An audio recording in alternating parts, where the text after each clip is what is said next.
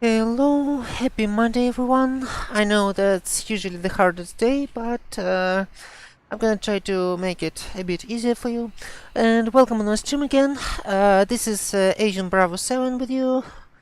And tonight we are flying this beautiful tri-jet, the jet from Golden Age. Boeing 727 200 Advanced. As you can see, we are flying in a Delta livery. We are actually mirroring a real-life Delta flight. Delta 1650.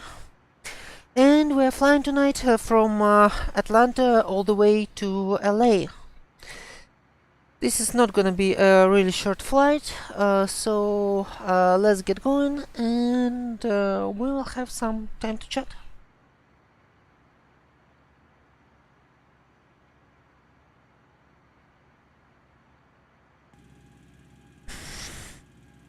Okay, so right now we have already connected a GPU card.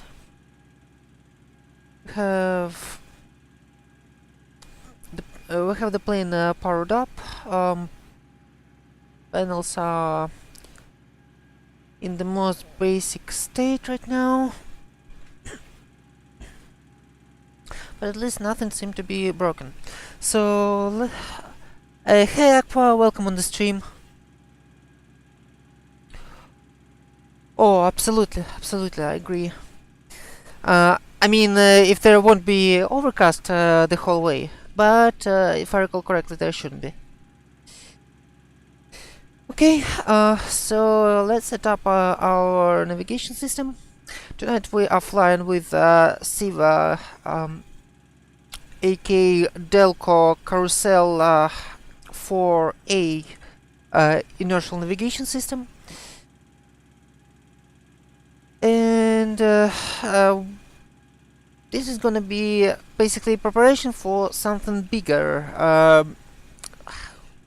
It won't allow us to fly proper ARNAV departures and approaches, but will give us some edge on en route navigation.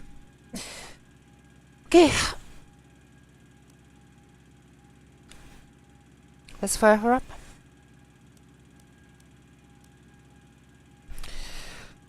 Right now, as we switch to standby mode, the system started to warm up. Basically, to spin up the so-called carousel, the rotating platform with the gyros, themselves, and going to the working temperatures.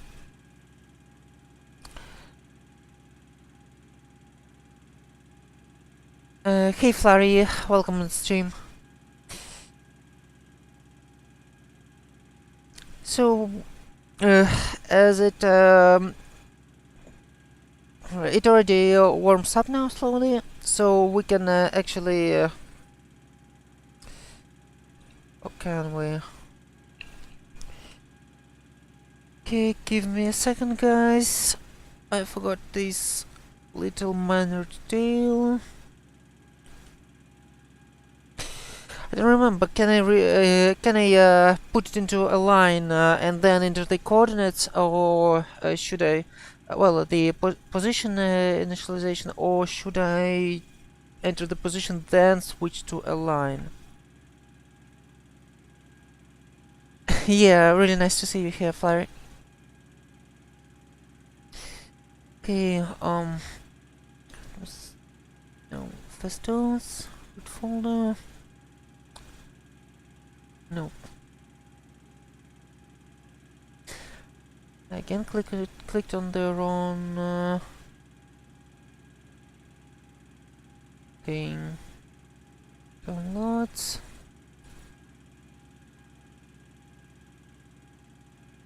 SIVA SIVA user guide. This is literally my second time operating this system, so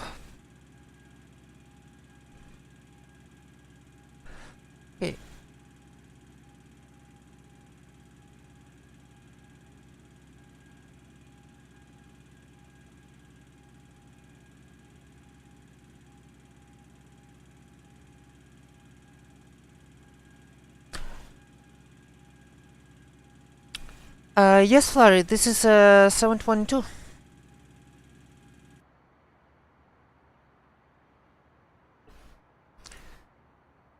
With rear esters, with in Delta Classic widget livery,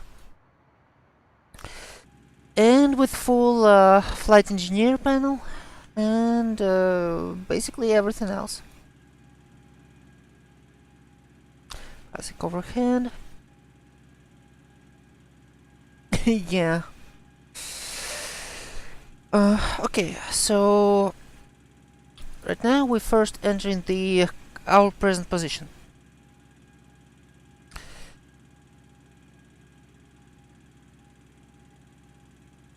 Get it? We will use the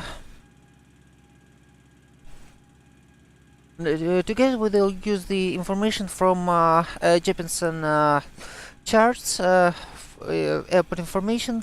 We're at Concourse Alpha, and we're at gate Alpha 24. So this is northern latitude 33 degrees 38.5 minutes, and western longitude 84 degrees 26 and 26.3 minutes.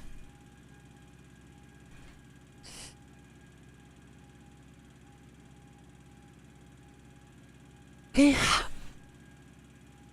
let's punch it in.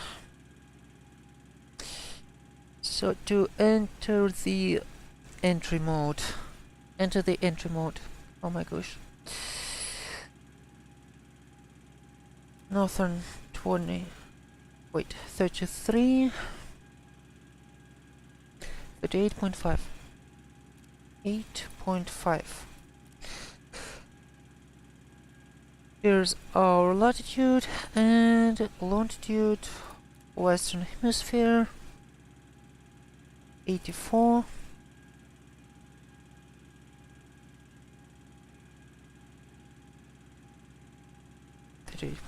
Correct.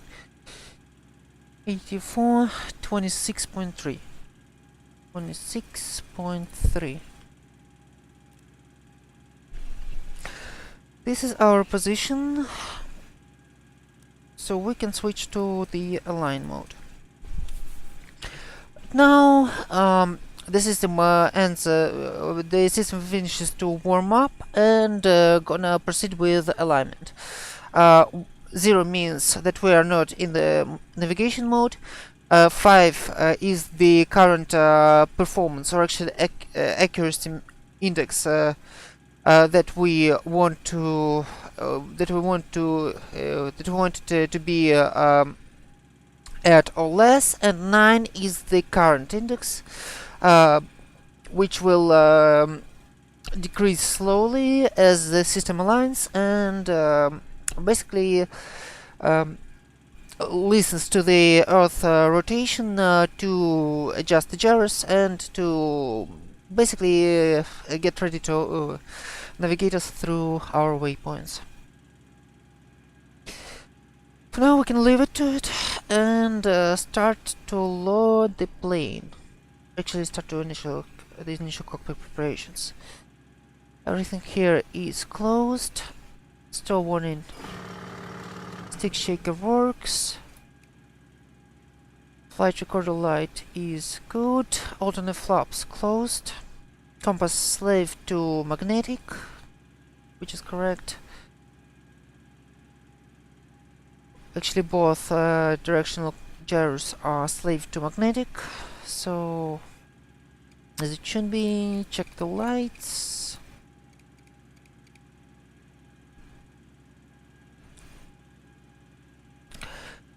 Transfer switches at normal.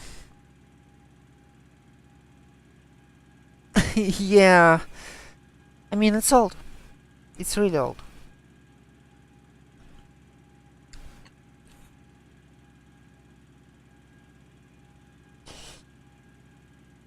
Okay, let's put on our passenger signs. Passenger address, not for now. arm our emergency lights. Anti-skid is on and guarded. Auto brakes could be poured into RTO. Transponder for continental US in the area without any ATC will put for IFR 2200. As a matter of fact, let's connect to VATSIM right now. We are Delta 1650. We are Delta 1650. We are 7.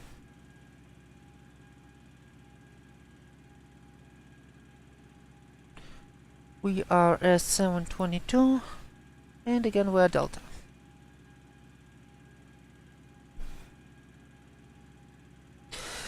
In Widget Classic River. Oh yeah, definitely. I mean, okay, I'm gonna actually tell you, I just purchased Tolis Tolis A319 Airbus, and it literally has fingerprints on the displays. It literally has fingerprints on the displays modeled. I'm not even sure why. Just, well, someone thought that would be a good idea. Okay.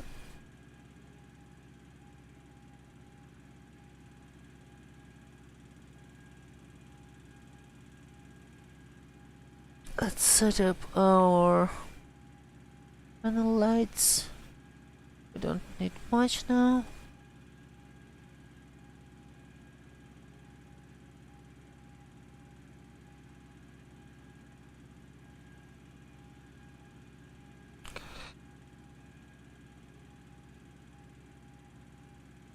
Actually, I would add some reheaters. We don't need them for now. I'm not even sure why it's even on, but okay.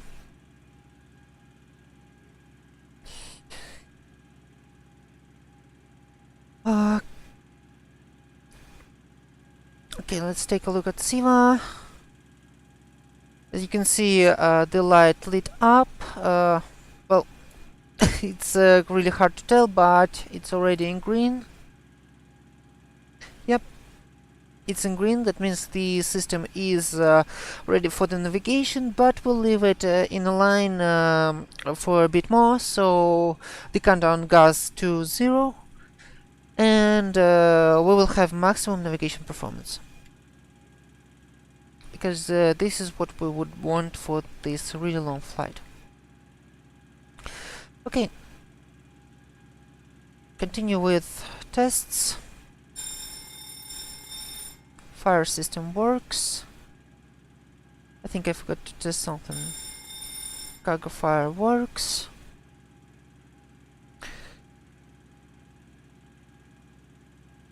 Let's see if Atlanta Center. This is actually impressive. We have Jacksonville Center online, Memphis, DC, Indianapolis, but not Atlanta. Like, really?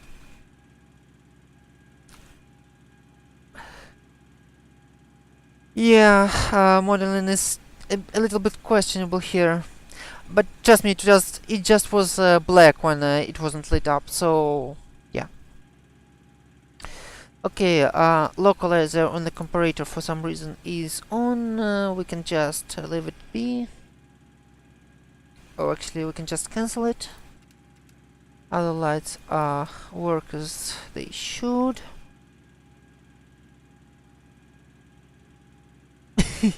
Yeah, I guess.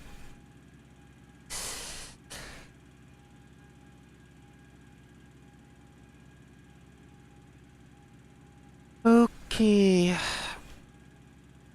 Actually, I wanted to set something up.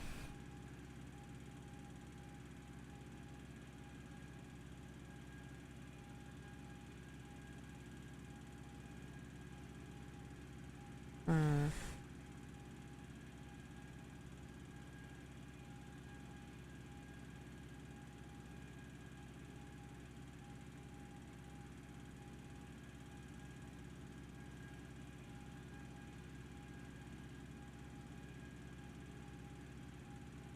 Okay.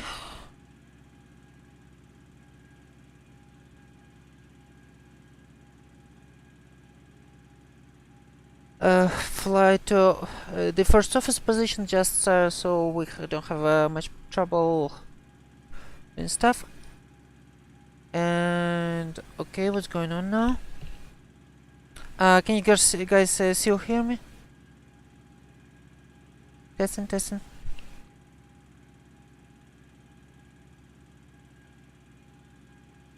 Okay, that was weird.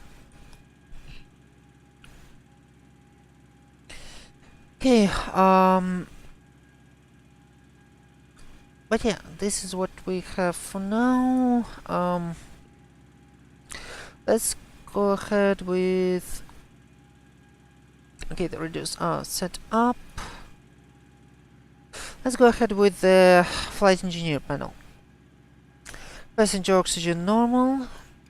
Light is on. Autopack trip cut out for the start of the flight. Aft cabin zone temperature normal. Lights are on. Overheat test good. Meters at essential transfer. Galley power can come on. Essential power at standby.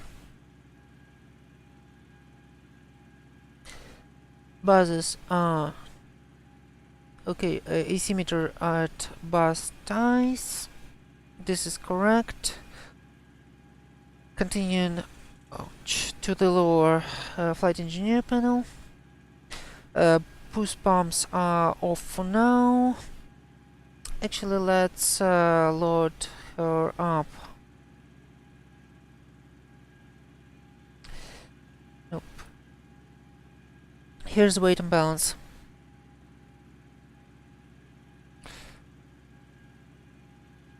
So on this flight we're gonna have 126 passengers, 500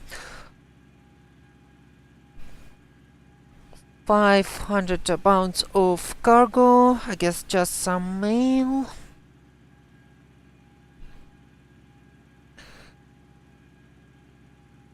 Okay.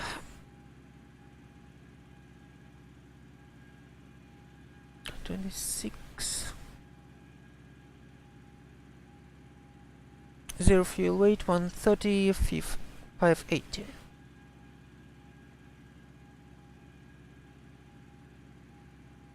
$35.80.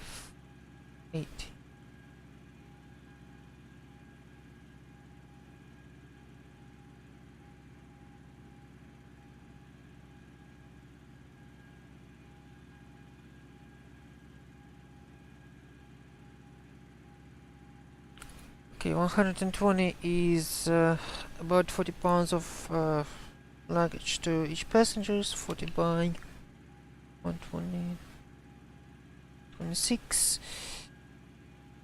Wait, what? 40 by 126. 100 pounds.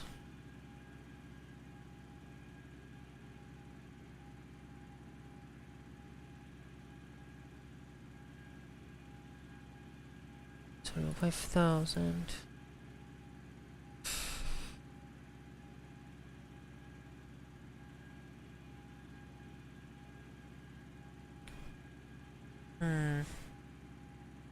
Zero fuel weight 120. 122.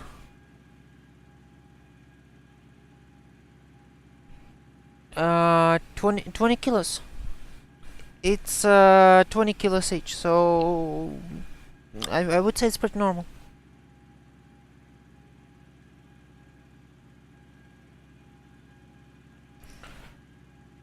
Not hand-on luggage. The check-in luggage. No, that's pretty normal.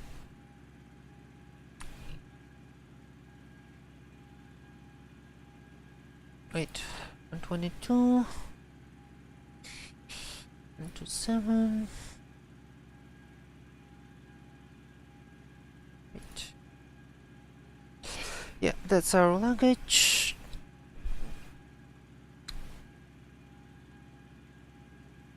And one cargo. Actually move some stuff back.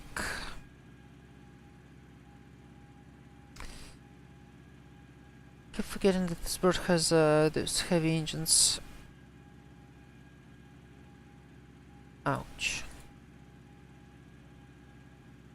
130, 530. Yeah, looks about right. And block fuel is gonna be... Let's see...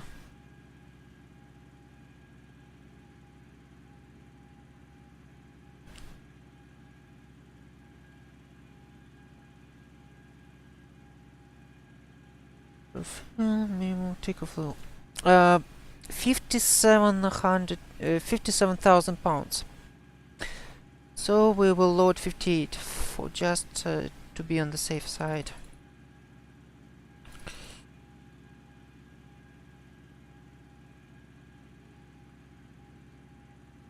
Total fuel is gonna be 58.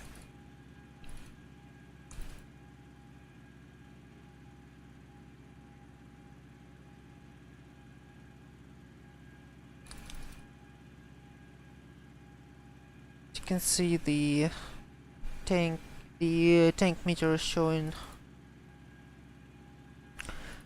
the amount of fuel increasing slowly.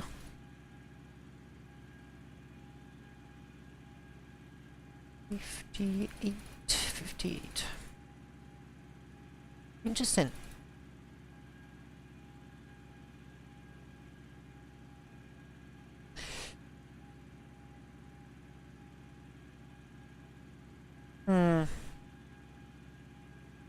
I'm not sure why.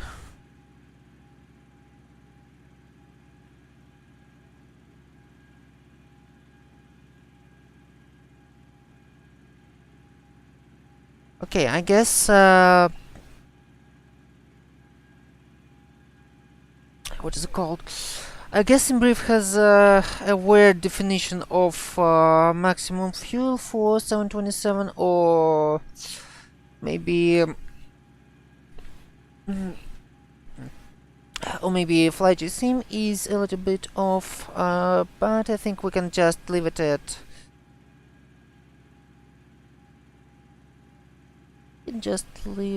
at maximum fuel for this.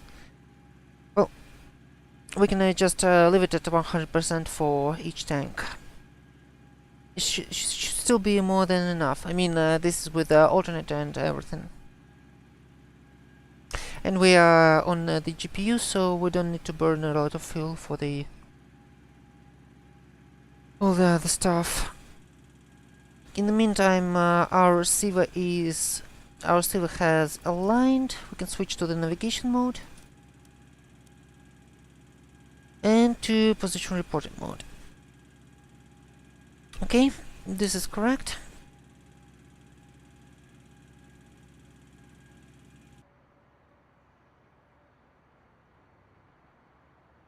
Close the rear air stair.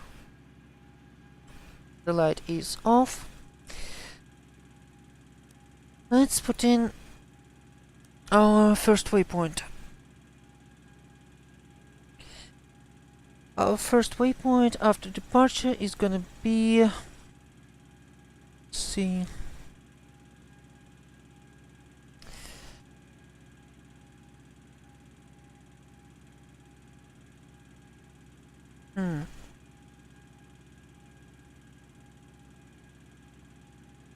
Oh my goodness, Aqua.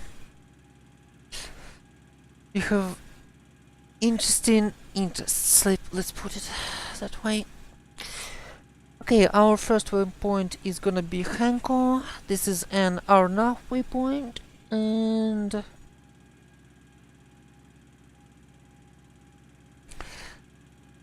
its coordinates are Northern Hemisphere 3350.3,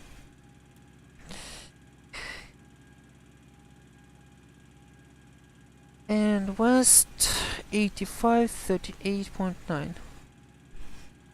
West 8538.9. Wait.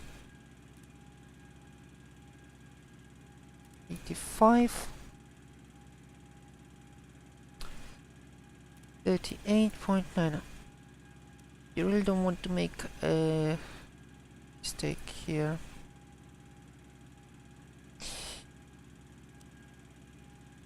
This position west 538.9. This is correct, and our second waypoint is gonna be Little Rock VR LIT, but since we won't be receiving it at least in the beginning of our trip, we will need to put it in as our now waypoint 2. 3440.7, 3440.7, and west 92.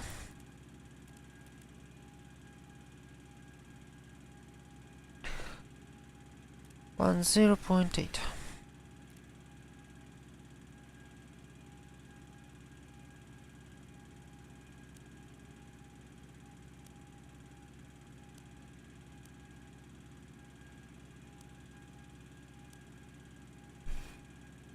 Wait a minute, what? Okay, back to present position display. Our inertial navigation system is ready for the flight. 5 minutes till planned departure time. We're a little bit behind the schedule. Fuel is... Actually, let's take a look. Maybe we can do something else.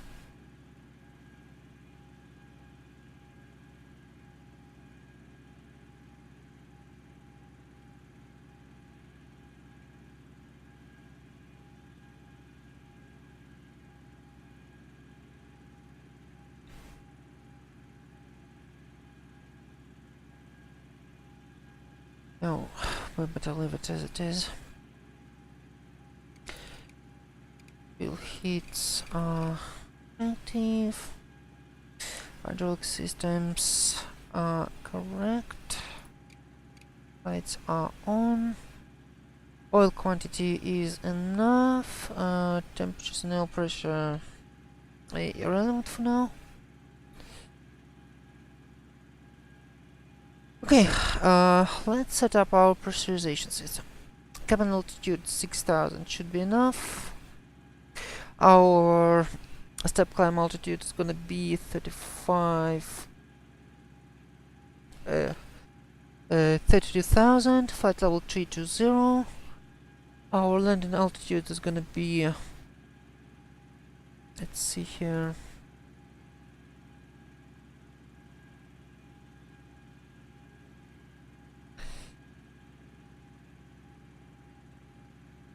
ASXP landing altitude is 128, so 130.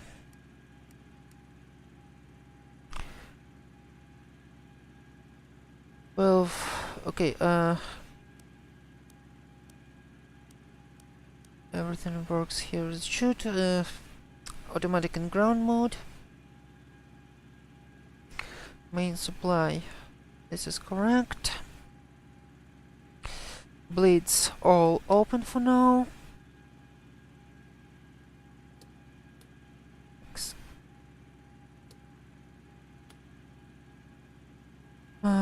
Check, test the cooling doors. Leave them open for the start. Cargo heat outflow normal.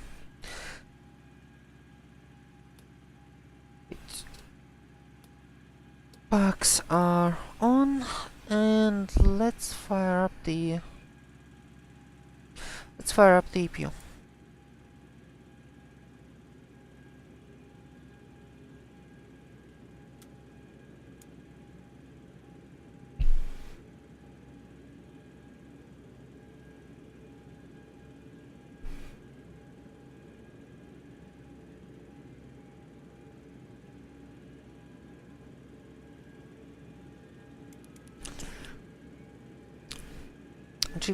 Chip the generator field for now, so it won't have a hard time starting up.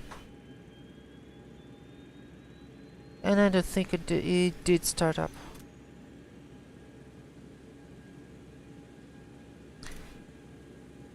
And now it did.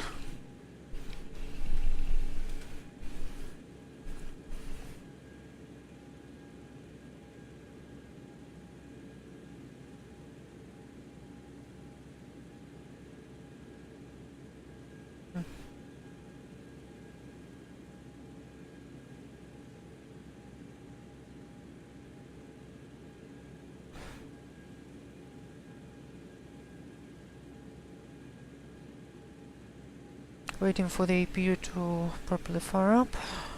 Actually, let's test the fire system, just in case.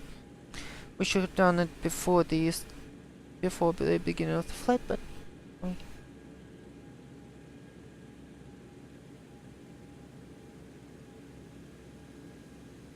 okay. This thing could be honestly be ignored. Okay, this is worrying.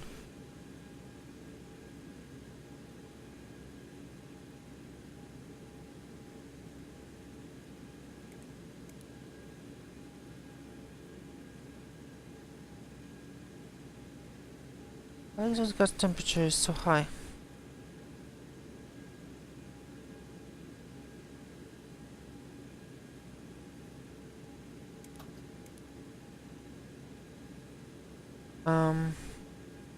Hello?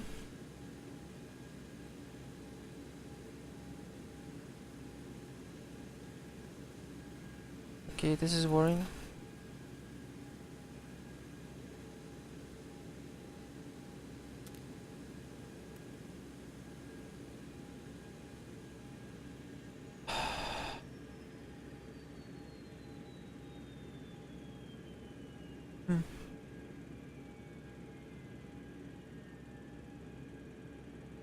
Sorry guys, exhaust gas temperature over the red zone is something that I would honestly just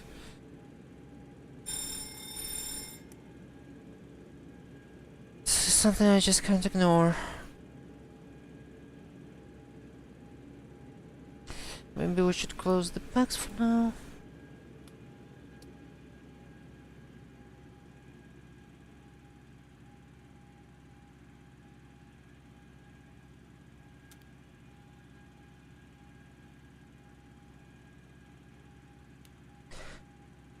Okay, it's rising. Take 2.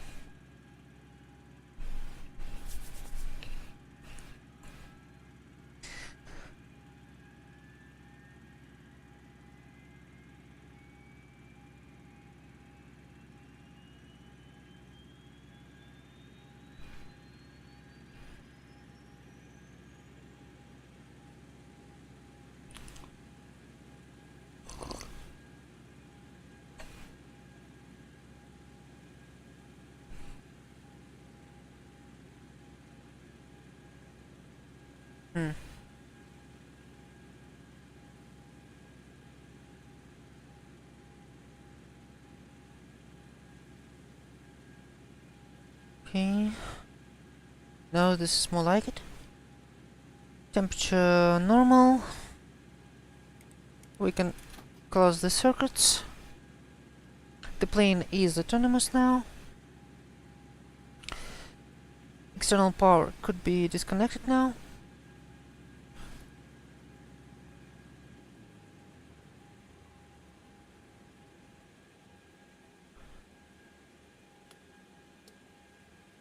And packs could be turned on. We have air conditioning now.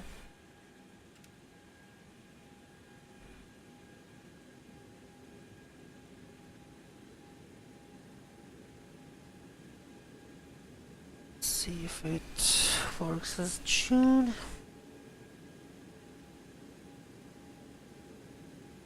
So it is here. No. Very interesting.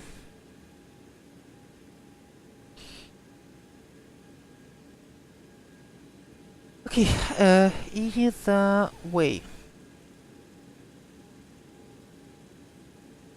For departure,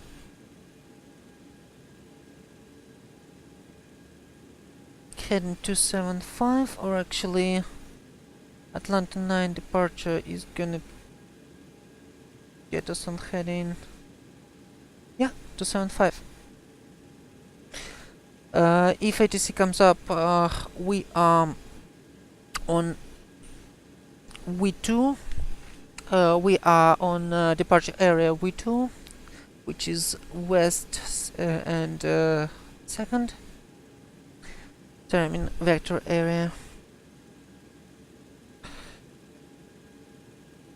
Okay, continuing our setup. Compass free. Warning tested. Window heats on. The flat's correct. Compass is read. Entire eyes closed. Passenger sides on. Fire detection tested. Emergency exit lights armed.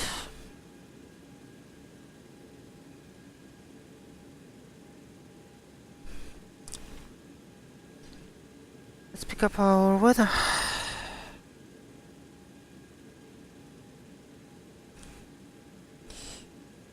In Atlanta, wind 295 and pressure 3003.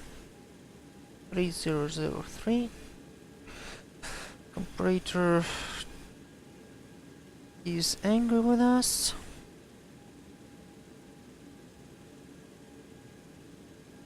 In the standby 2.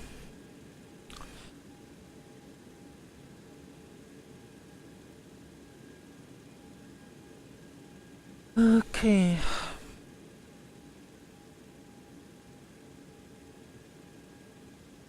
To 2.0. Atlanta traffic. Okay. Let's go ahead and prepare for the start. Start with ghost. Heat off.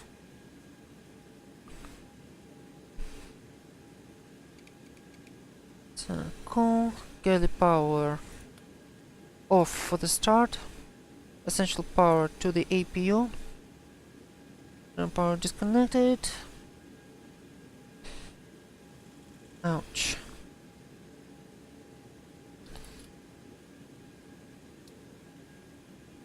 Okay, since we are... Okay, test the valves. Since we have more fuel in the central tank, open all the cross-feed valves. So all the engines are fed from the central tank for now. We have power, pressurized hydraulic system, everything is cool here.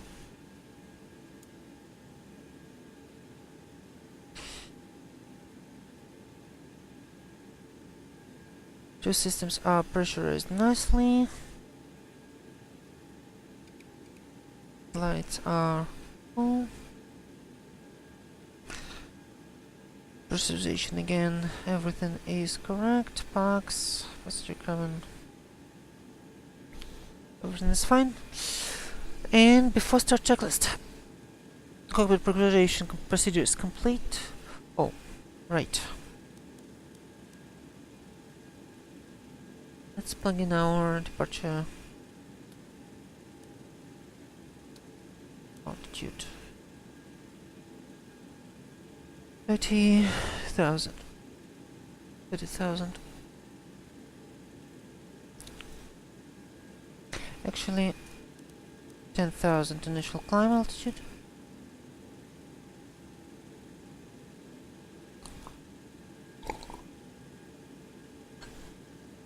One 0 minutes after the cruise. Wow, 35 degrees Celsius outside. That's quite a lot.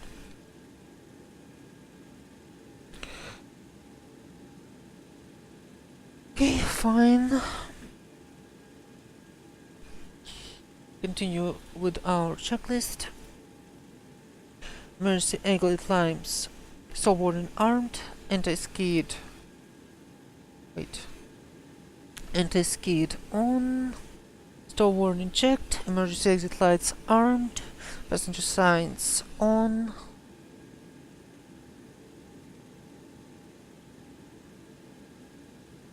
Passenger signs on. Window heat on. Anti-ice closed. Okay. Window heats are on and off because of the temperature.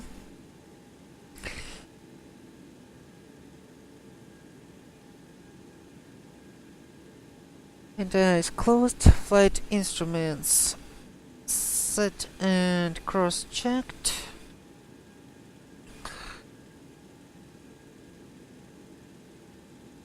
Let's set to 75 here too.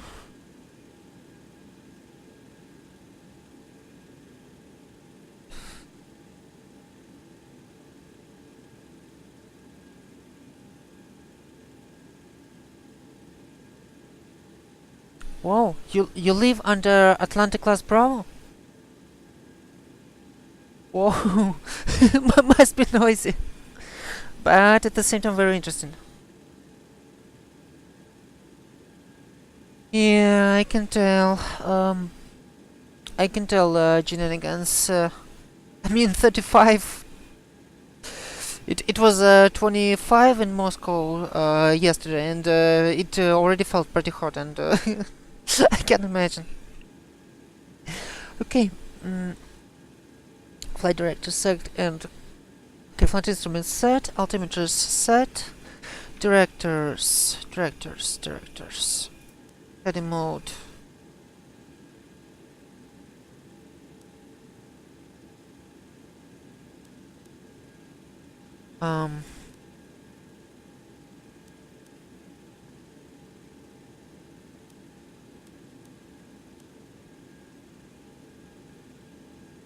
Okay. Either way, 15 degrees set. This is gonna be our takeoff guidance.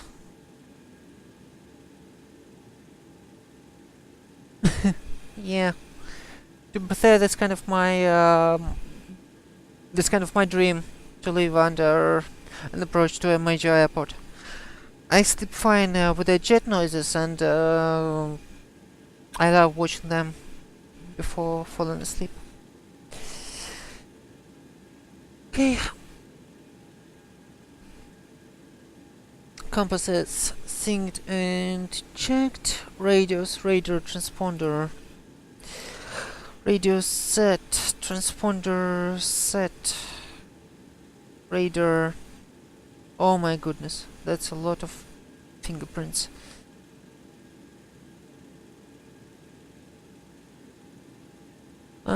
Stand by for now.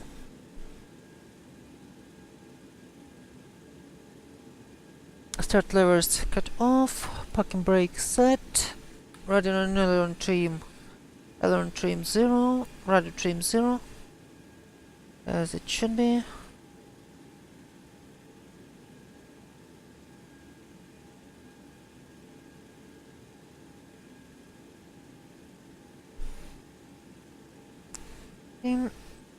Fuel, correct amount, and set for the start.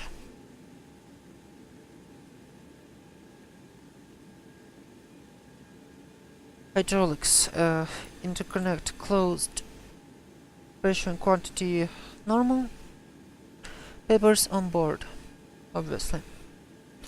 Okay, now we can plan our pushback, I believe.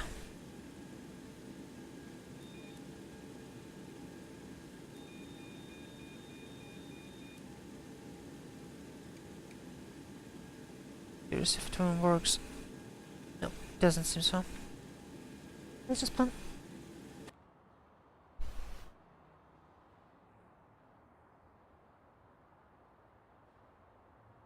Ground to cockpit, plan acknowledged. Call me through the menu when you are ready. Okay, pushing facing north, since we are taking off from 26 left, as planned. Pushback pre-planned. Traffic. Push and start from gate I-24. Now let's see if we're gonna push into someone. Nope, not really. Sorry guys, I'm a bit behind on the chat, cause got a little bit busy right now.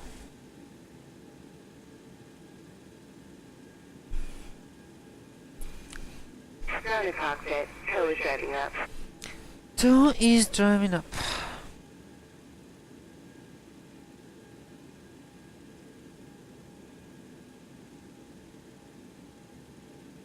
Wait guys, did Streamlabs board did this for the first time? Oh my goodness, this thing is alive, I can't believe it.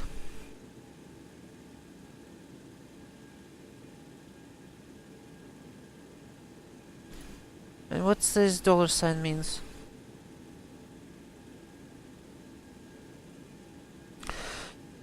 Tow is driving up.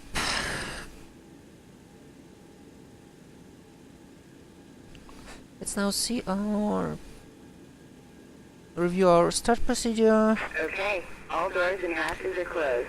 Ready. Engines first to third.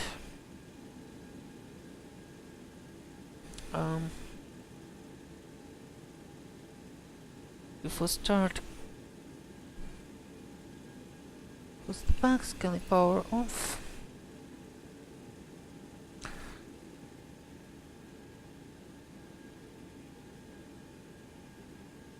Okay. Waiting.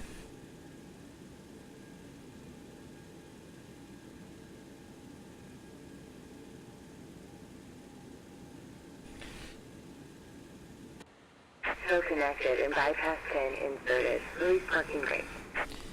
Okay, since we're pushing back, putting on our beacon and logo light, just in case.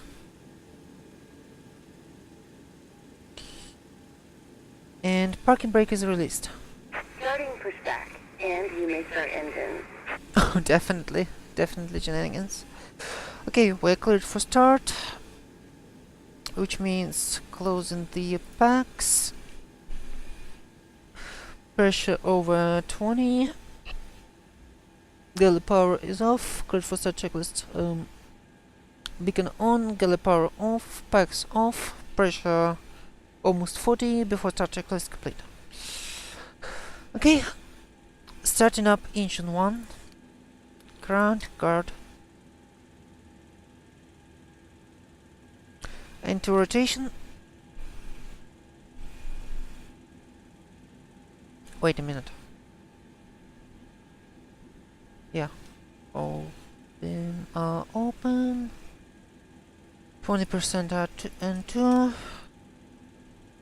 Introduce the fuel.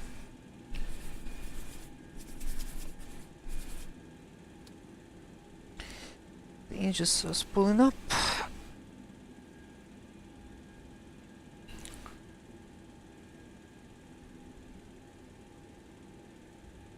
Trust me, Flurry, we will have all the chances.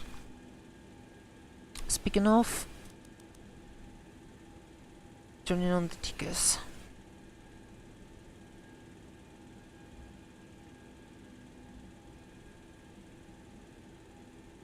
And put on the range to 20. Engine 1 is started. Starting engine 2.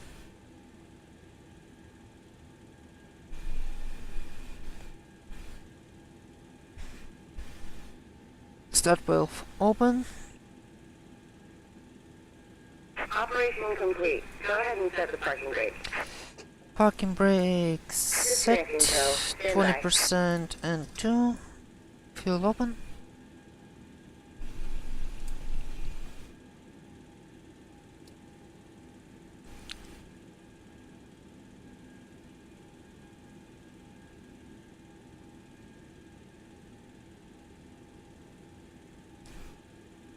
Engine 2 is started and stabilized. Yeah, that's good. Starting the engine 3.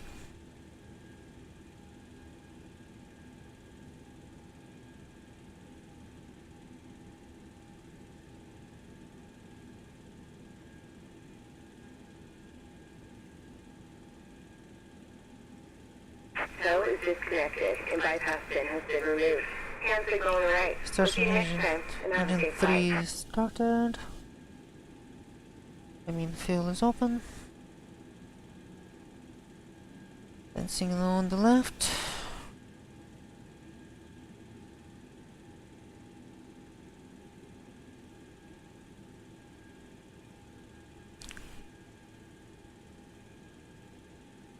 Yeah.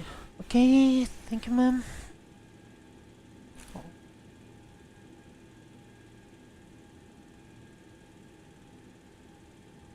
And we have our 3 engines started.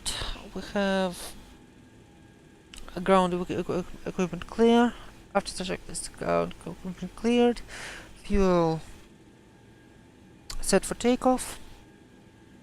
Doors checked. After start checklist complete. Now let's switch to the generator power. Close the generators. Close the generator circuits. Probe heaters can come on. Taxi light coming on.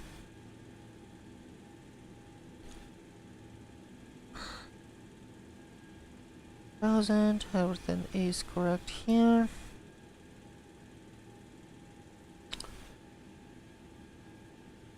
Autopark trip going to normal. Passenger system. Essential power going to generator 1, 2, 3. Everything is good here. Packs coming back on. Bleeds on engine 2 are closed.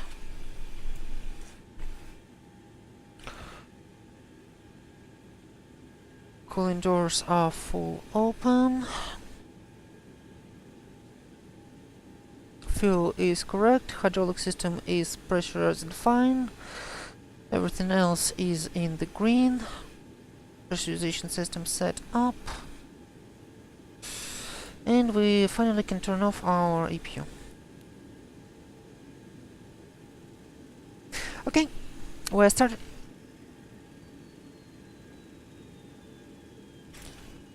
Let's taxi for departure. KATL traffic.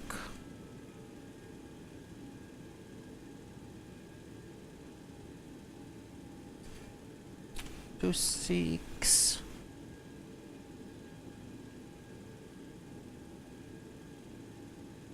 Left, yeah. Foxtrot Golf Echo. Foxtrot Golf Echo.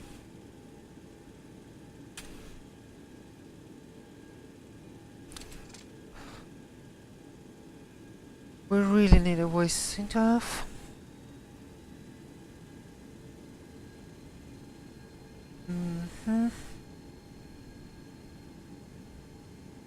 Double checking the fuel situation.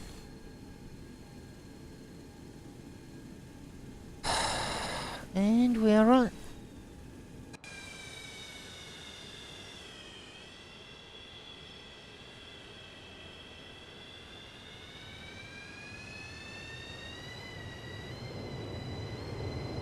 Just listen to the sound.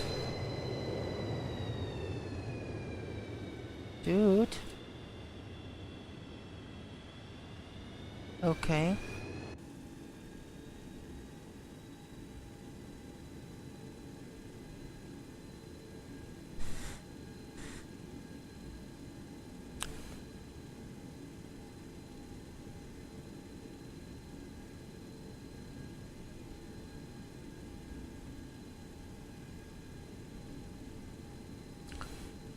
Just to clarify, I'm not using any kind of moving map right now, mostly because, mostly for the sake of realism, because, well,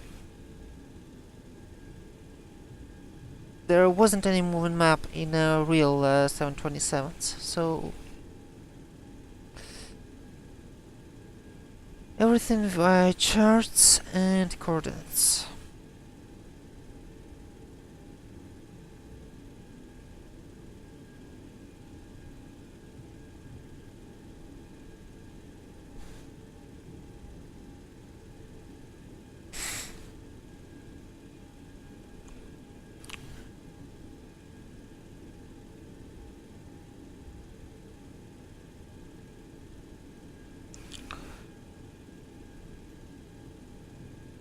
Okay, there's Delta 2171 last landing right now.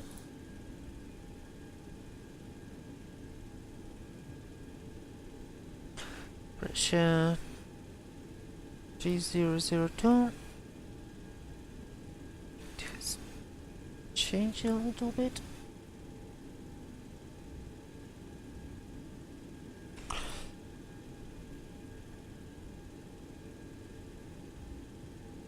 Ouch. Let's go.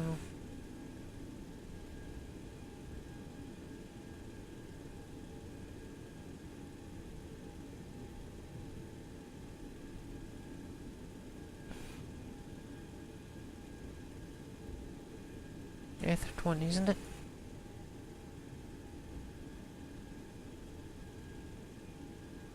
Mm-hmm. Looks like it.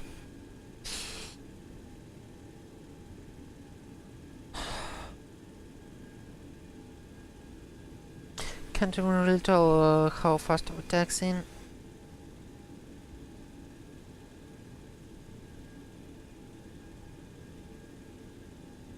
Oh, actually I can. Here's the ground speed display.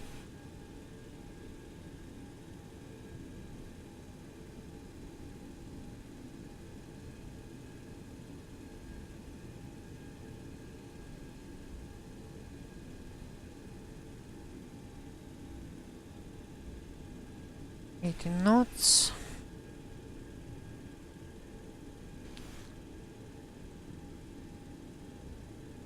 Oh, so sensitive.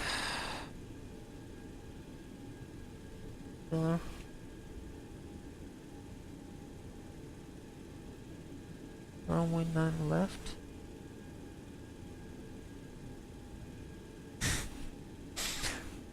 Wait, flight level 7000?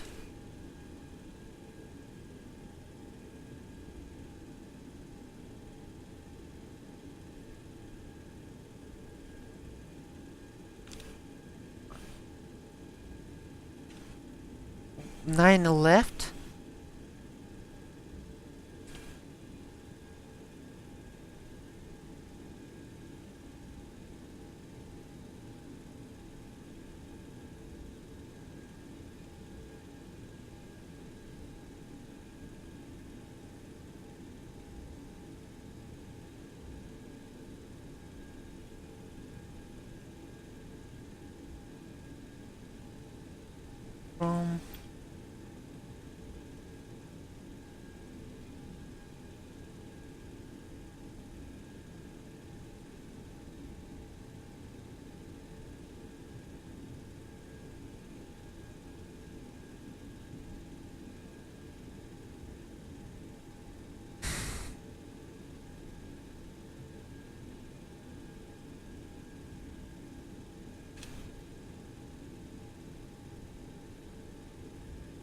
Yeah, this is very interesting.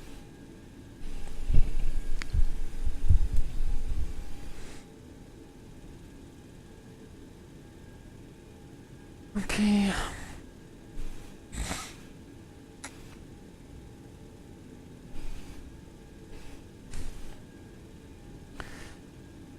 Seventh.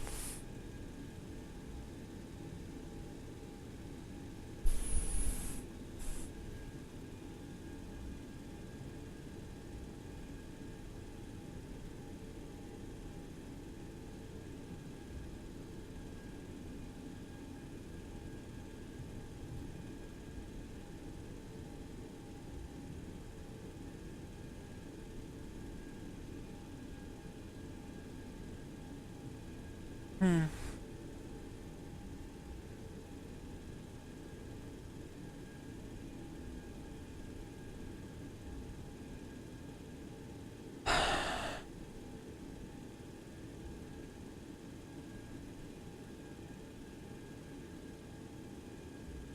Very interesting.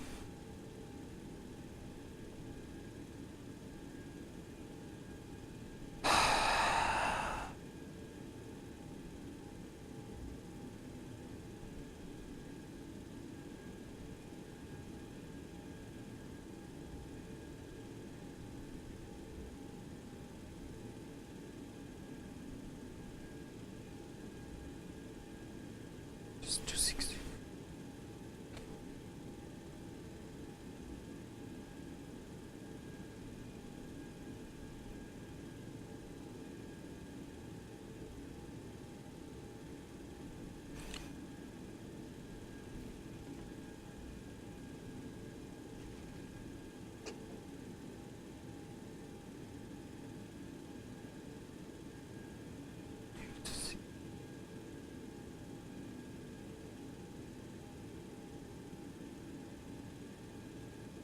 Just 260.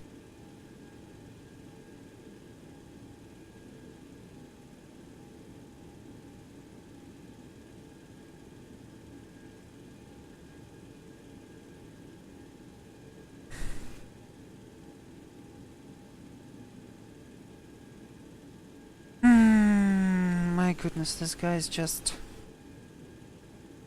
annoying.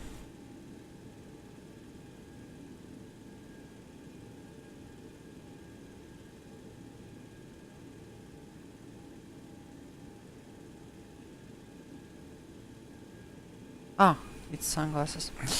Okay.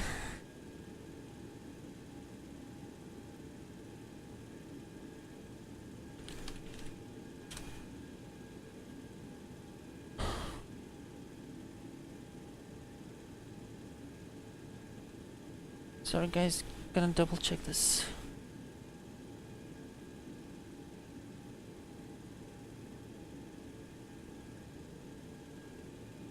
Six right and 6 right and 7 left arrival.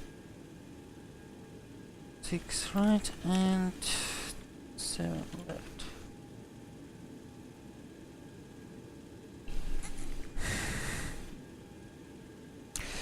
Okay, I don't think there's much point of arguing. We can just go ahead and continue with our takeoff preparations.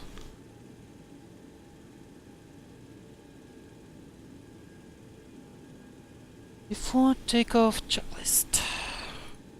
Anti-ice.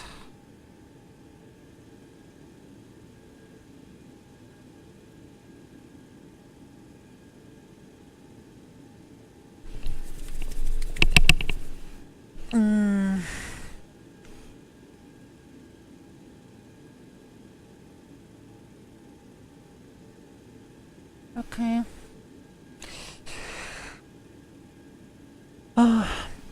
Anti-scope closed. Pilot heats are on. Flight instruments, FJS and radio set for departure. Flight controls. That actually should be checked.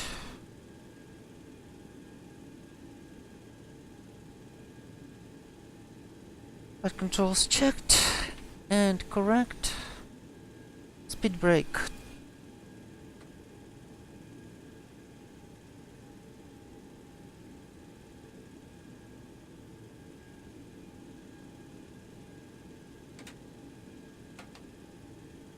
Speed brakes working as they should. Stabilize trim. Oh wow, I never set up the takeoff settings. This is bad. Flaps 15, set marks. V1 146, rotate 146, V2 158. Stabilize trim. 4.9 units. Almost 5.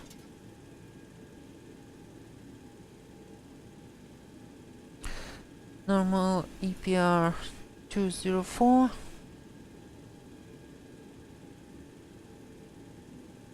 Okay, and flaps retraction schedule 168 first stage, 188 second stage, and 0 should be at 120. Flaps 2, 5, 15.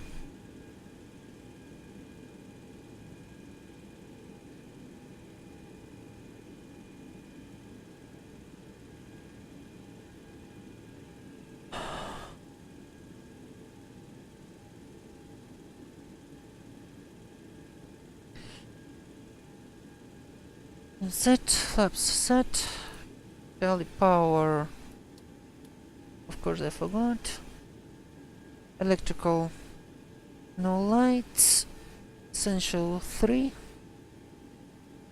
fuel heat, actually should check this one.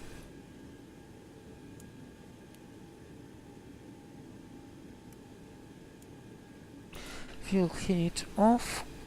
Hydraulics pressurization quantities normal. Elevator and rudder lights off. APU off. Flight ground switch to flight mode. The cabin is pressurizing. Air conditioning pressurization. Number 2 bleeds closed. Cockpit door locked, EPR and airspeed box set. Takeoff briefing completed. And cleared for takeoff. Start switches guarded, transponder TRE.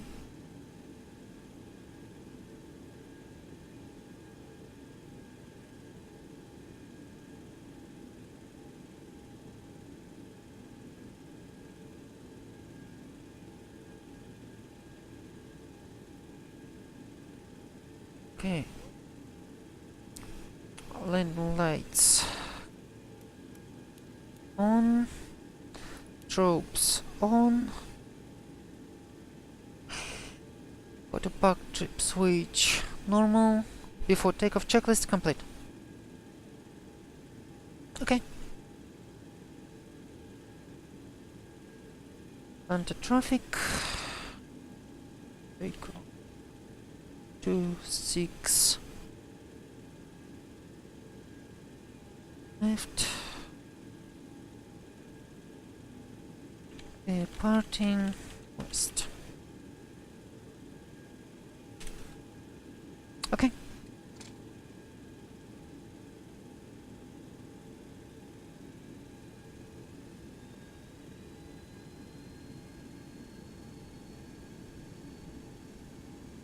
Time to roll.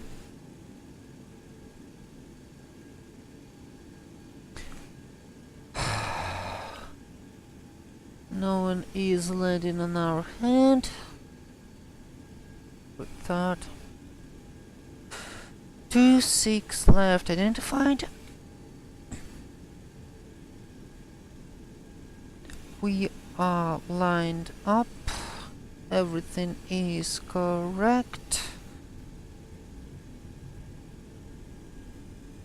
Setting the EPR.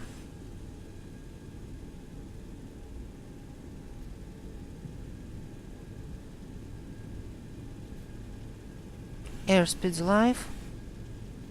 80 knots. Cross-checked.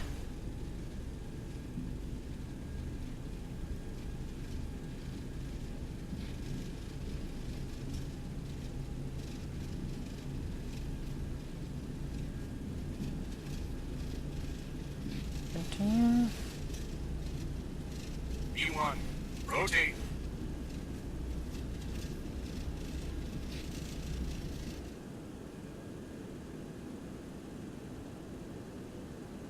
Positive rate confirmed. Gear coming up. Flaps coming up.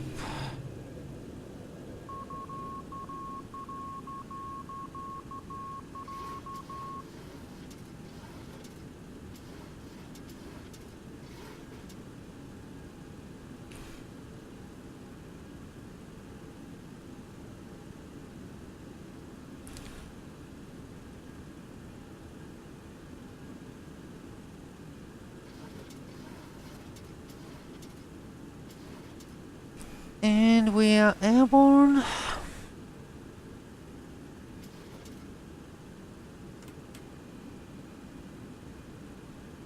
Flaps 2. Continue in acceleration. Ouch.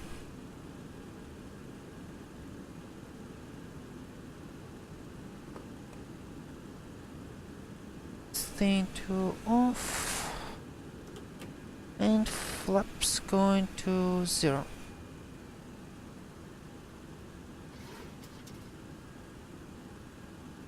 Okay.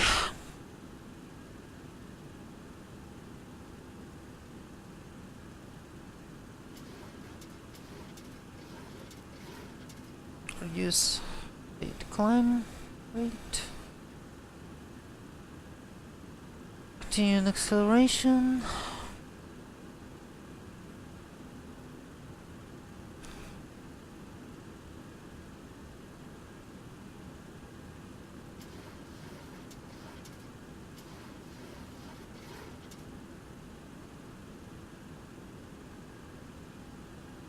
Easy there.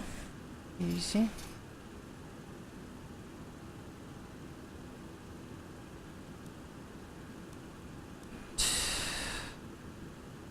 Switching to the SIVA.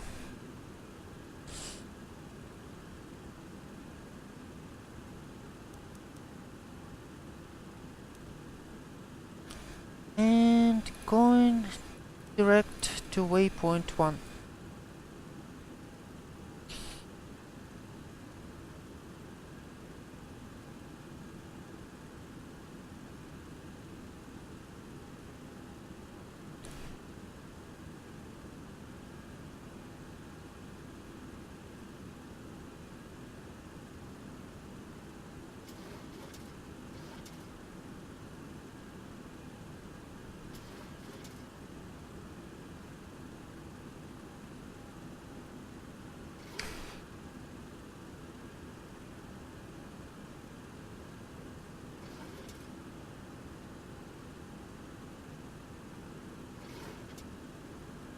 Okay.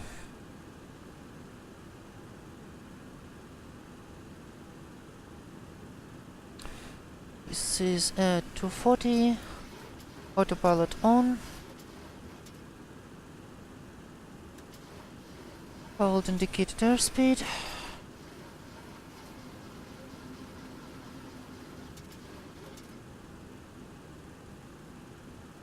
And I believe we can switch to auxiliary navigation mode. So the plane is following SIVA.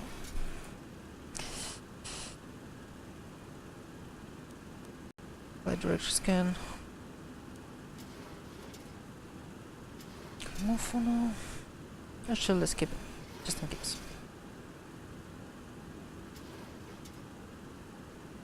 We can clear ourselves to our flight level.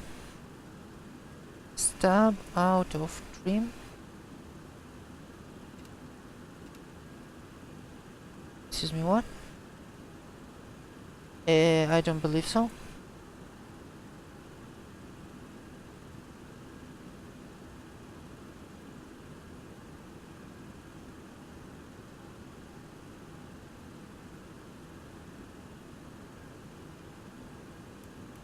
Okay, lane lights can come off. Logo light coming off.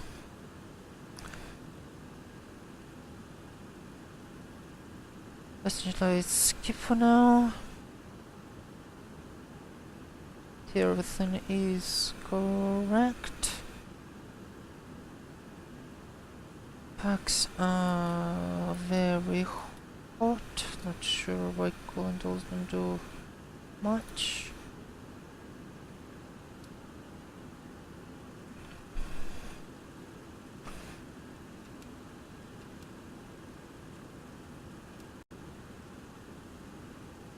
Why does it say step out of trim?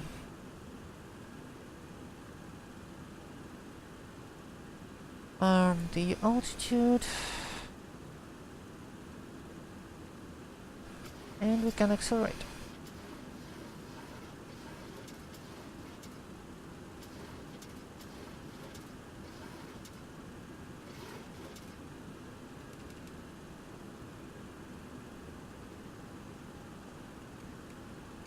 Not sure why it says that. Either way, after takeoff checklist. Start switches. Guarded. Seat belts. Keep for now. Enter ice. Closed. Not needed. Gears up and off. Flaps up, no lights. Auto park trip switches. Why cut out? It actually should be at normal.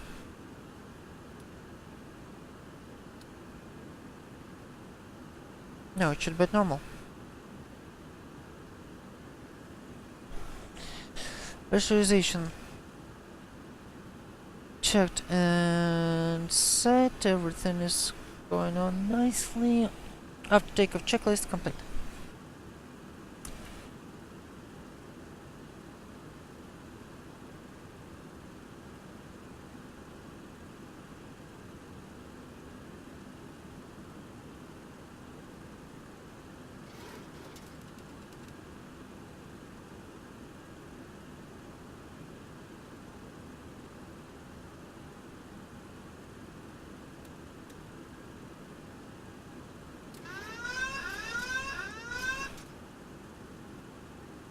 Yeah, autopilot is engaged. Autopilot engage back. Zero navigation. Indicated hold.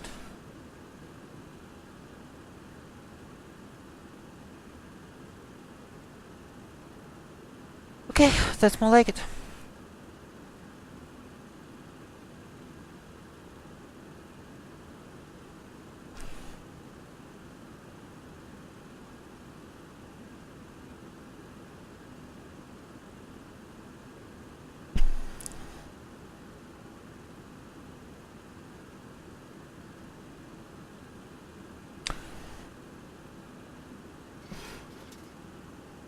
Oh my goodness, what?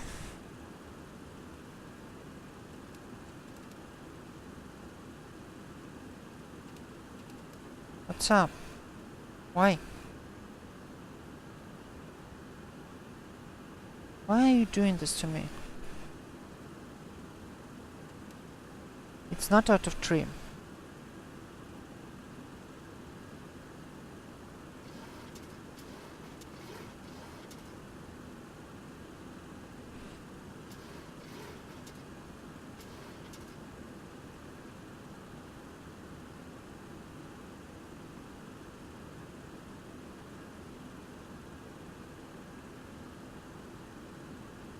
Okay, climb at 300 knots. It's more or less typical for our 7.2.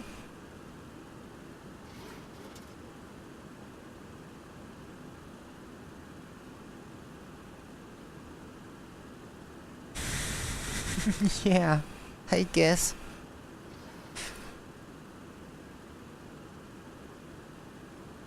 Yeah, it's basically emergency brake.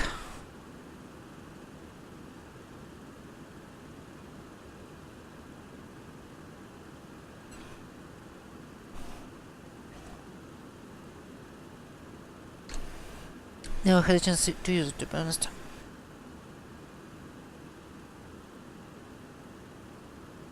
Okay, altimeters to standard.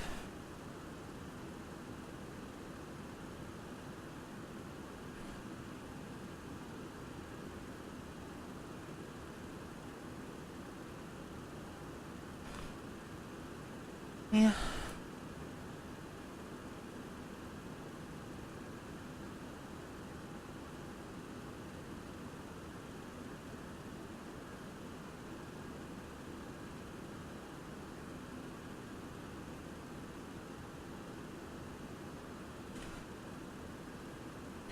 Oh my goodness. United 1979, landing on 09 left.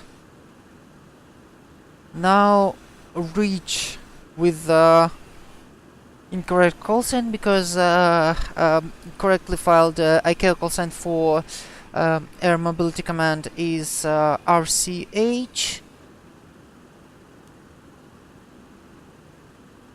Okay, we're coming up on our first waypoint.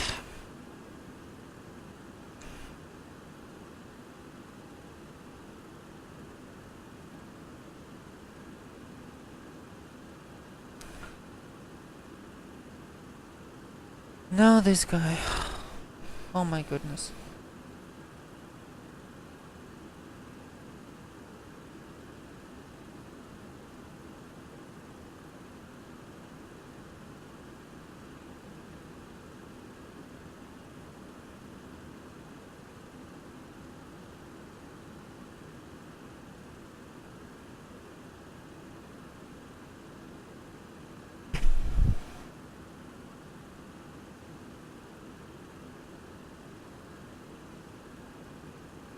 This is honestly a big problem with VATSIM.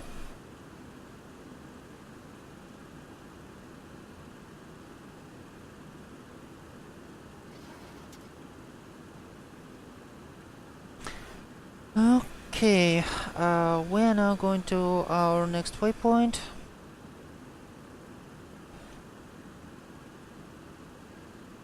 Yeah, definitely Narbark, definitely.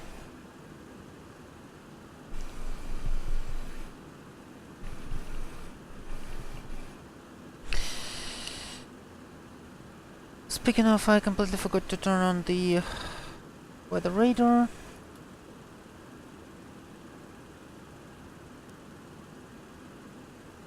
Set it up. Range 40.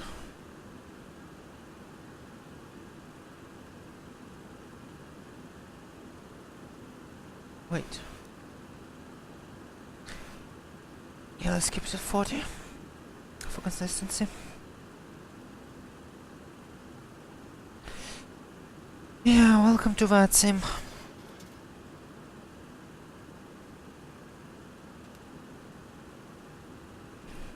What's his problem? This is honestly annoying.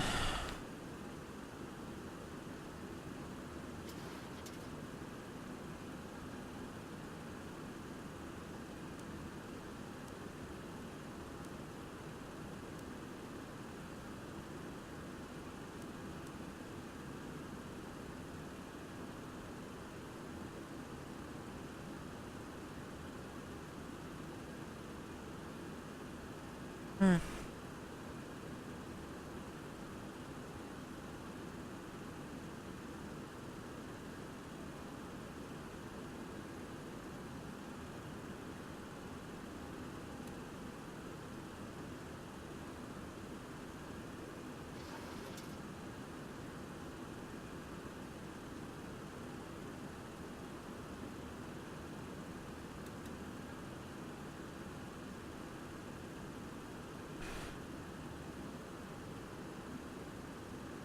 sure why it's doing that, but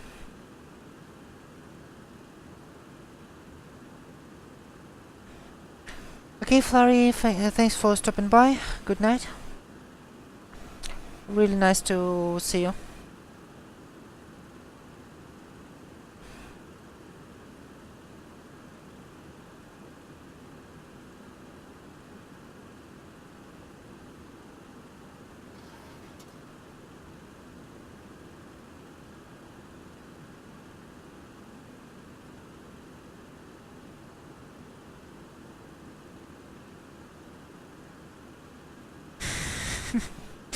Trust me, their park. This is absolutely correct.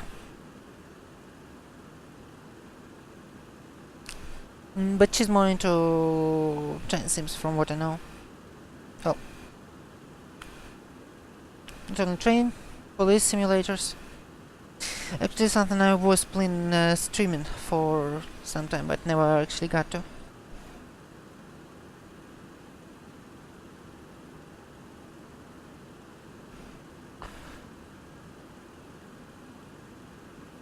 We can let some power for now.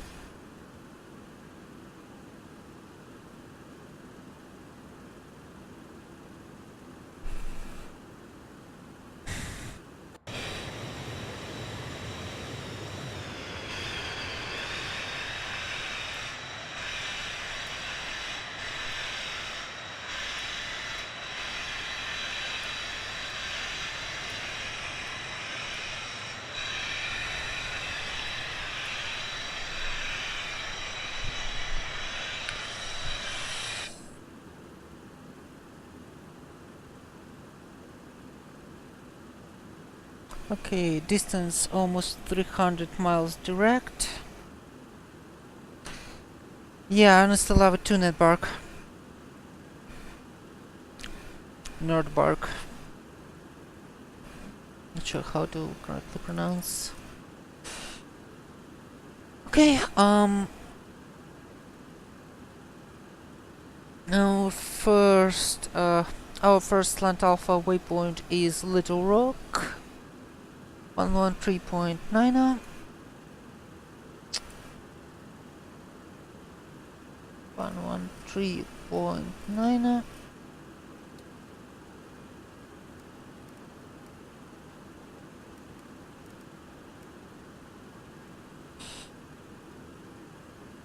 And the course is gonna be 275 from it. Yeah, that's what we need.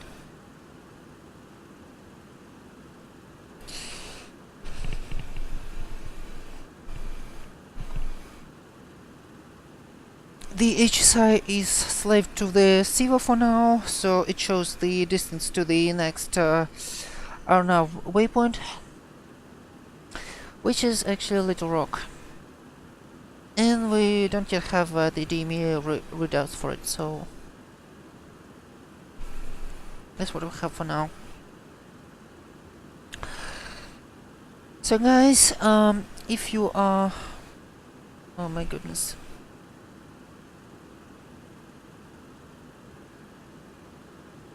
Give me a second. Not sure why the bot doesn't work. Streamlabs.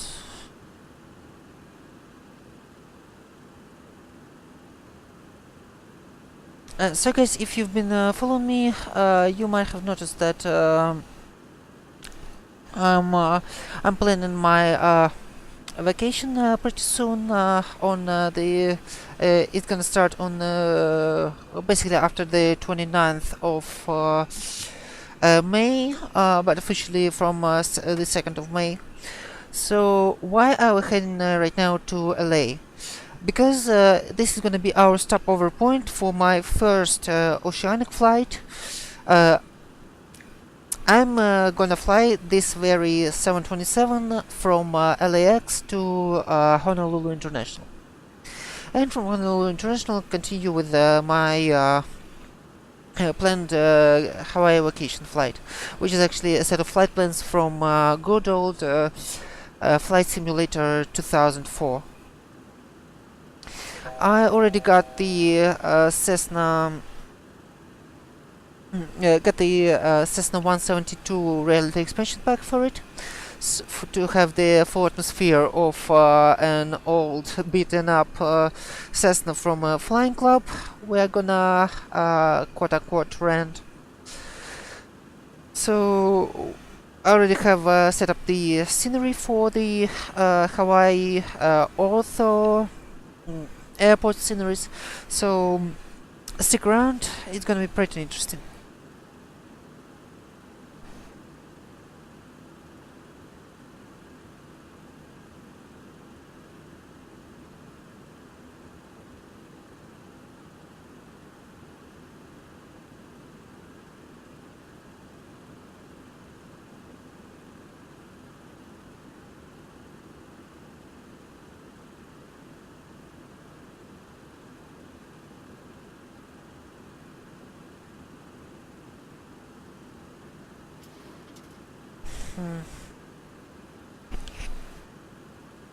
Okay, the altitude is acquired, 30,000 feet, flight level 300. Still no DME readouts.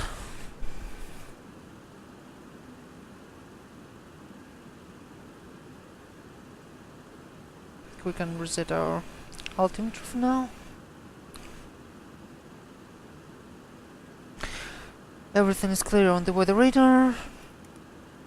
Flight director into altitude hold mode.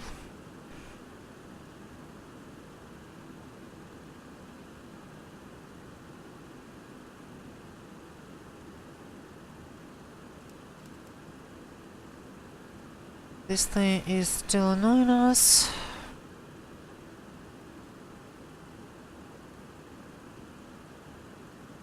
Actually,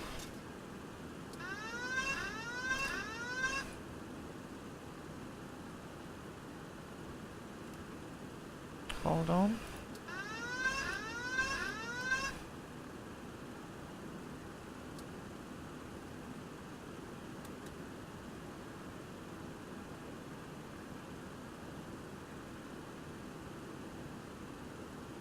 Oh my goodness.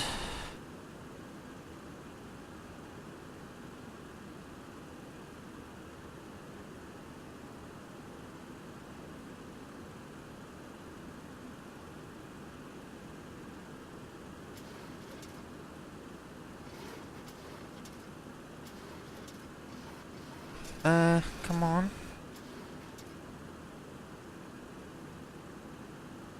Okay.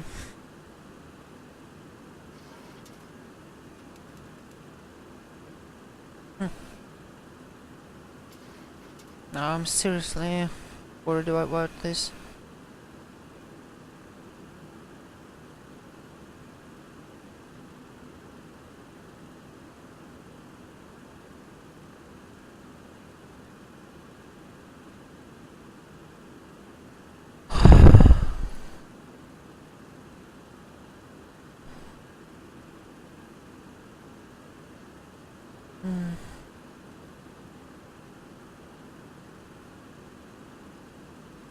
Oh, right.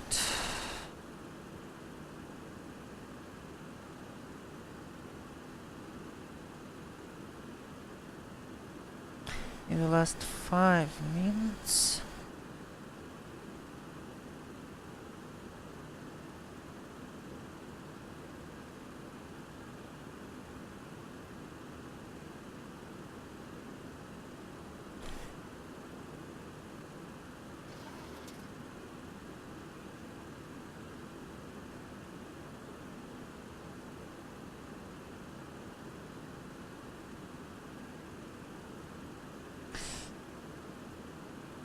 Okay.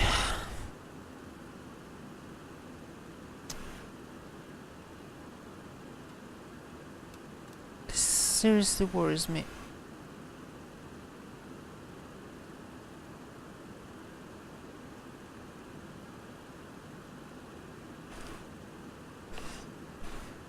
All right.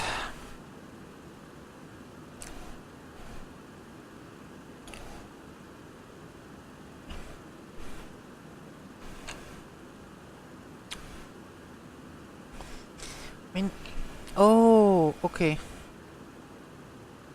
Never mind, I'm stupid. We're going almost Mach point 9 now. Completely forgot that this thing doesn't have another throttle.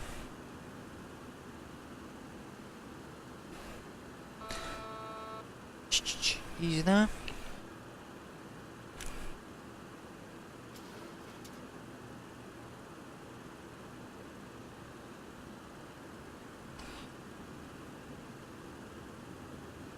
Cruise EPR is somewhere around 180, 170 to 180. Oh, 1.7 to 1.8.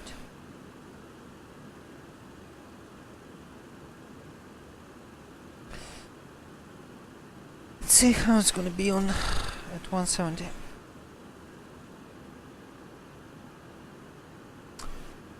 Fuel usage is correct. Fuel flow 25,000 per each tank. 2,500 per each tank. So 7,500 pounds in total. Still no DME readouts.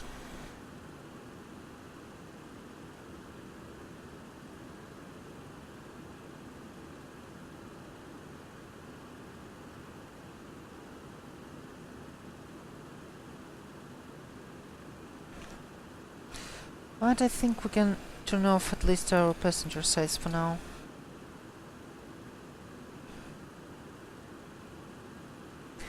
Because we're keeping them strapped in for no real reason. Yeah, 170 seems to be about right.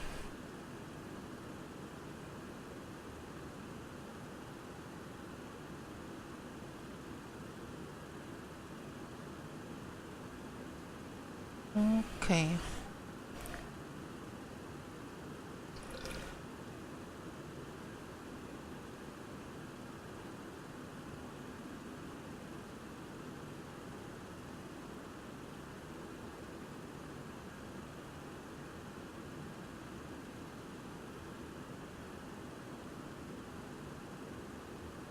Where is this second thing showing?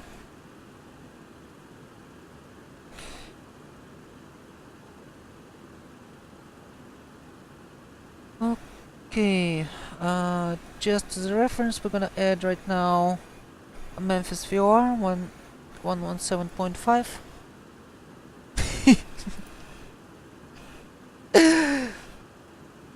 No, no, bark, sorry, this is gonna take a lot of time. 117.5.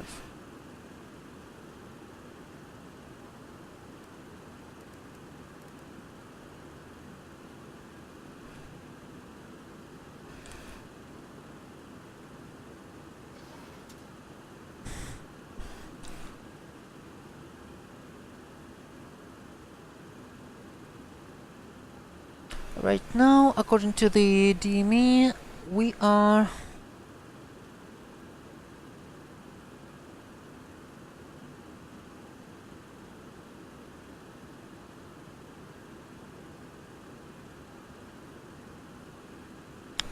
somewhere above Tupelo, Mississippi. Actually, I think Avatab, with all the problems of this thing, can help us with it now. Hamilton, Georgia, and we are crossing the border between.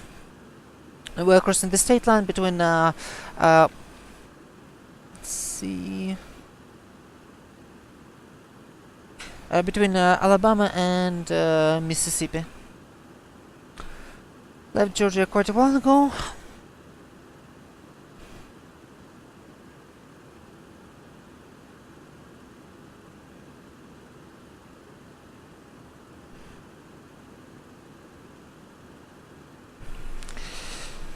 And a little bit of APR just to keep the speed.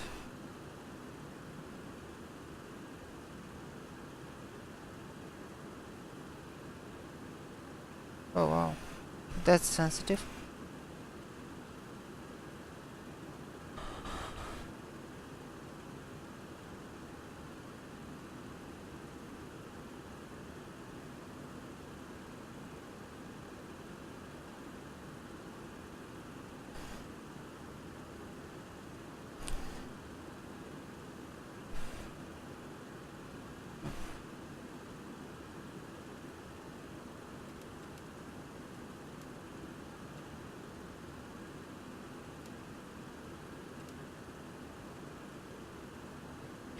What's wrong with this thing, really?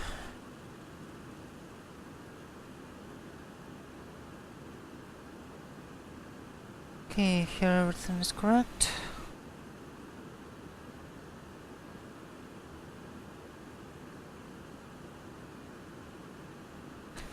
Here we go. Good, Streamlabs board.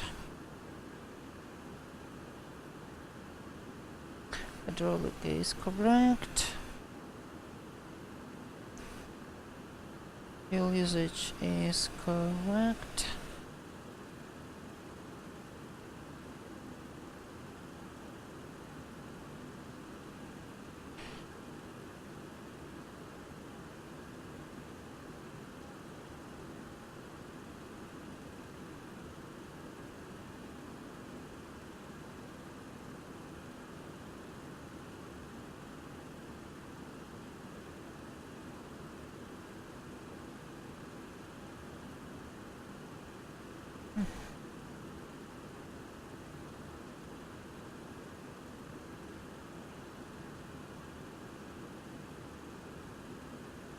Suddenly most of the ETC went offline, but since the evening is just starting, I think we can expect... Ouch. I think we can expect someone to come up. So... Hopefully we will have some ETC on the way.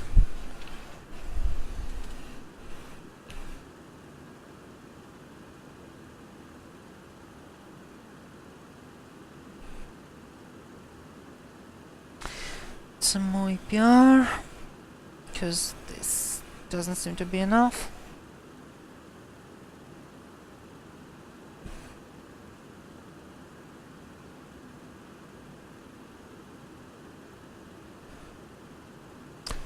Didn't expect it to show these and the CG. So forward. Optimal altitude, flight level 320, but we are not climbing there because of the winds. They're pretty strong right now.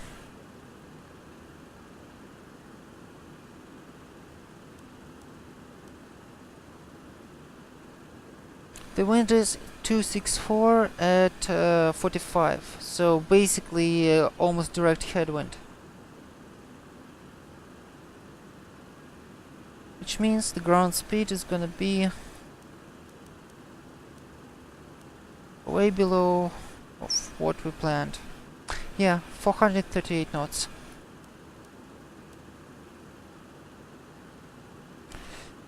This kinda sucks.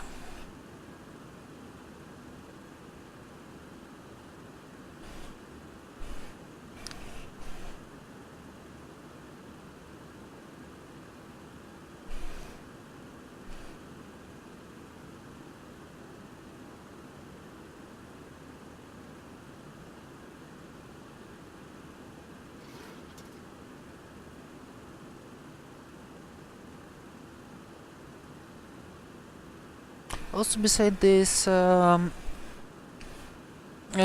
also if not counting the mishap at the beginning, we're doing pretty good. Almost no dropped frames. Oh, knock knock knock on the wood. But we're fine for now.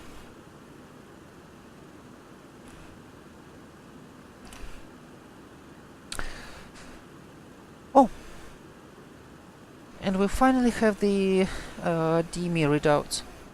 Hey Major Kong, welcome on the stream.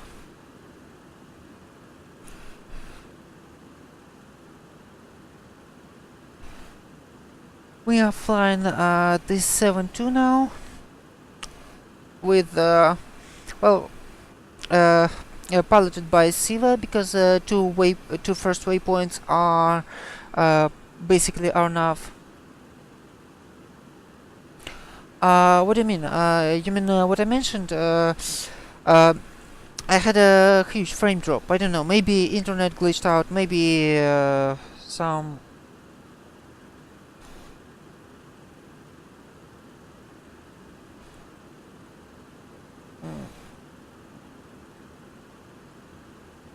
What do you mean? What guy?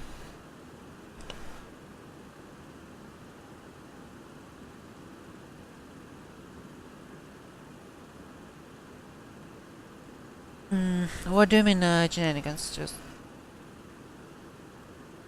Oh, there was this I believe United 17, yeah, United 1979.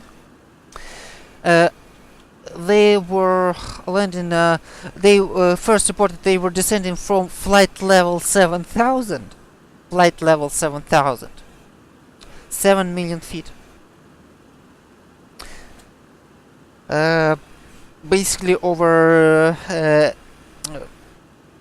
What is it? Basically over 1,000 clicks of the altitude. And then they were landing to runway 9 left, which was basically downwind against the traffic flow. And when I told them that the Atlanta is west ops, they started to argue with me that I should read METAR. That I should read the 80s.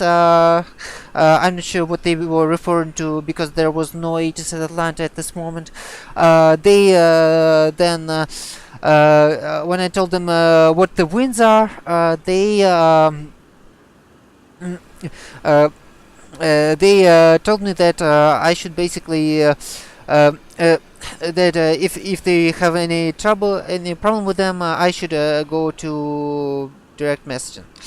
Of course, I had no problem with them, because they were landing at 9 left, and I was taking off from reciprocal with what's it called, with 8 right to 6 left. So I technically had no problem with them, and I left them to it. And then some Ridge 3 showed up, which was spelled out as Ridge 03 instead of, which is the correct call sign for Air Mobility Command. And they were trying to take off from 9 left. So basically the same runway that United person was landing to.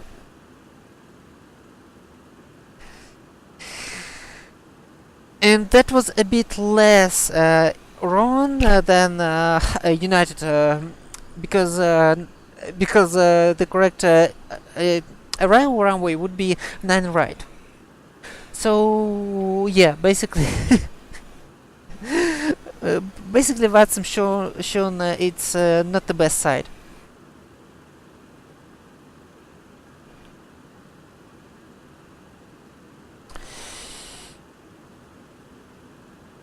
Okay, right now we're 140 miles out.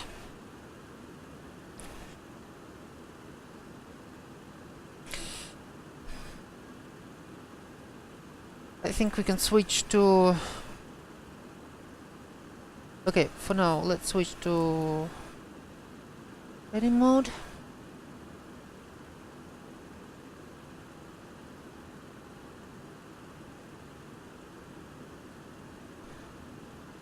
Okay, switch to the nav mode here.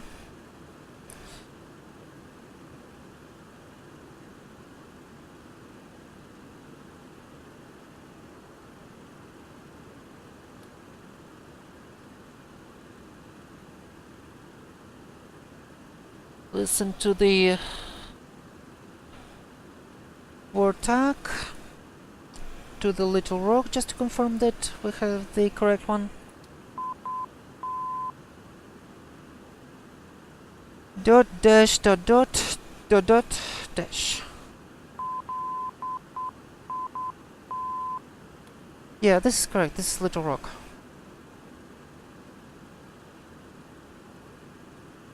Okay, we are going direct to Little Rock right now. Yep, Nuremberg. Absolutely old school.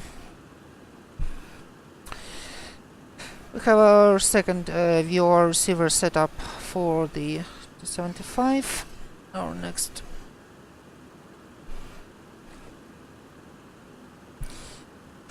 VR. Negative shenanigans. I hope there was, but there was literally everywhere coverage, except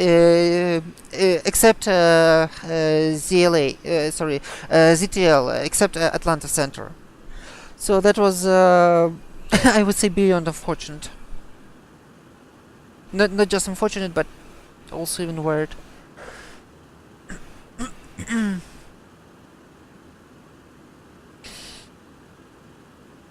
Okay,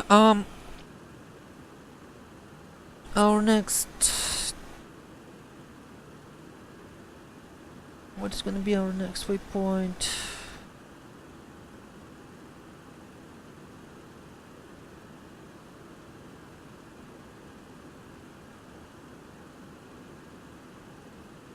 $125.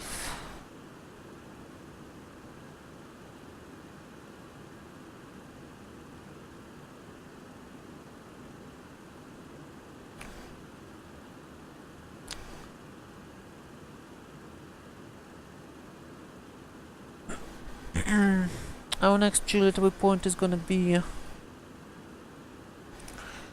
Oklahoma City, Wartak,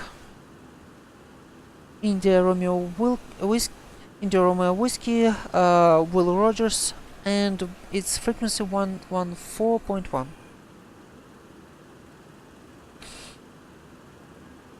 114.1.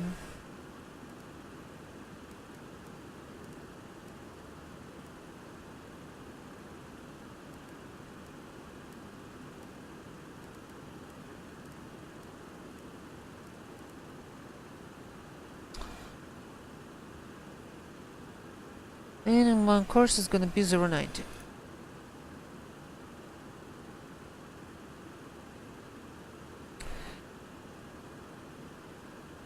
Actually, for this purpose, I'm gonna open Sky Vector 2.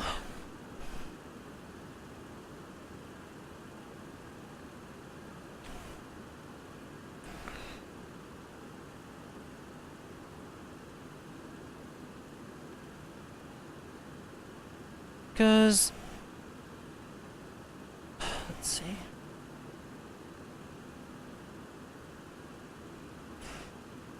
Because Sky Vector gives us kind of a better perspective on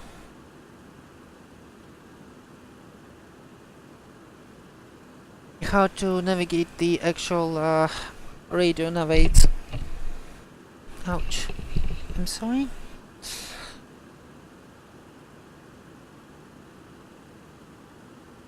Okay, our line is gonna... our route line is gonna be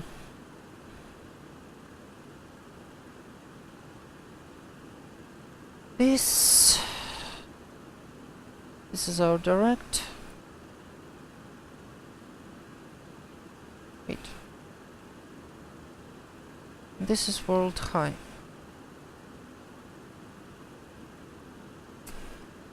Yeah, 271.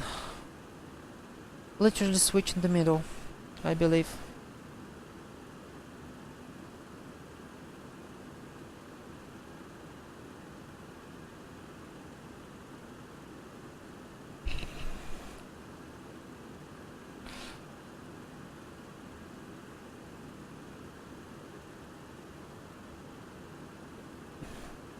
Shenanigans. Ouch. Okay, sorry about that. Back to the explain. Shenanigans. If you want to learn to ATC,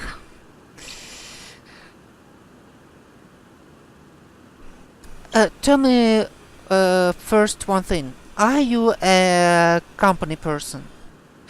Can you talk a lot with? Can you be in a constant contact with the other people, constantly discussing with them something, and at the same time constantly talking to a lot of people you never saw before, trying to explain them to trying to explain them something, trying to understand them even if they are good at explaining something or just basically bad at English. Because with ATC you should be a very human person. You should be a very company person. ATC is honestly all about isn't as much about. Okay, it's approximately 70% about planning and 30% about people. So you would need to be a little of psychologist also to sometimes know how to explain to someone if they don't want to hear or understand you. So, and it's a lot of pressure. So if you're up for it, then go ahead. I have a tremendous respect to the ATC. So especially to VATSIM ATC and honestly to real life American ATC who basically need to sort out sometimes at the same level of bullshit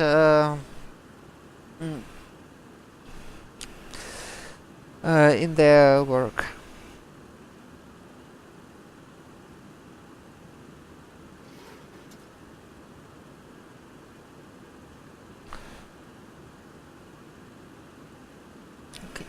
Nose down. Just nose down.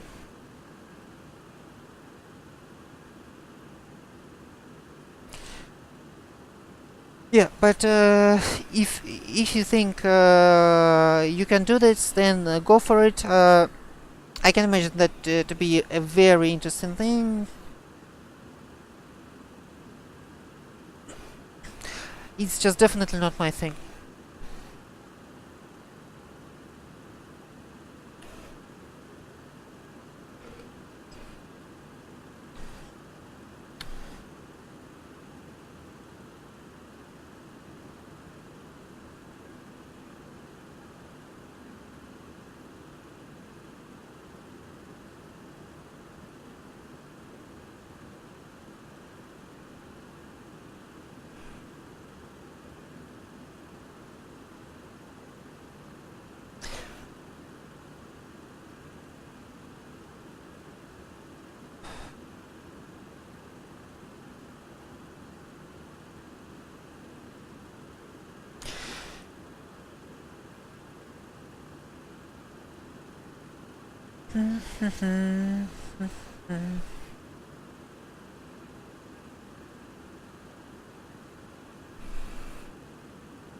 $65 miles to the next VR.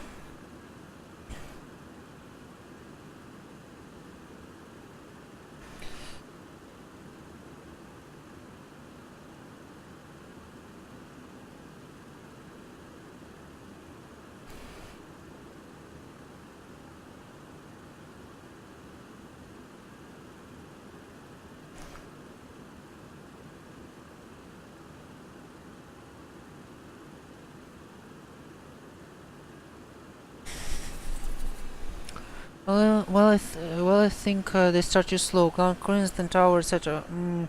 I talked on the phone for a living. I don't remember, but my family is sometimes demanding of my time, so that might be more of an issue. Ah, gotcha. No, if if you do a lot of phone calls, if you talk with people, that definitely won't be anything much new to you. And yes, this is exactly how on VATSIM they proceed with your training. If I remember correctly, S1 means you can control clearance and ground. Student 1, clearance and ground. Student 2, S2, is tower, and student 3 is approach. Of course, since it's VATSIM, if you have the endorsement for any higher position, then you can control everything below it.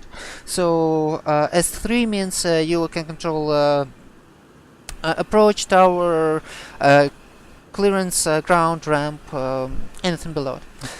And the first actual ATC rating, Charlie 1, C1, this is so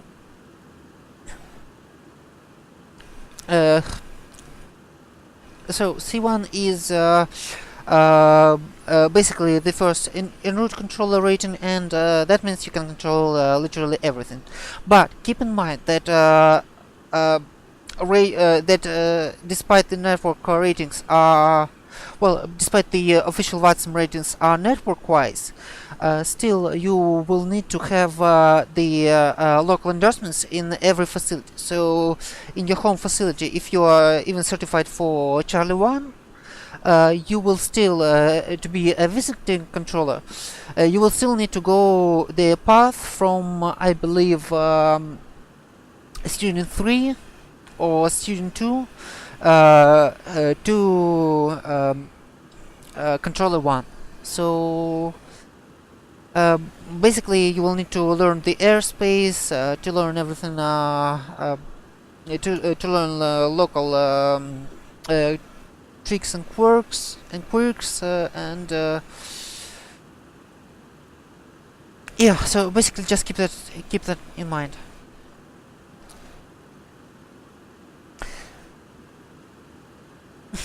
Family is yeah, speaking of family, I've seen this funny picture not long ago. Forces on the airplane.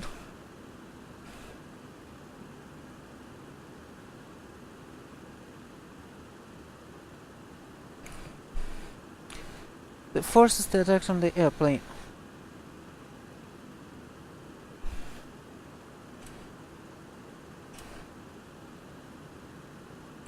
The airplane forces.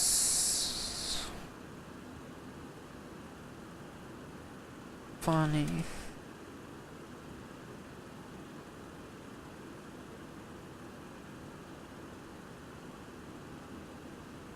Hold on.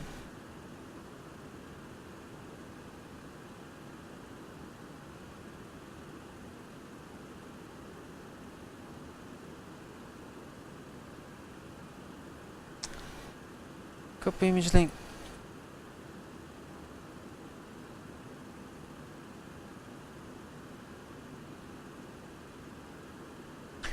Here it is. Lift, thrust, drag, and gravity is the is the original one, but that's the final one. Yeah, Magic One, thanks for stopping by. Enjoy your own flight. I hope it goes well for you.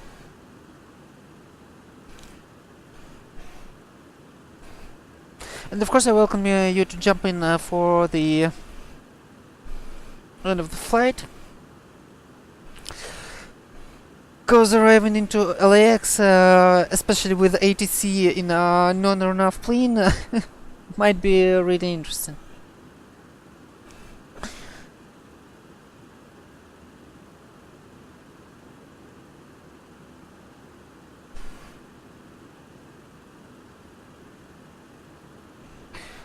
Speaking of, I filed incorrect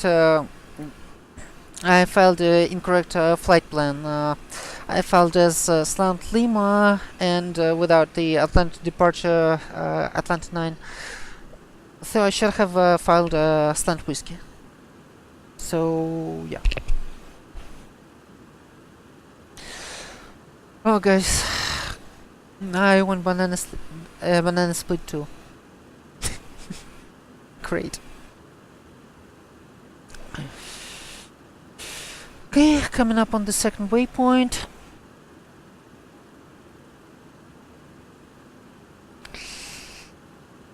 Let's see if we have anything.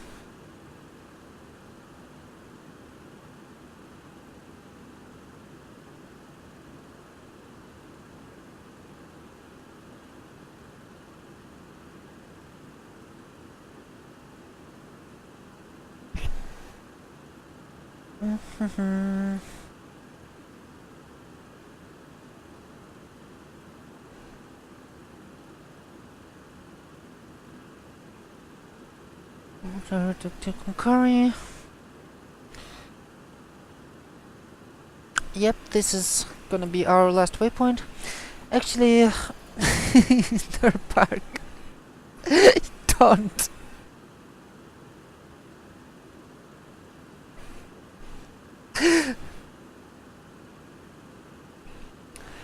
Turbo, you're asking one more time, and I'm relocating you to the business class with no view on the wings and and in-flight entertainment system without the tail camera, and not in the cockpit.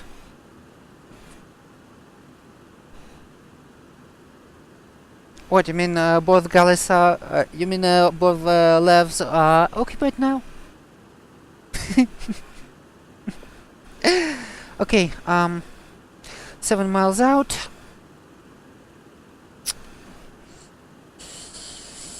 $275. Switching to... eddy mode.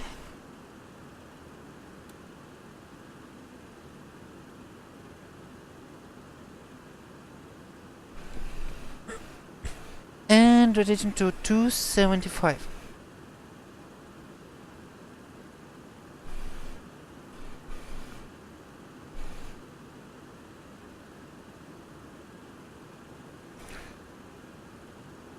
No, I honestly just used the... oh, come on.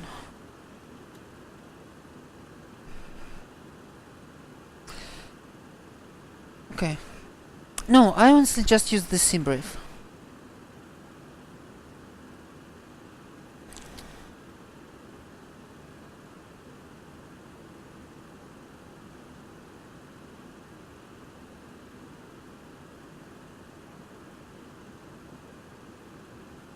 Yeah, so here's the flight plan in the correct delta layout.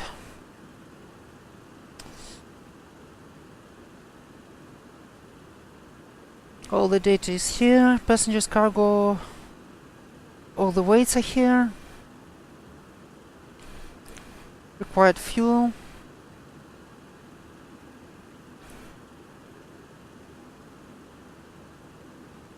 So yeah.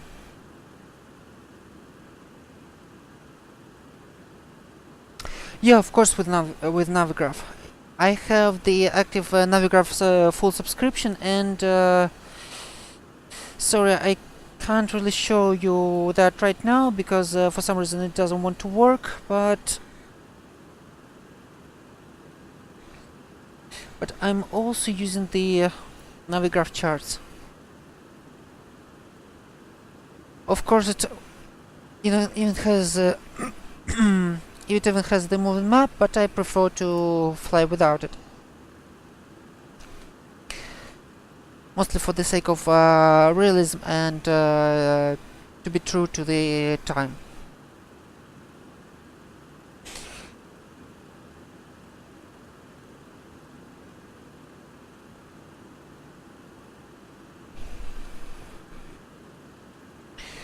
Okay, 275. Little Rock.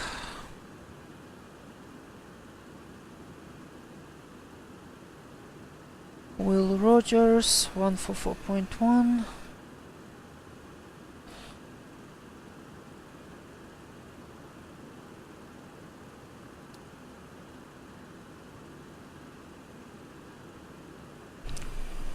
No radars from the second team yet. And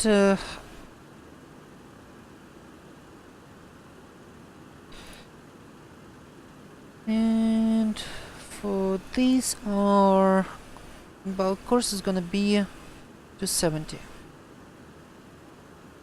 because radial 90.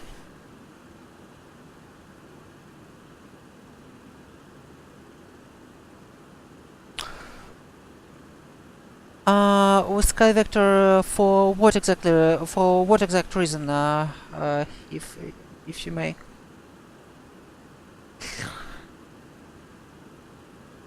I use Navigraph paired with Sky Vector mostly to make the well, for GA flying to print the navlogs, and with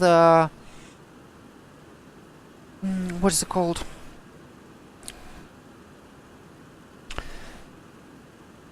And for example, with what's this thing called? Oh my goodness.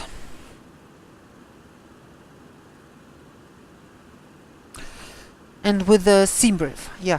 And with the SimBrief, it's mostly self-sufficient, because SimBrief already prints full navlogs with all the data and everything, basically. So, yeah.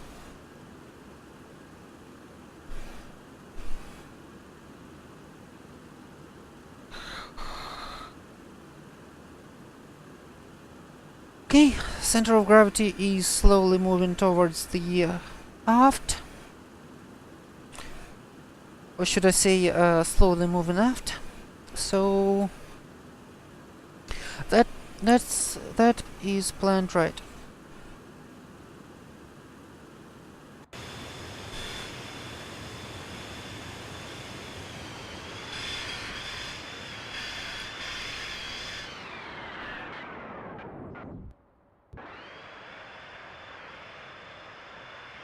Three hot controls.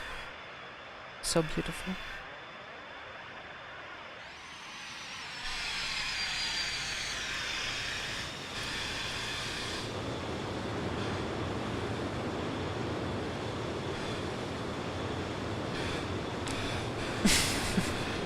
Yeah, chemtrails.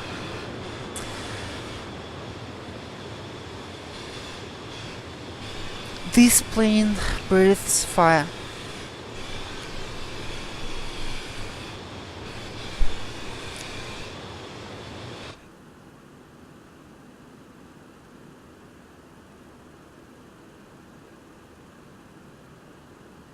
Oh, absolutely. I love FlyGSim. It's absolutely amazing.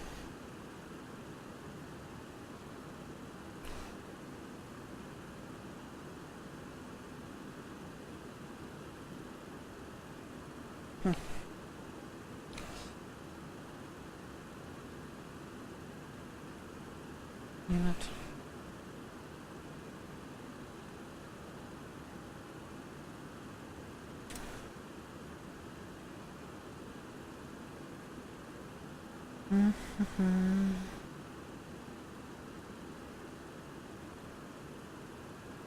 Do I guys need to check something real quick?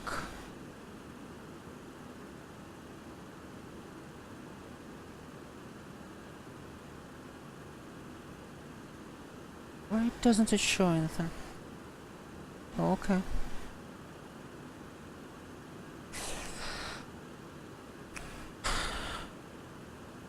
The activity feed is empty for some reason. But hey.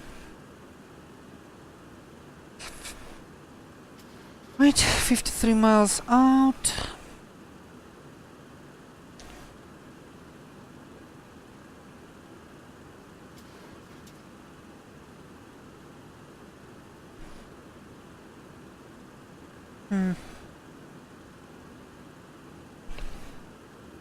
Beastie Boys license to kill.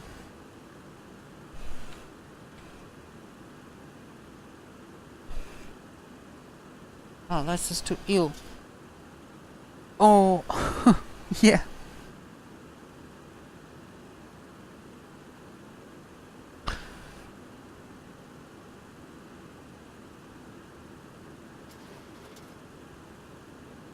Yeah, that's actually... That actually is a 7-2.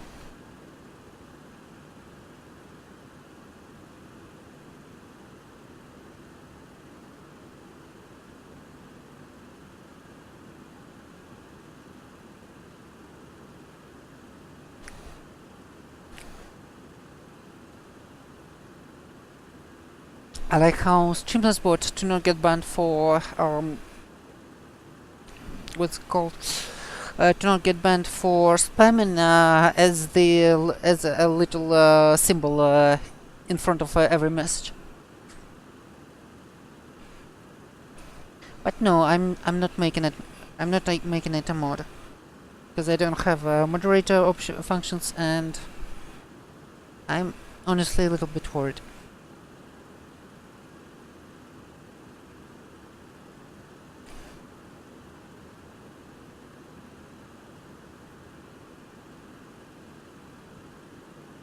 Okay, we can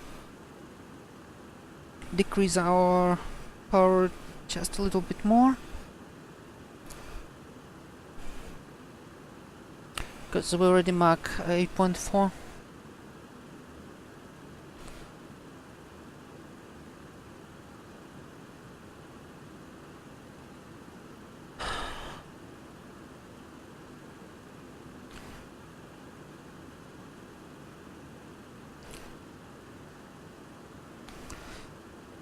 Still not receiving the VOR.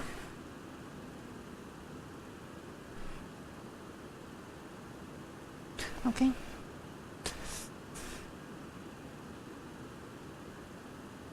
So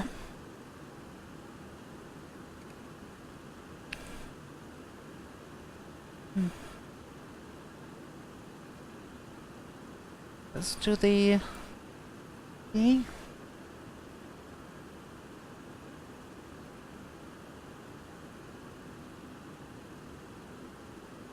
See if it's working.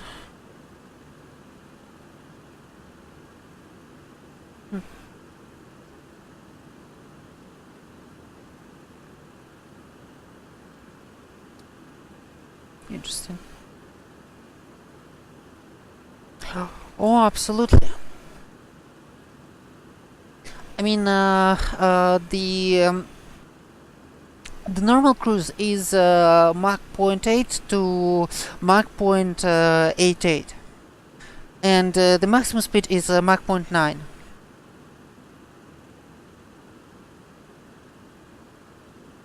Yeah, all planes were passed.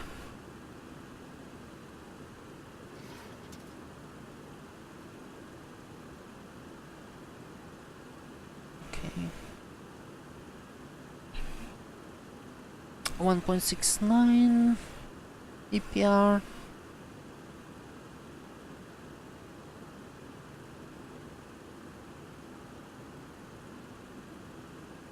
Yeah, Mach 0.75 in cruise is honestly quite a recent development, and blame Airbus.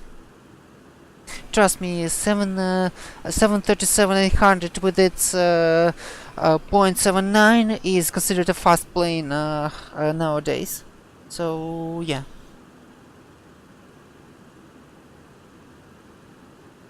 I would say this is one of the main reasons.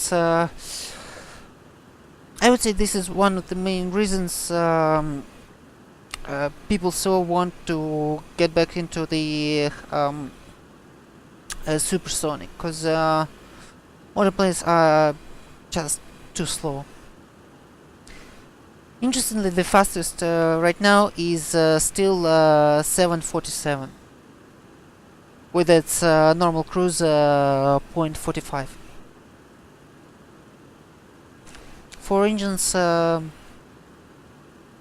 a lot with it. I mean, also just take a look. Just take a look at the profile. See, sharp sweep of wings, sharp sweep of the wings, and look, 3 engines, yes, but they are small and they are behind, so they are basically in the draft of the fuselage. So yeah, this thing has much less of the drag than the modern jets with engines under the wings. It was built for the speed. The only modern plane that could be compared to it, I'd say, is the only modern planes are the Falcon-based jets, because they are still three jets with engines located in the back, and well, basically follow the same classic philosophy.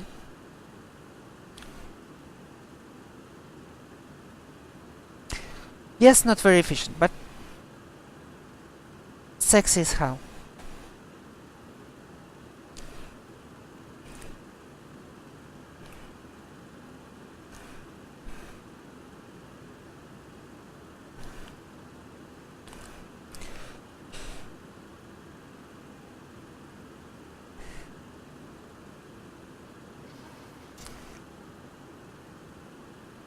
Okay, 164 miles.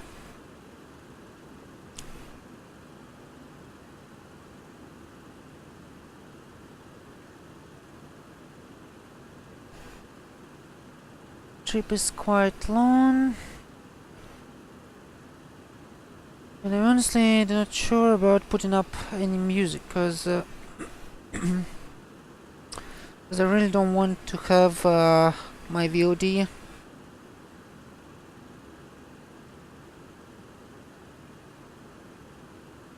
be muted.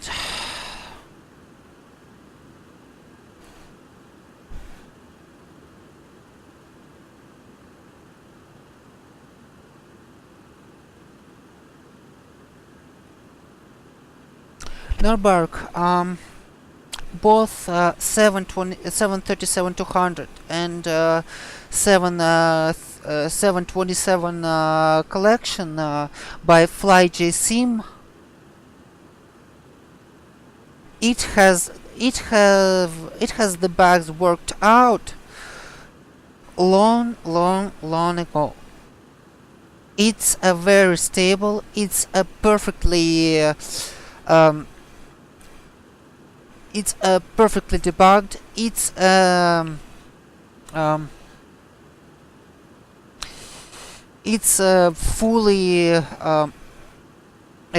fully adjusted for X-Plane 11.30 plus.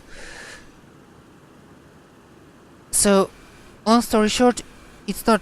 It's just you buy it and you fly it. Literally no problems.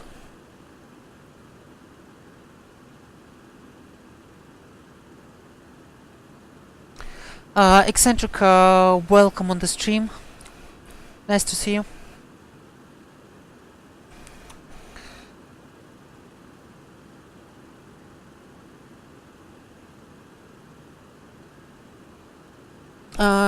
Shenanigans, yes, basically what Eccentric said, you announce your position and your intentions, and listen to other people's positions and intentions.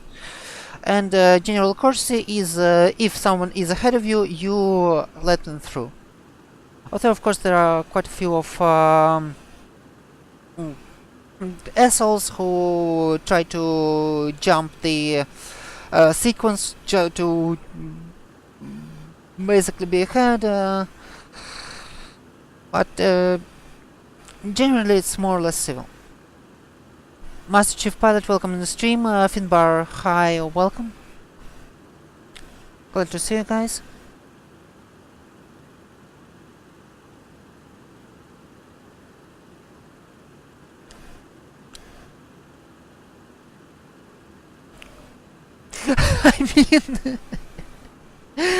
I mean, hard to imagine a Cherokee not um, not letting a 7.3 through, because it might have quite noticeable consequences.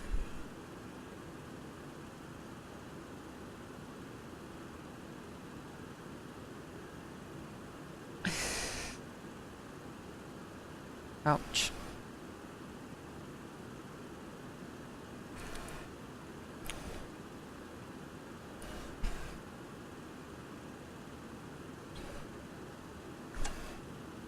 Okay, we are at 133. Wait a minute.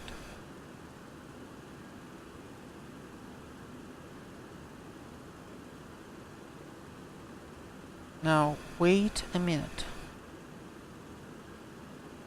Okay, 270. It seemed to be correct. Switch to...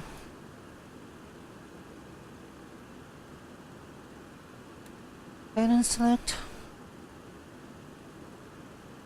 Switching to the next viewer, Little Rock. This is gonna be 270. Confirming.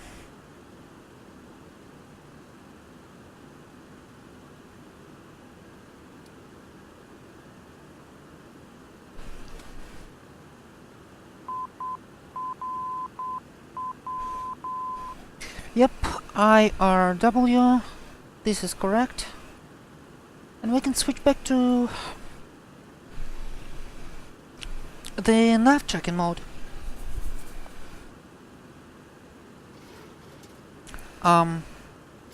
Okay.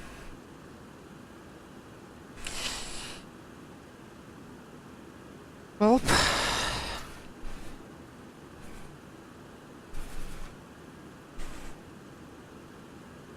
whatever tracks the track.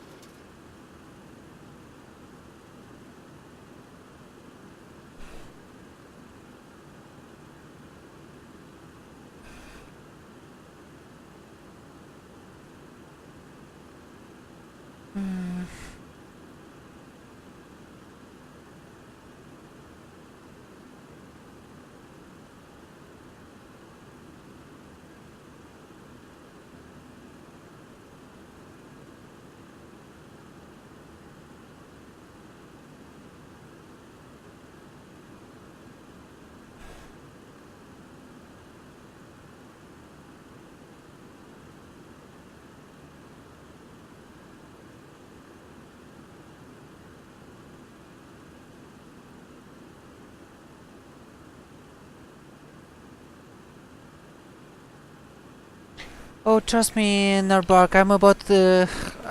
I was in exactly the same situation when watching the Airbus streams. I actually just purchased a Tollis 319, so... gonna quite expand my possibilities.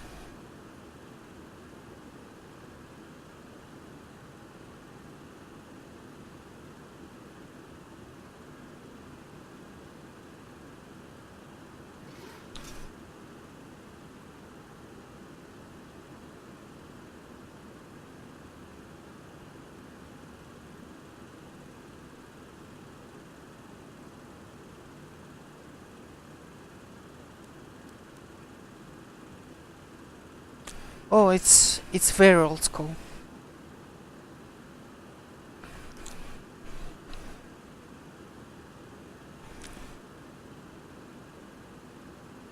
Especially with CV navigation and all the other stuff.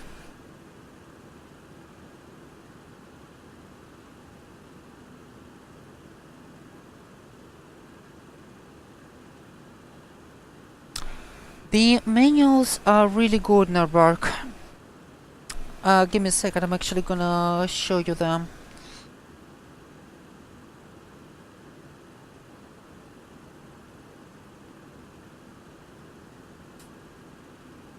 Right, engineer station. I totally didn't forget to check it. Flight mode, cabin altitude 6000. Wait, cabin altitude is correct. Electric is cool. Everything is cool. Fuel temperature is perfectly within the limit. We're fine here.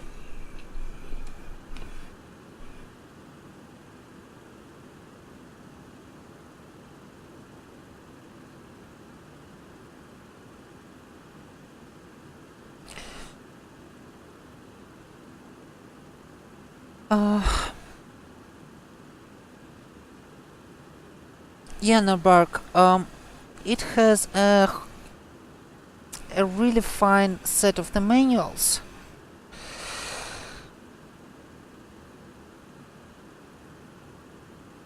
Hold on. Here, this is the manuals it comes with.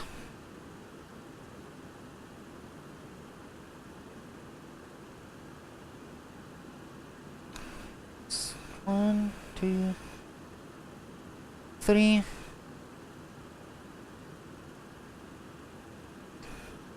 And 4. Sadly, it doesn't have the performance charts. So this stuff you will have to find online. But generally, you can just use the approximations like normal cruise 0.8 to 0.89, whatever floats you bought. Hold on. Wait. Yeah. So here's the set of manuals. Here's the first manual, basically a model description. They are to be read in the 2-page configuration. That's basically a model description. Partially, the performance description is replaced with optimal calculations in the weight and balance page and in this virtual V card, which calculates takeoff and approach parameters for you, basically acting as a flight engineer. And speaking of the actual manuals, here's the main manual for all the stuff. That is basically how to work the plane, the systems around the plane. The procedures manual. This is basically a full normal checklists, and full description of all normal procedures.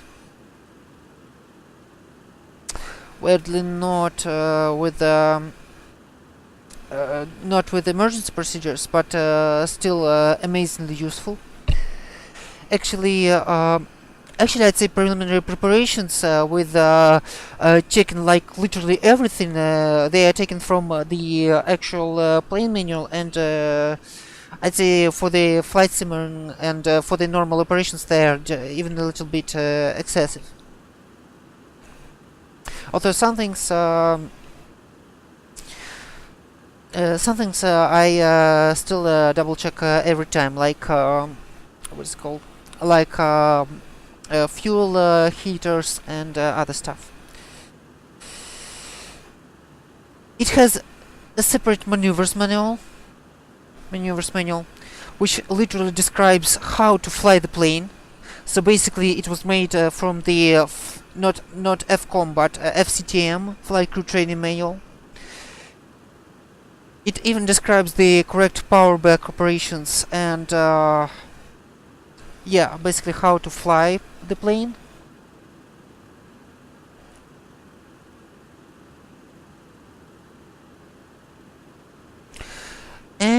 it has a full systems manual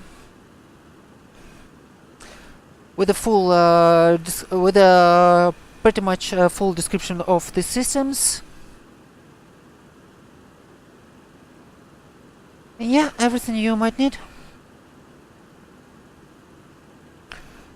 And the SIVA, which is actually a separate purchase, something around $10 on the org store. 60 miles out, okay.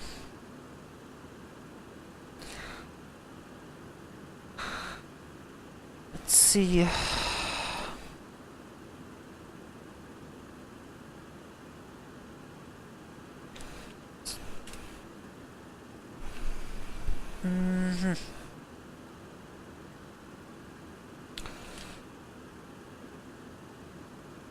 Yeah, actually right now...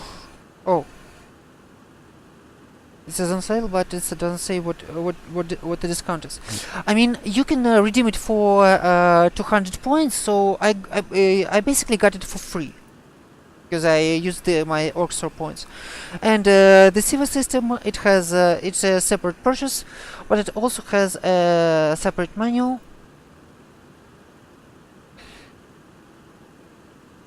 With full description how to operate it in the different modes, how to correctly set it up, a description of the controls and everything, and even with the DME updating procedure to basically get it to basically correct the error that is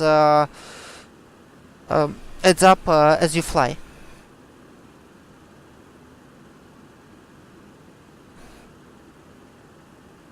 Which allows you to increase the accuracy of the flying.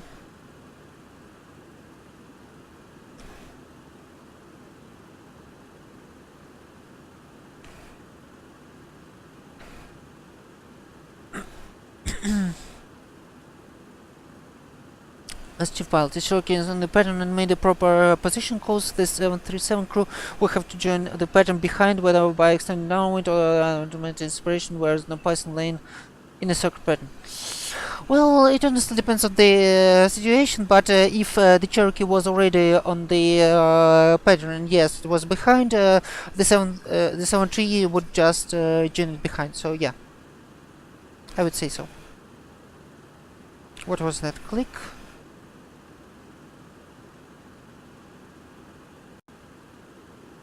Okay, everything seems to be alright.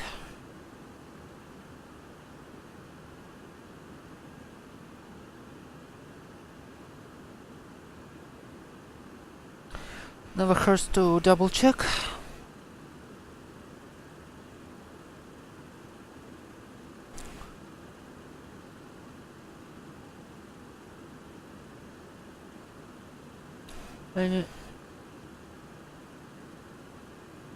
These 737 asked.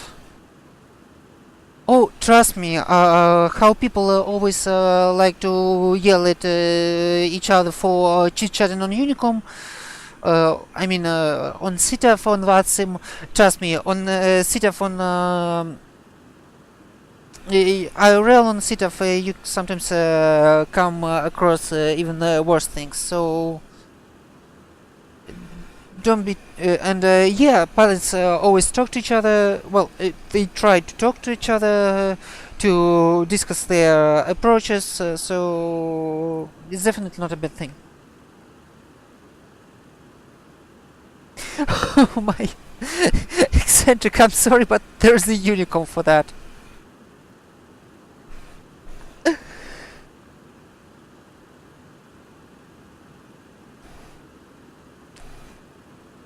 Because then orders on CTF is a little misuse. I'm sorry.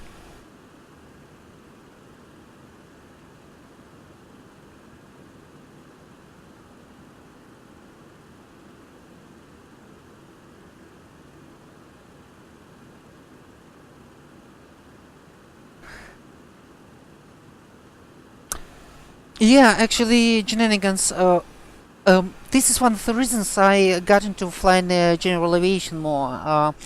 It's it's basically not exactly like sit in the car and drive off, but both the flight planning and startup and everything is much faster. So yeah, general aviation definitely has its good sides.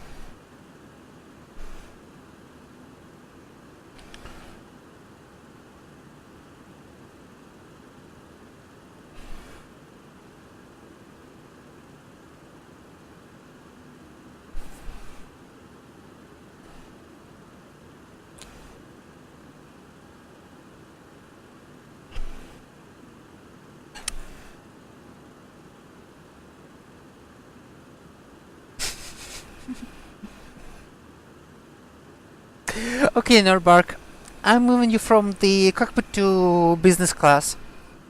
You asked for it. Oh my. Actually, where's our step climb?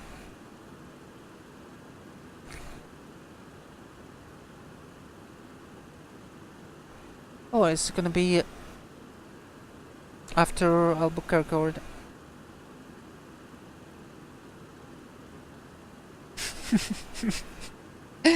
Oh my goodness.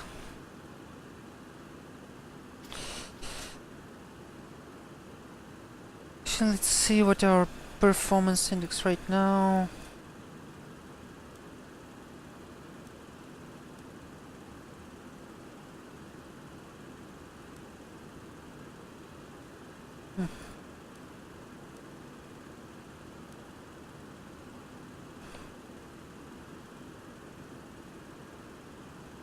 Ouch.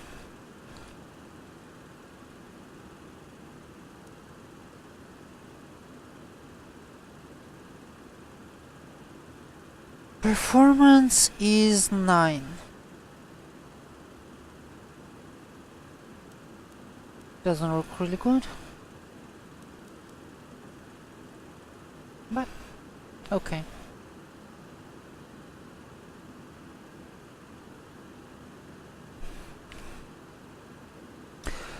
Okay, 18 miles to, I believe,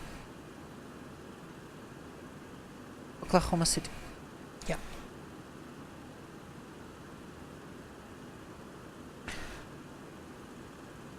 Ouch. 18 miles to Will Rogers. Our next viewer is gonna be Panda.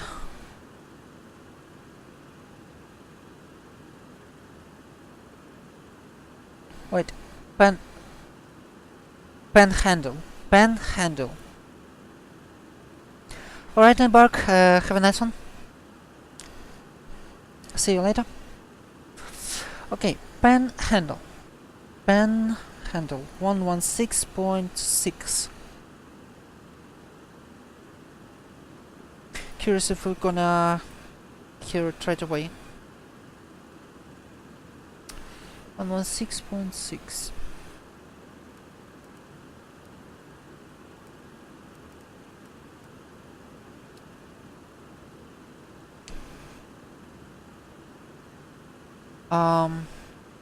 Maybe. Okay, 8 miles out, 5 miles above ground, so switching to heli mode for now.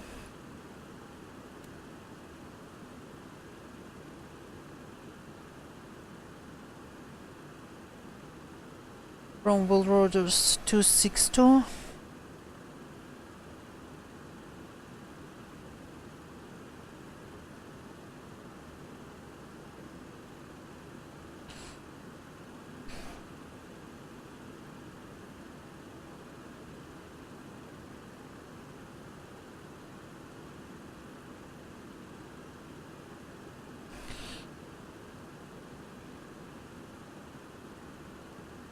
Okay, coming up. Ouch.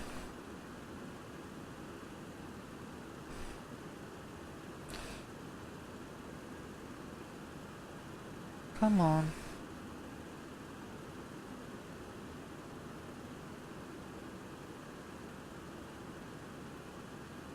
Carefully intercept.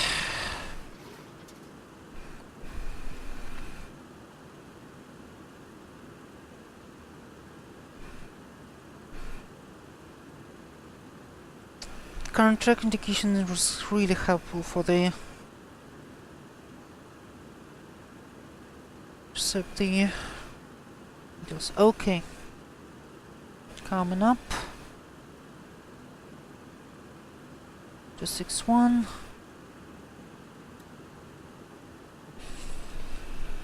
And intercepting the radial 262. Sorry, yeah, that's correct, 262.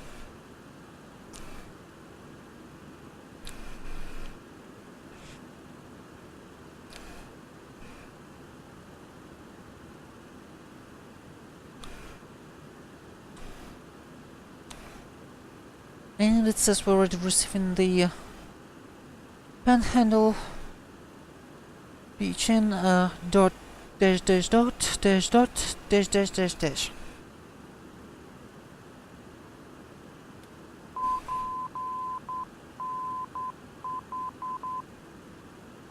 Wait, 4 dots. Right.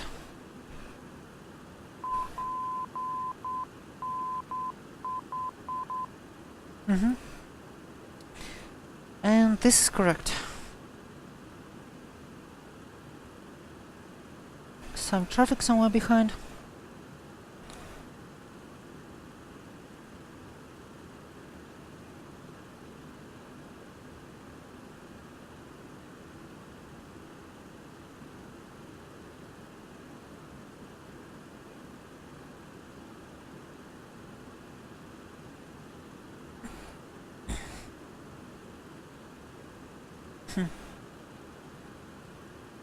This is interesting.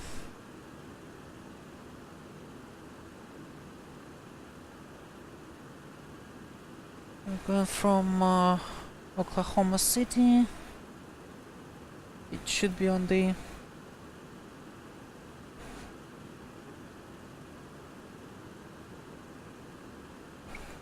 oh my goodness. Oh, here we go. Yeah, I'm not even sure what's this traffic.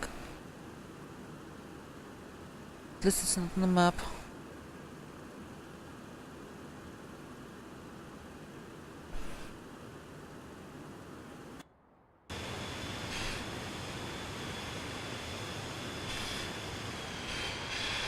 Not so lucky in terms of the sightseeing.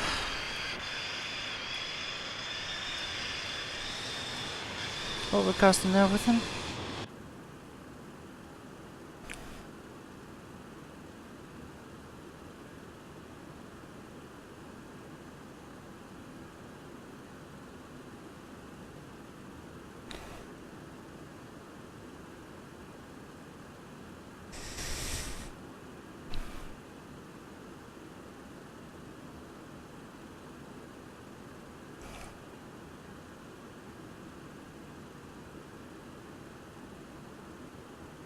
Cape and handle 079. Reciprocal to 079 is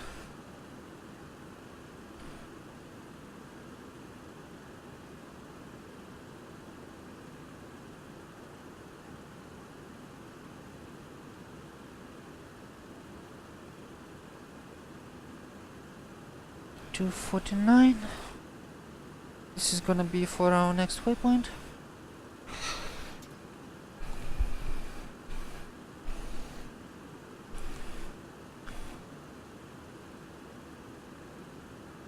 Let's take a look at our fuel situation.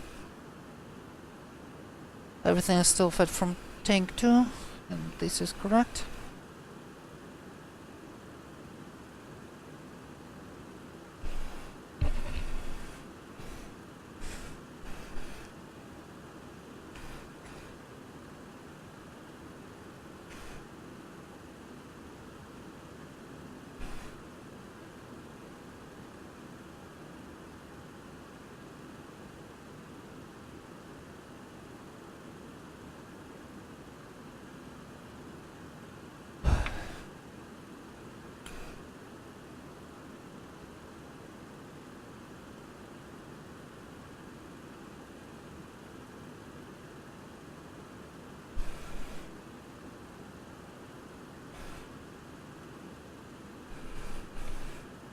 And we're again at 84 already. Let's slow down a bit.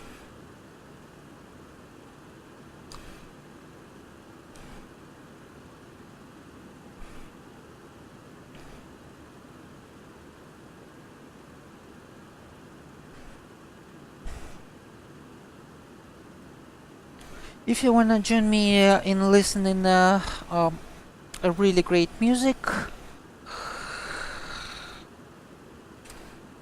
I welcome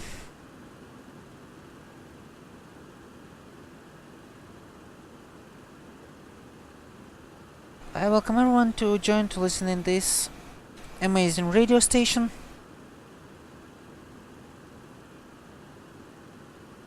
It's it's run by the aviation community, both modern and classic music, mostly classic pop and rock, and I'm pretty sure this is gonna be right up your alley. Vacation mode.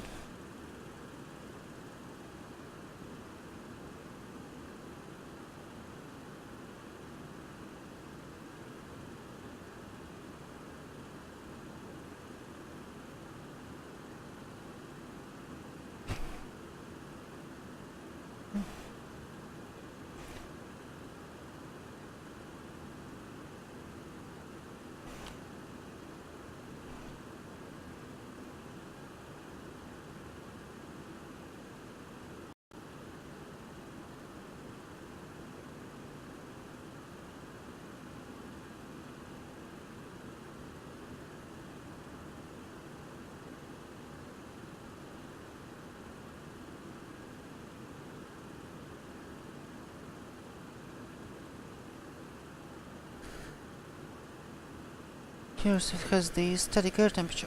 Oh, it does.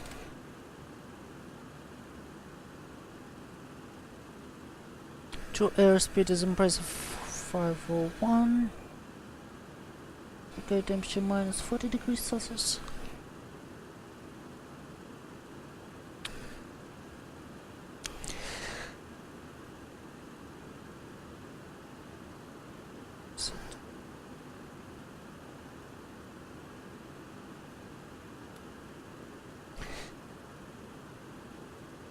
Dear passengers, on behalf of Delta Airlines, I welcome you aboard this aircraft, Boeing 727-200 Advanced. My name is Dan Tkachenko. I'm the captain of this ship, and right now we're cruising at 30,000 feet. Outside temperature is minus 42 degrees Celsius. Our current ground speed is 163.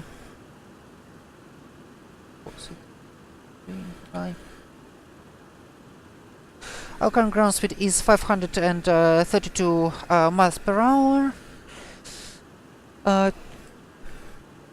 The temperature, the weather in LA is expected to be fine and slightly cloudy. Temperature 18 degrees Celsius. Quite humid. And our expected time of arrival is and our expected time of flight is 4 hours 11 minutes. So this is gonna be what's gonna be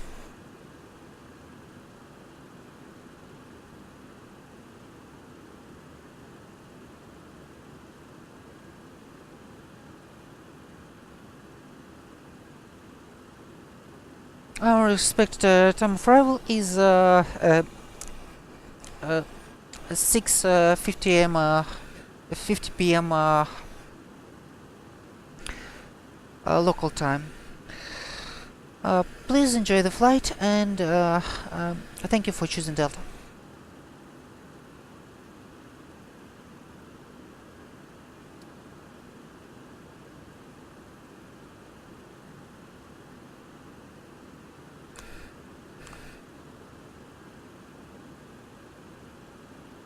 Interesting.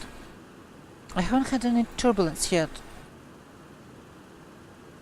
Oh, and there's none reported. Actually, let's see if we're gonna have to expect something.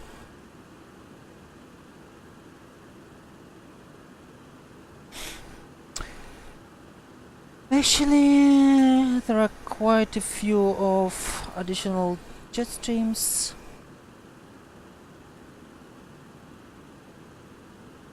Yeah, quite. Oh, trust me, reading books is the perfect way of spending time on a plane. Telling that from experience.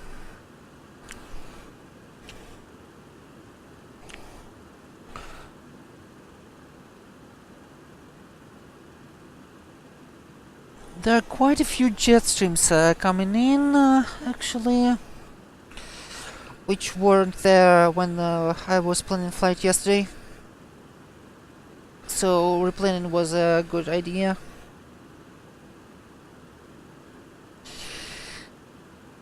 So somewhere from here we might have some kind of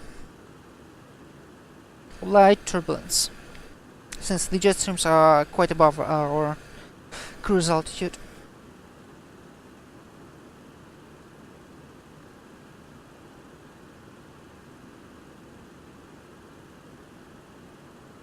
Shouldn't be too bad though.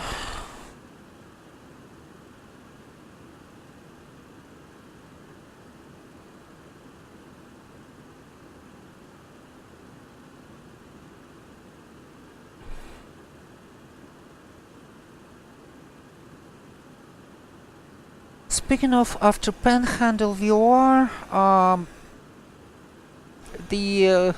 there is an area of reported turbulence, quite a few air mats.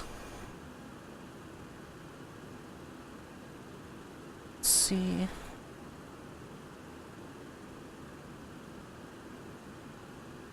Yeah, moderate turbulence. And there are 70,000. Light job at 40,000. 737 to 40,000. This is interesting.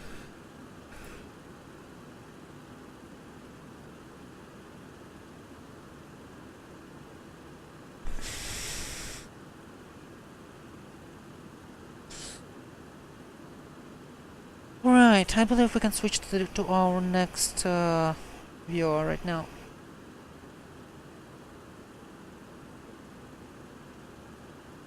Point 79. 116.6.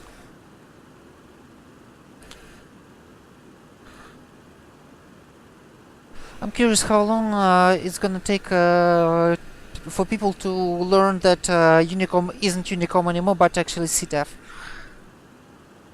On VATSIM, it might as well take ages. 116.6.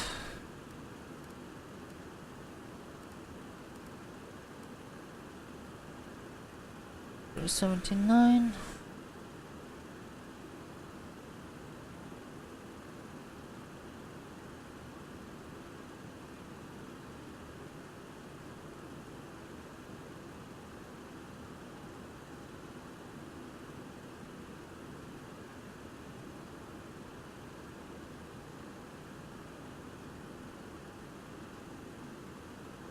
Fifty-five, 70, 75. Okay, 259. This is what we need now.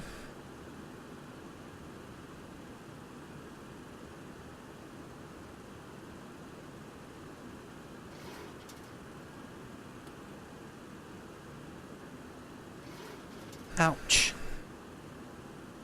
Should have switched to heading mode. Don't be me, guys.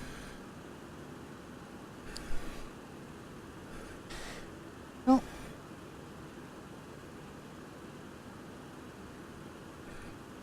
still wasn't too bad. So this thing doesn't have a half bank mode.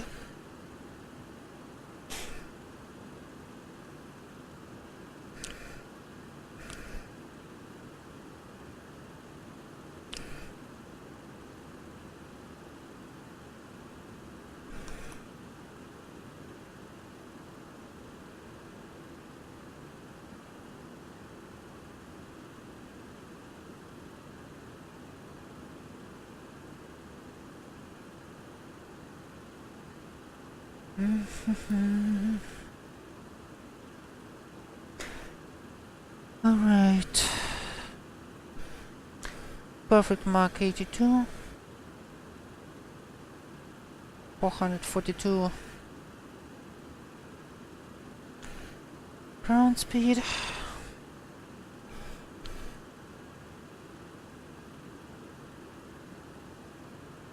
Hey Artie, welcome on the stream. How's it going? Oh, thanks for the follow, Artie. Welcome to the agency.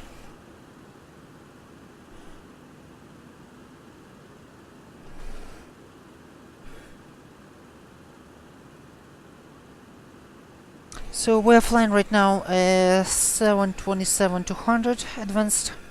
We're going from Atlanta to Los Angeles.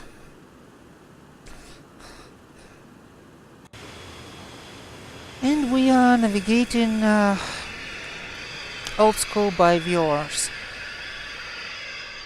This is this beautiful bird in a classic Delta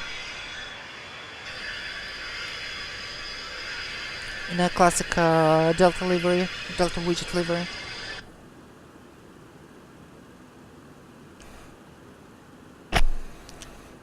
When I in thunderstorm outside, can't sleep from thunders. Ouch. Well, I rarely go to bed before 2 a.m. so but yeah, that I don't know.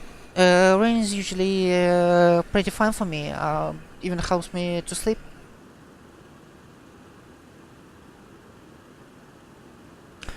Not sure why this thing is lit up, because stop trims seem to be more or less within the limits.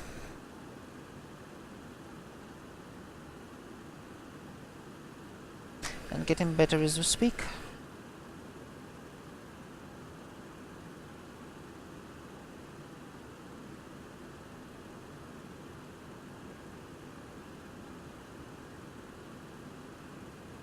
Ouch.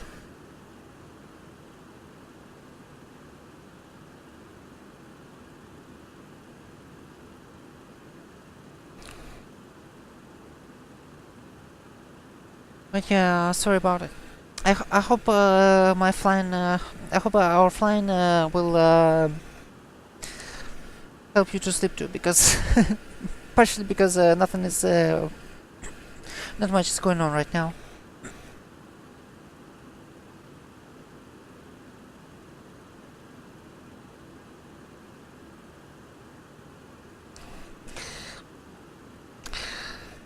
What might be interesting is that we are using as a supplementary navigation SIVA system right now. We already used it to navigate to our first waypoints, because it was basically our nav. And right now we are navigating from VR to VR and using SIVA as basically as a reference system.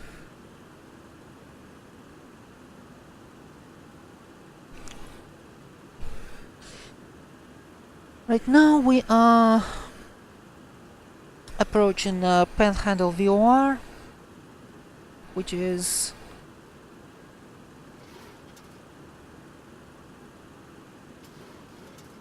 near Amarillo, Texas.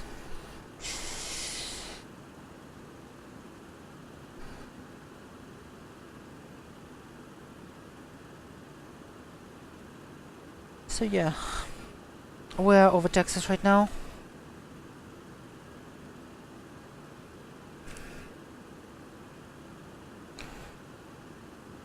Which means soon we will. It would be useful to do the CV realignment procedure, for which I really recommend you to stay tuned, because this is quite an interesting thing.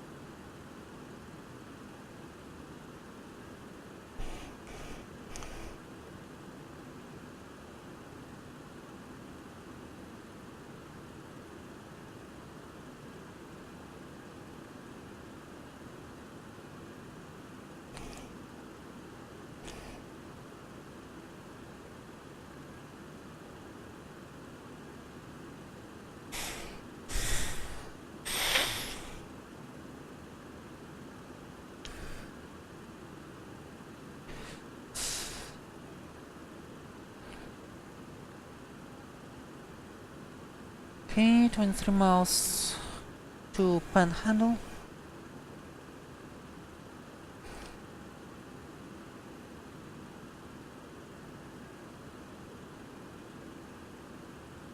Next one is gonna be Tucumcari. It's a pretty short leg, barely 93 miles.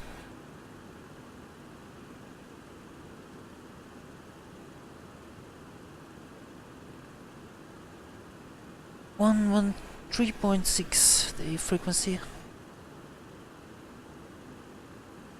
3.6.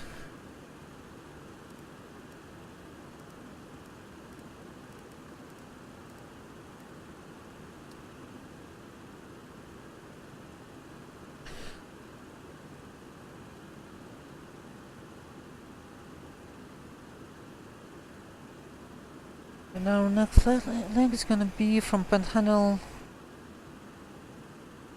261.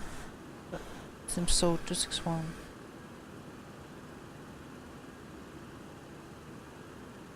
Two, 6, 1 miles.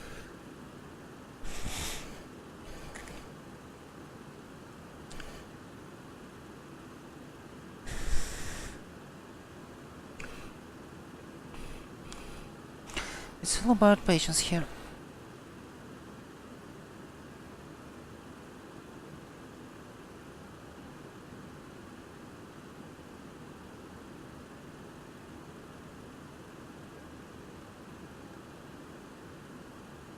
Okay, switch to heli mode.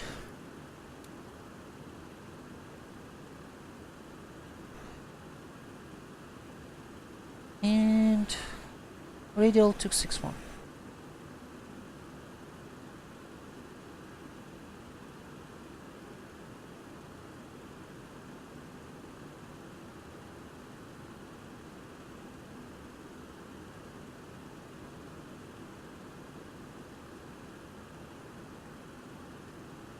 One radial 076. The next one.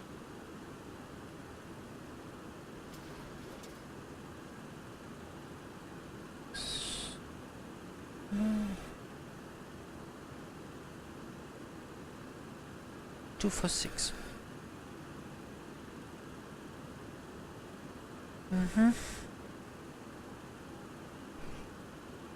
station pass is now.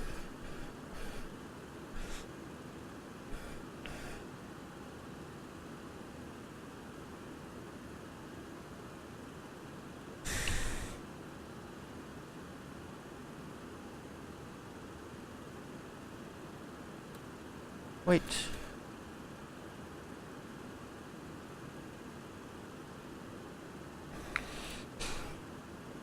Correcting. And we are on the next radio.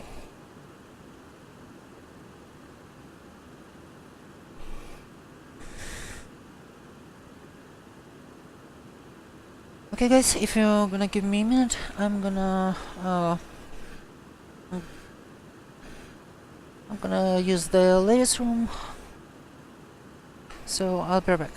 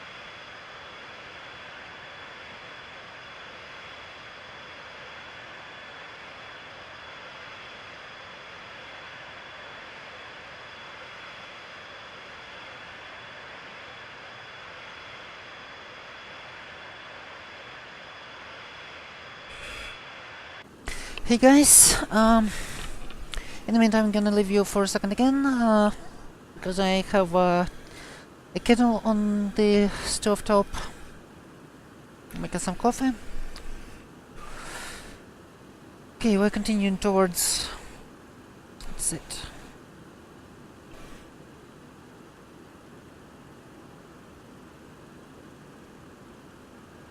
On 3.6.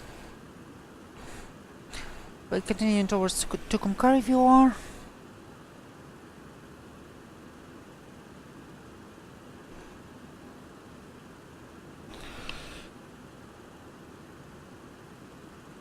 Oh my goodness. 246 or 256? 076. Wait. 066 070 076.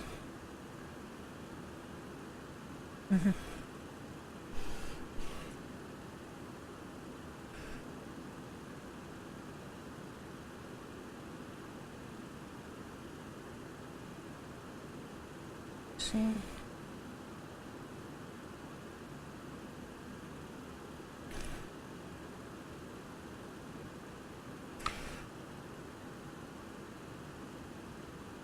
Okay, I believe we need to switch now. It's gonna be too late. 133.6. 113.6, sorry.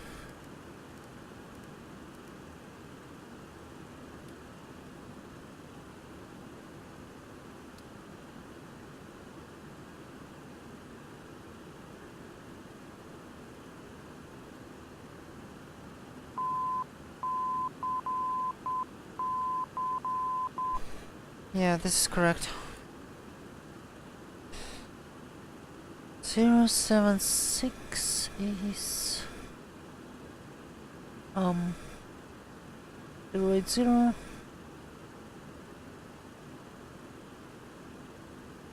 Gonna be 076.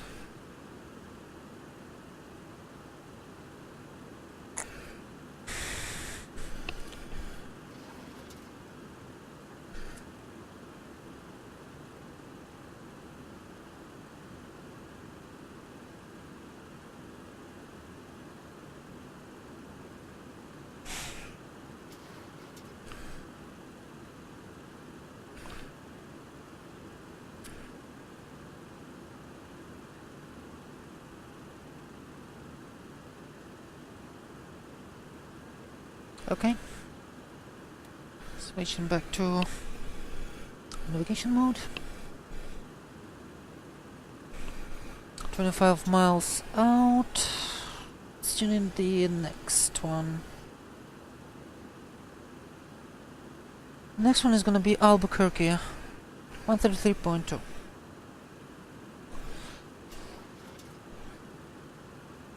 133.2.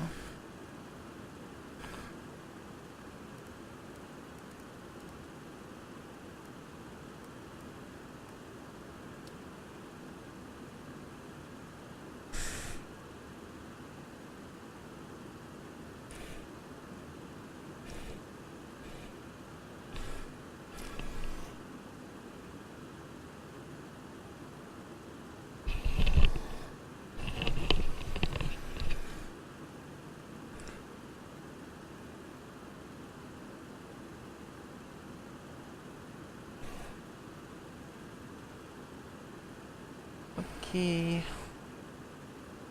The course from Tucumcari is gonna be 256, which we have set already.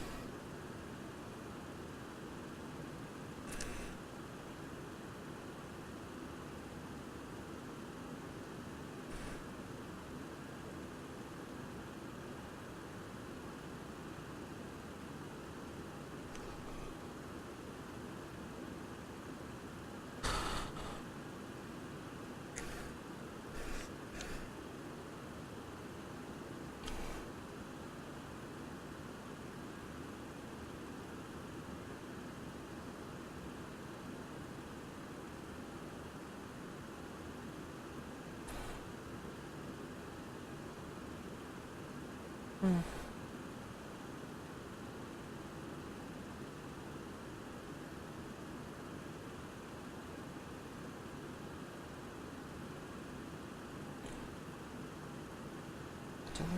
Doesn't suit.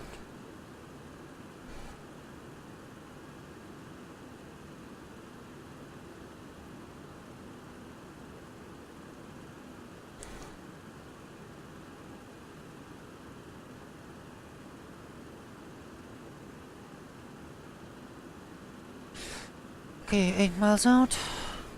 Heading correct.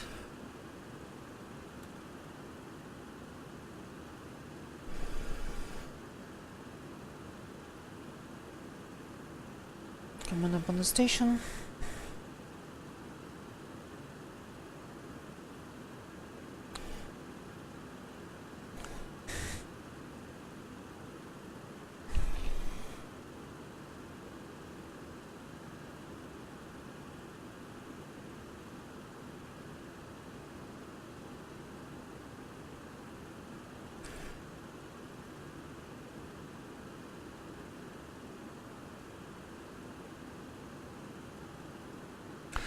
Okay, I'll lower our E-bar a bit again.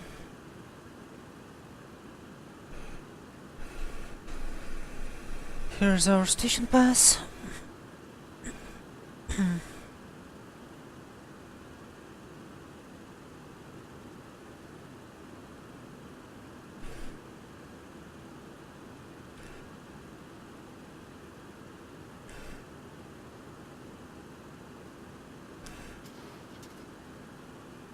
Come on.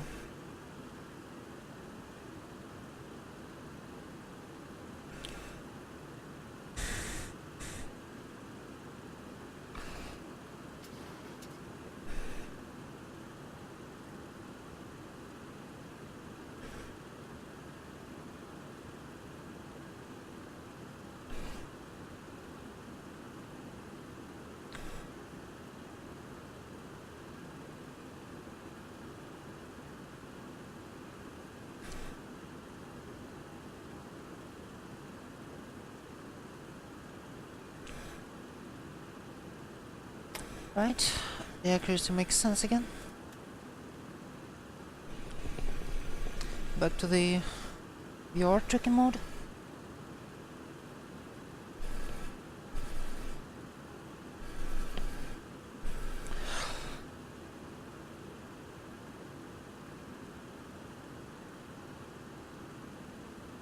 Oh boy.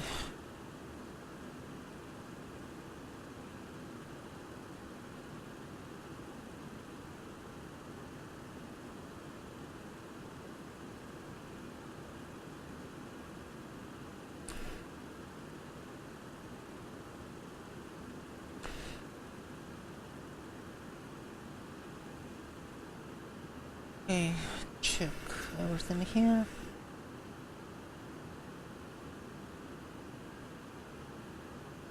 Thousand 100, we can switch to our one engine, one tank mode.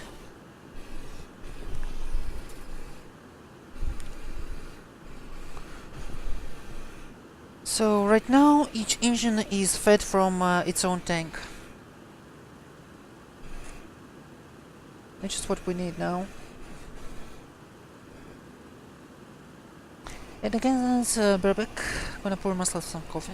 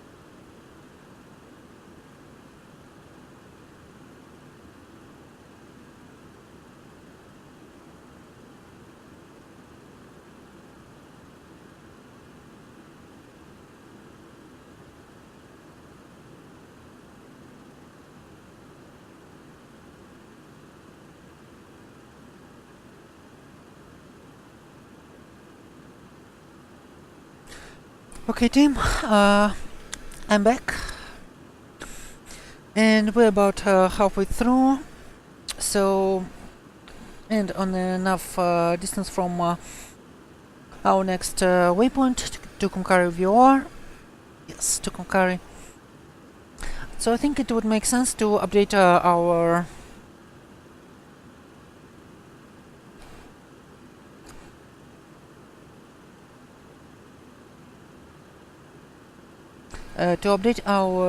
position to update our SIVA position right now from available DMEs. Okay, we passed Will Rogers panhandle.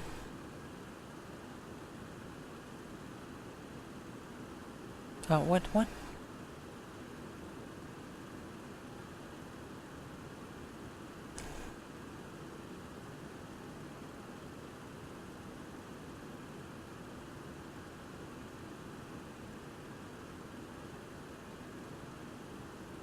9 heading towards.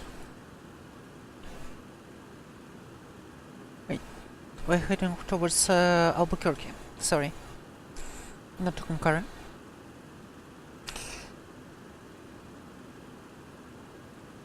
I think we can use Fort Union VOR as our DME update.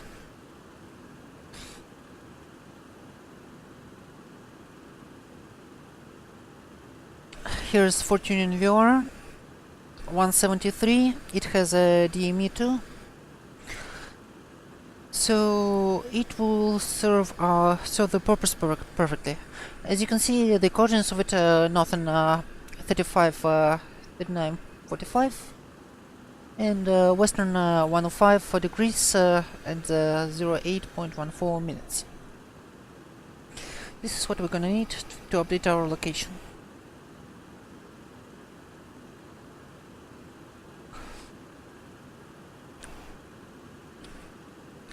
So keep in mind that we can do this in our heading mode. So we're gonna have to set up for, well, in the tracking mode, so we're gonna have to set up for our heading mode. 133.2 is already set on our secondary.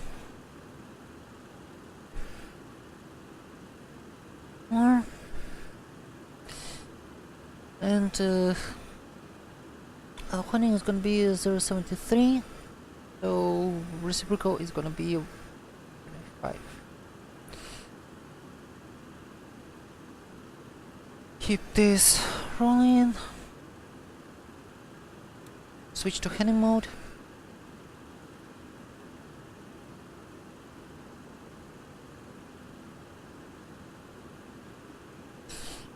And our viewer is gonna be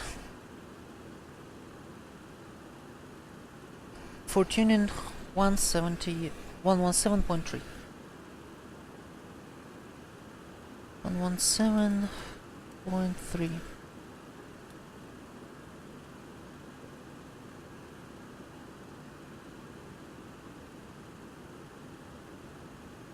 This is where we are compared to it. 30 miles out.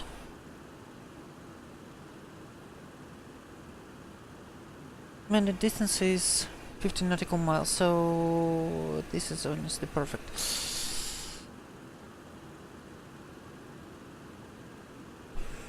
Now we need to open the SIVA interface, because we're gonna have to use the position entry mode. And now need is select one of the waypoints. Waypoint 1 works for it perfectly.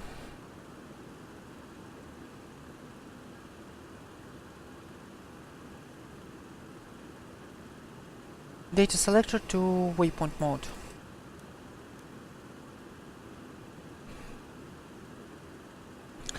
Now we are entering into the DME update mode. For that, we're activating the keyboard mode and simultaneously players 7 and 9. Online, download 7 and 9. We'll switch to the DME update mode.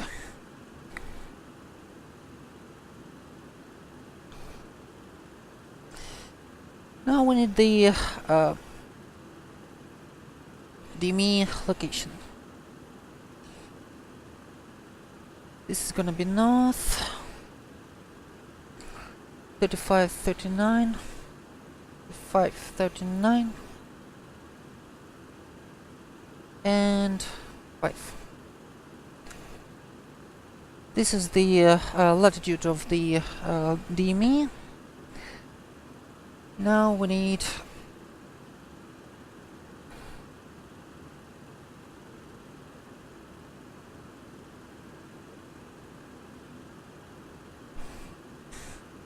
latitude 105.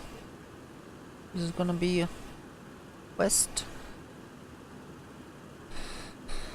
105 08.1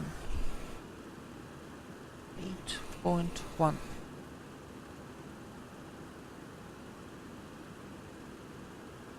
Now this is our this is the coordinates of our DME. Now we need to go into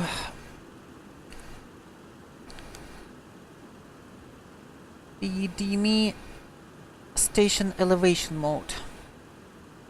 This is gonna be this is gonna be done by holding 3 and 9 at the same time. The elevation is entered in thousands feet to the closest number.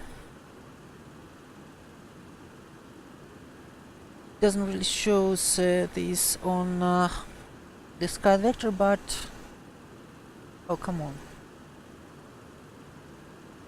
Port Union VR elevation 7,000 feet, 6,087. So we're entering 7. Wait a minute.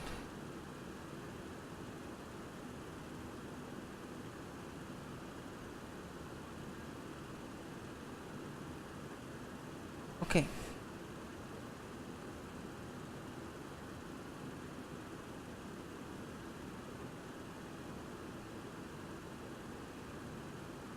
This is actually gonna be 7. Enter. We entered the viewer elevation. Right now. The next part is gonna be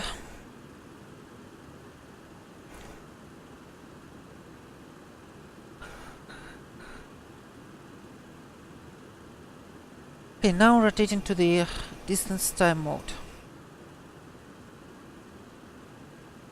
Distance 51, which is approximately correct.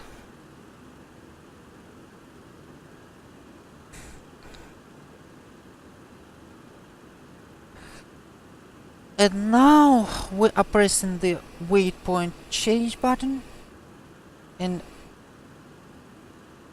pressing the 1 button.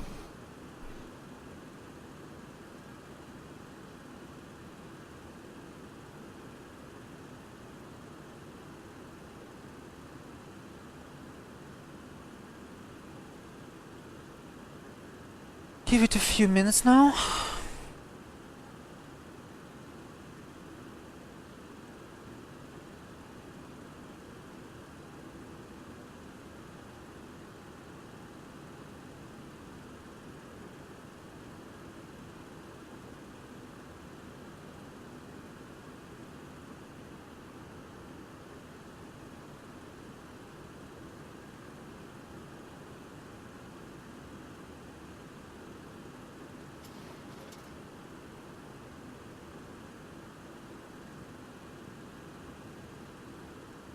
Right now Siva is updating from the DME.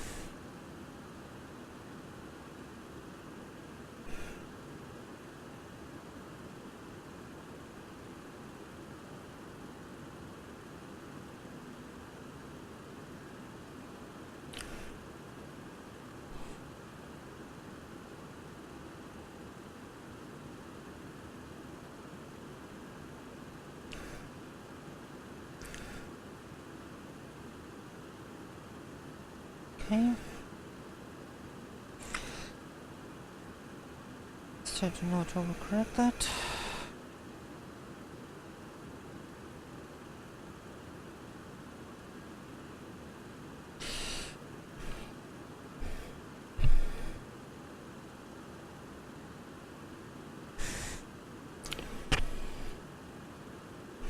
Oh.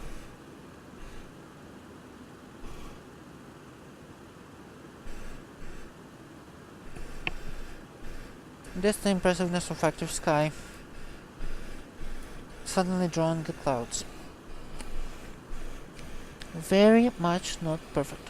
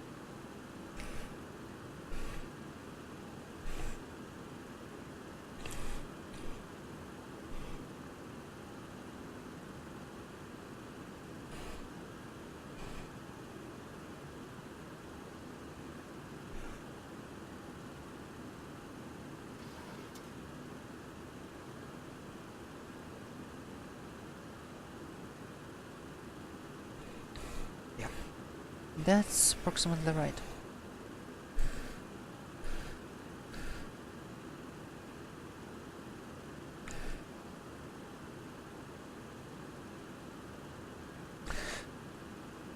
Okay, now we're gonna actually need our viewer receiver, so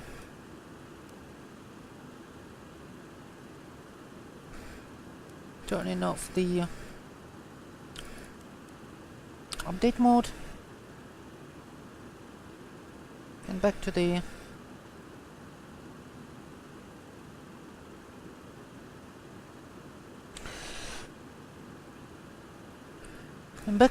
track and ground speed mode. Speaking of, we're coming up on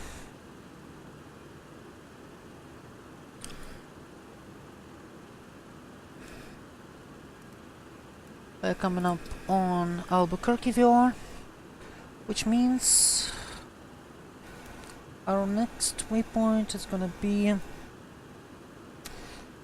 our next radial is gonna be 255.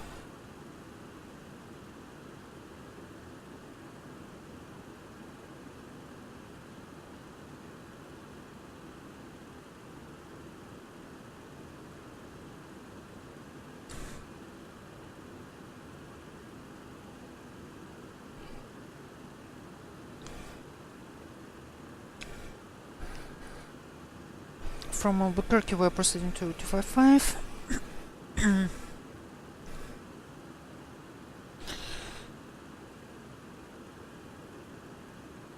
And then it's just gonna be Zuni 133.4.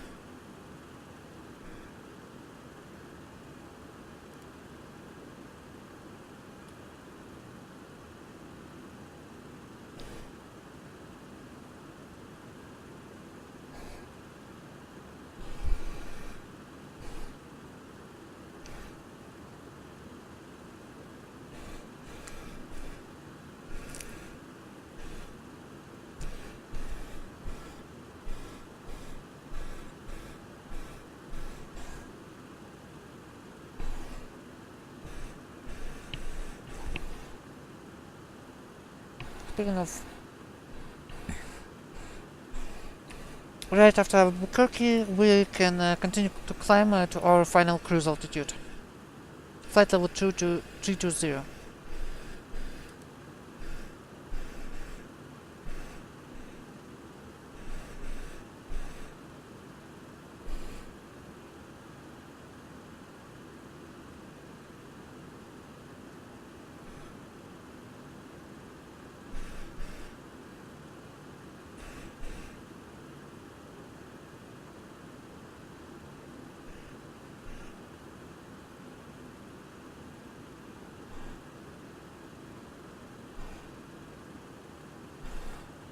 Ouch. I'm sorry, guys. Guess that took time.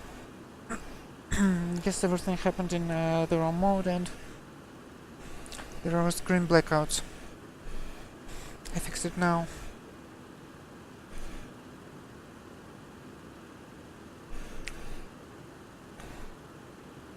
Okay. Okay, it's 245.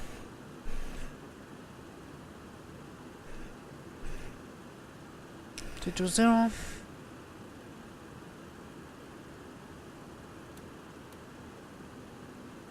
Switch to Mac hold mode.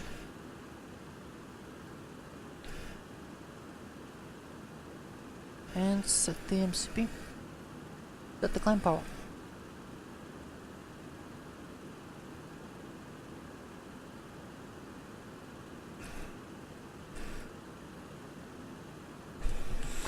And we're climbing.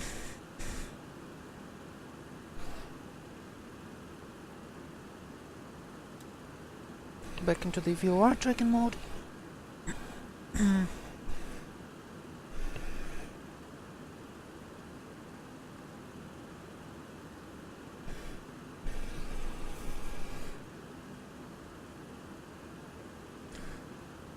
And actually arm the altitude.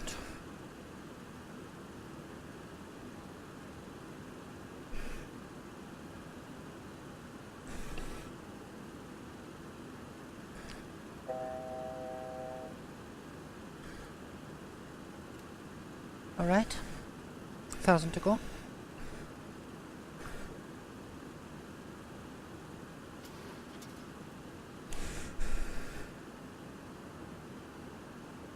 Oh, some serious lag.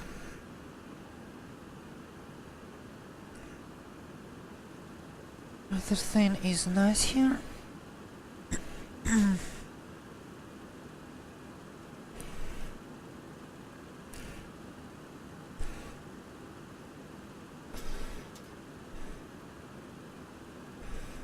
Acquiring the altitude.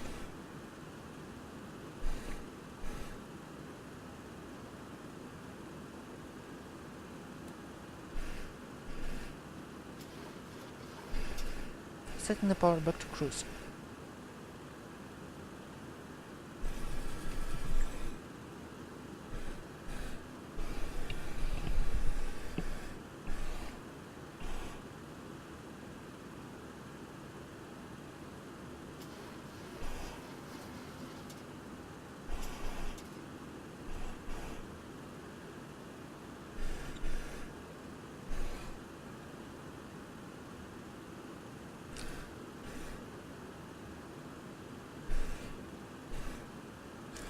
Yeah, we're definitely not lucky with the sightseeing.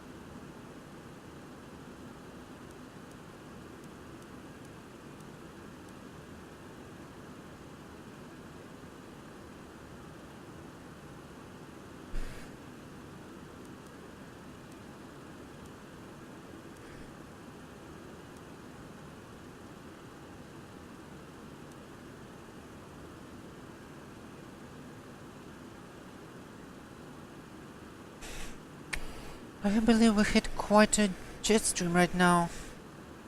Head on. Because the ground speed is barely 391.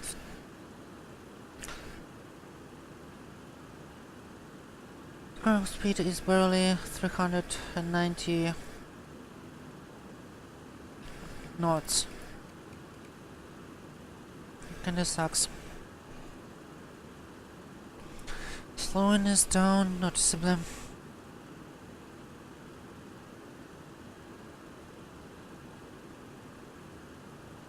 Oh my goodness.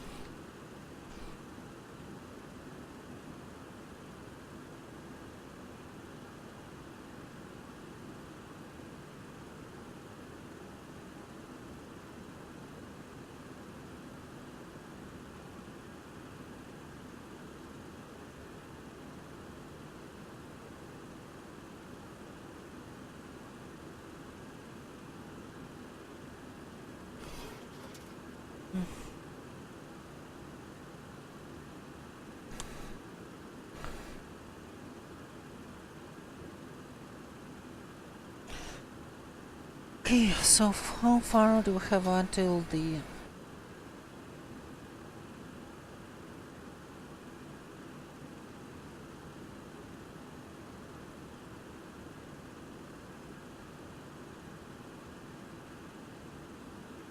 Totally. Quite far actually.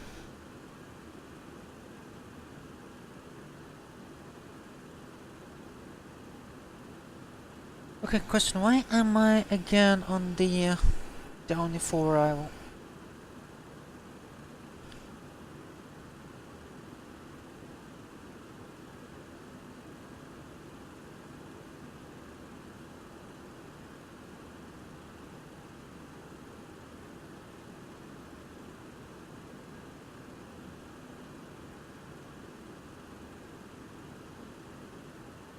Correct arrival would be base at 5.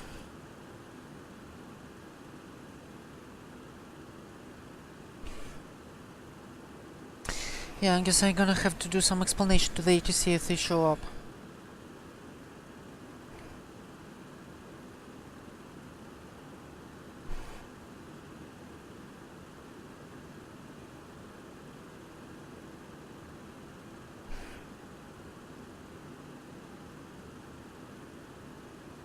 Nope. What is the basic? Okay, seems the correct one is Sivu. Sivu 2. Yeah. It's not enough and it's for the runways 4.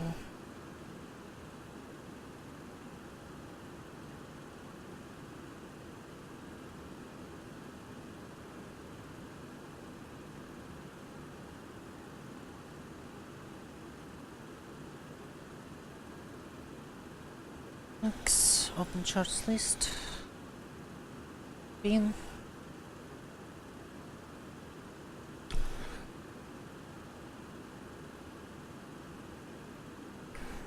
Let's see how I'm gonna do it.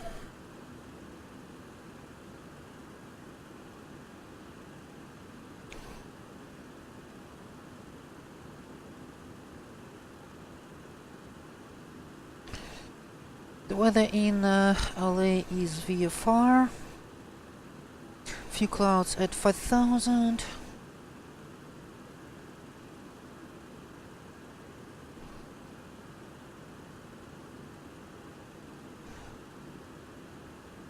Few clouds at 5,000 means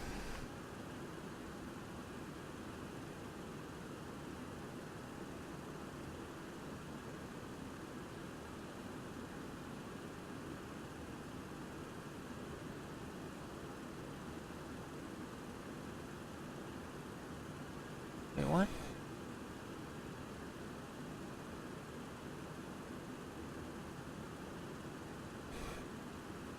Okay, I'm not sure what's going on. Let's set it back. Where should I?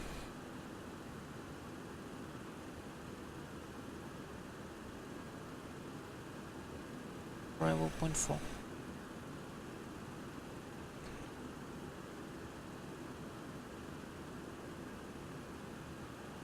What are you doing, active sky? Is it even normal?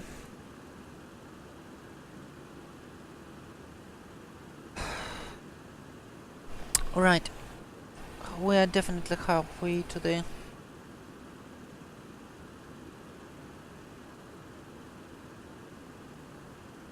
roughly 3.4.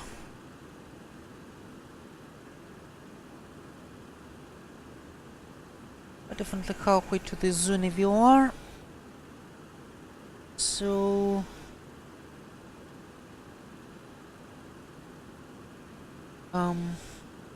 okay.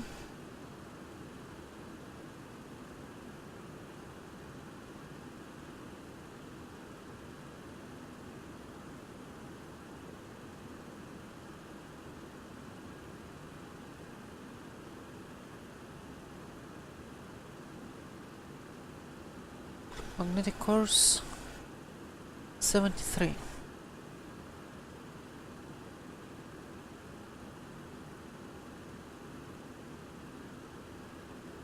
The course is gonna be 73, therefore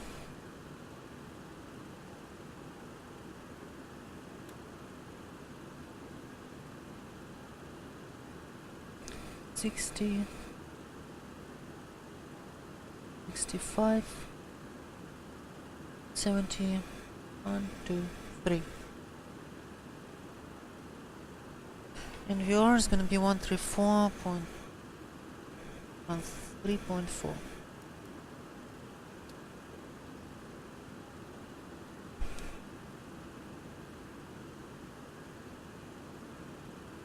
Okay, looks about right.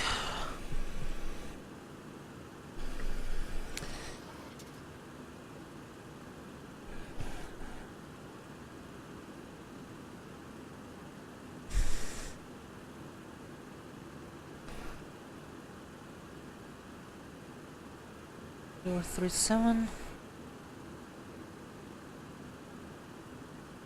Next viewer is gonna be Drake. 114.1.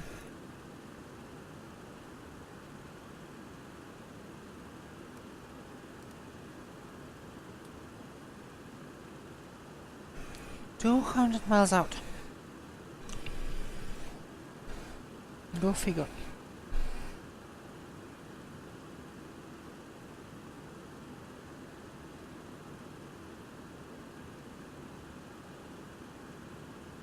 Drake, magnetic course 70.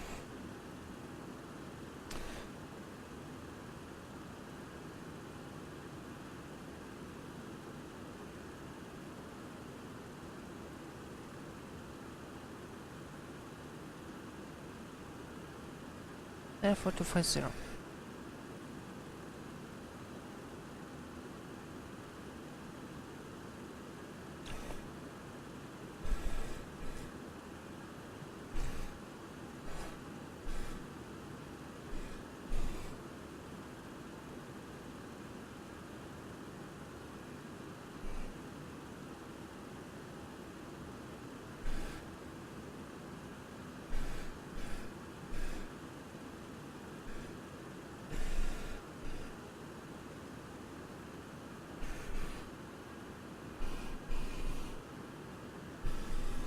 Okay, fuel usage as it should be.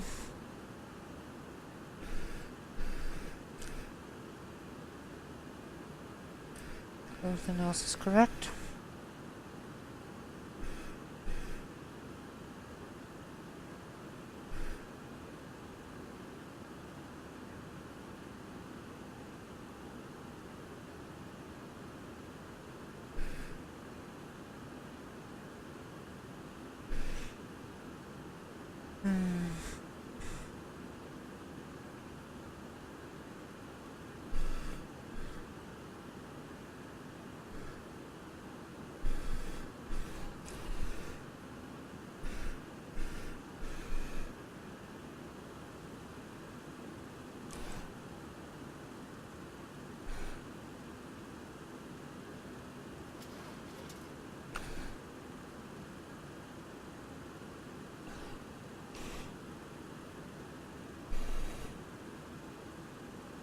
I'll be honest, I'm not sure in which numbers they show the difference in pressure.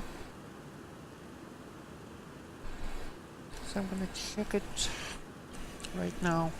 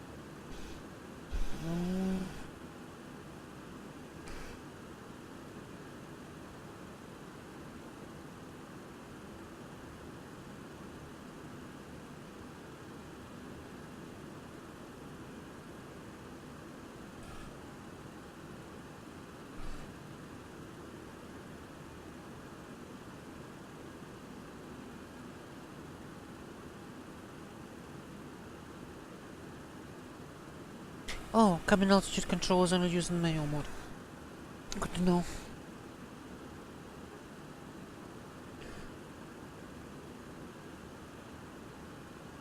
So we don't need to worry about this.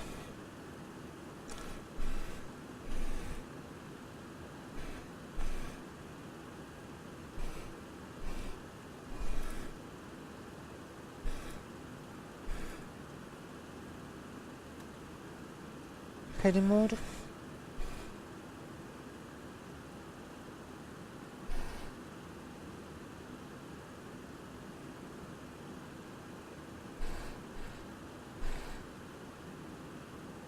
Come on. Plane. This is Zuna, I believe. 113.4. Yes. 251. 251 is our next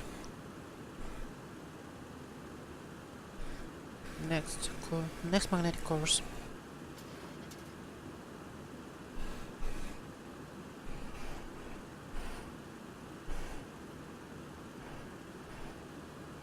Identify Drake.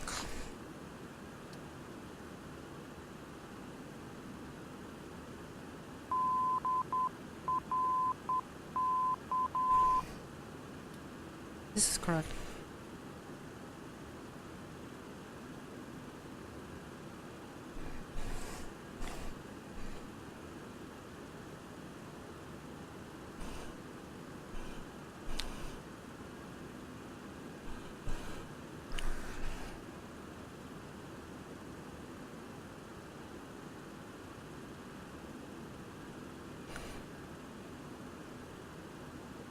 Here guards Zuni station pass.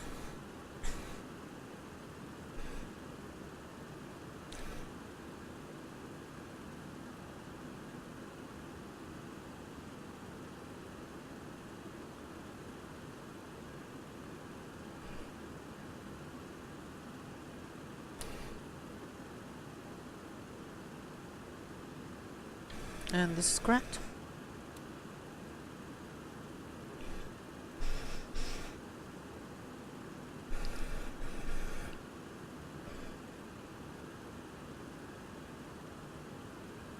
Back to tracking.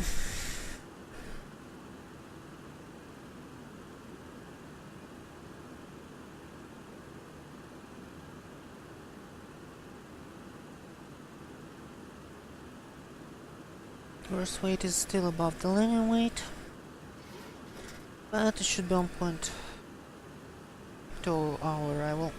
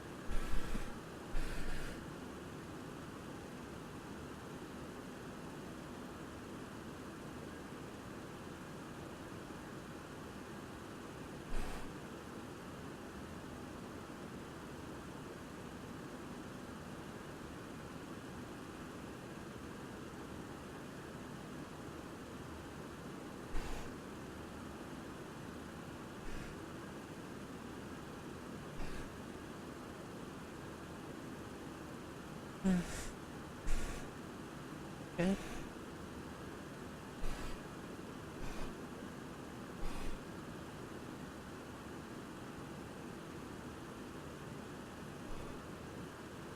$150 miles to the next VR.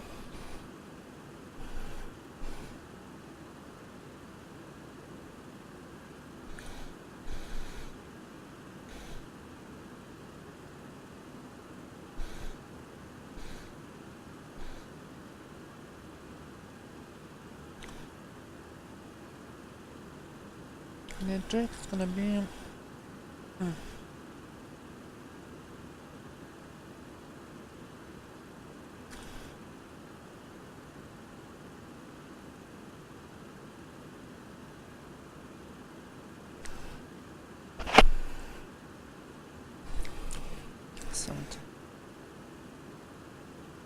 250 exactly.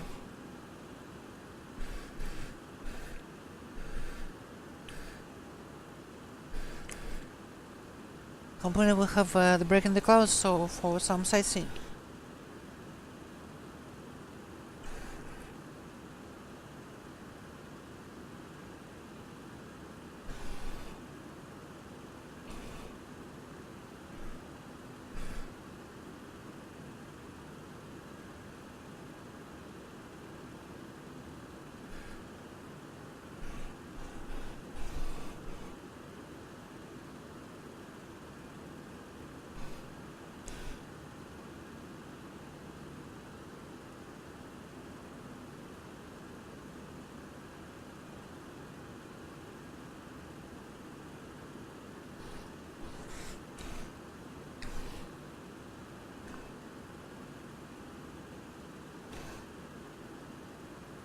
Okay, let's double check the weather.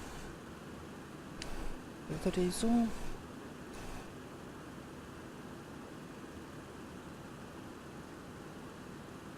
No changes, the weather should be perfectly visual, so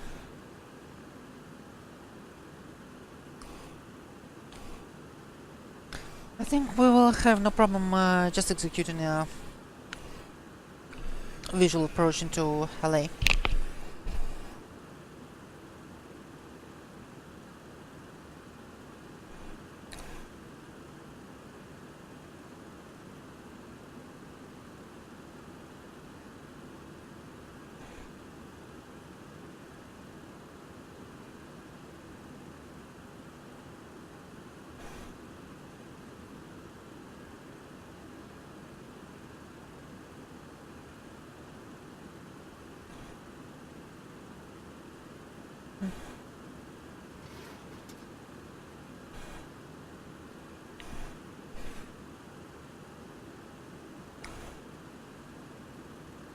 Alright.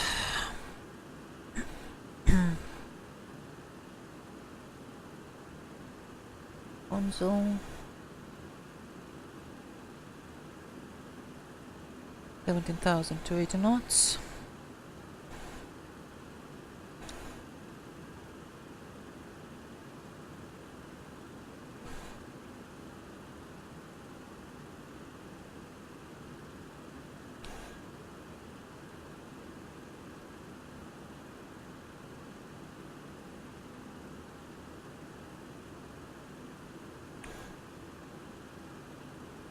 Okay.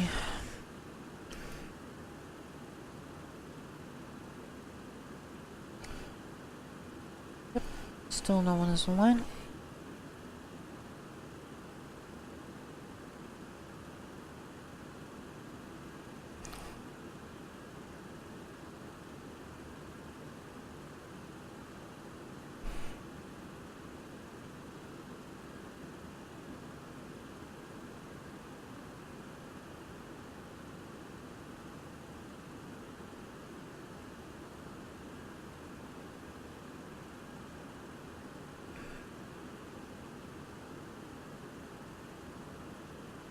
No, that's the sites.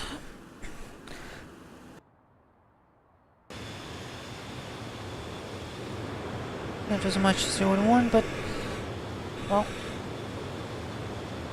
that's what we got.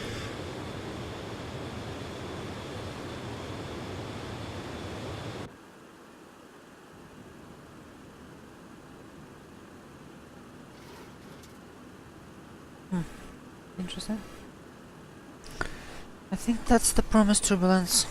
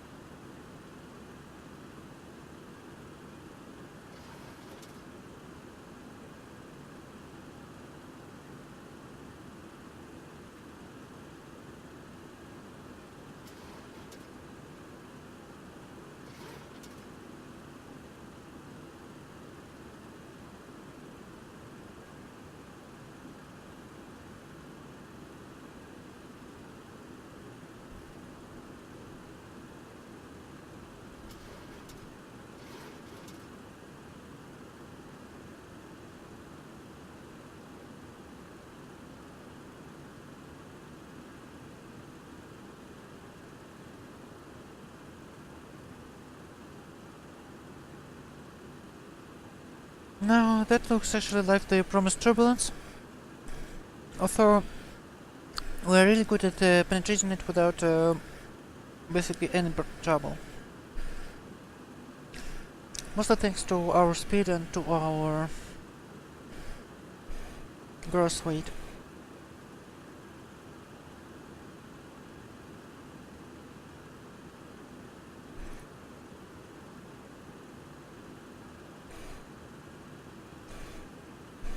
Yeah, we're really quite heavy, so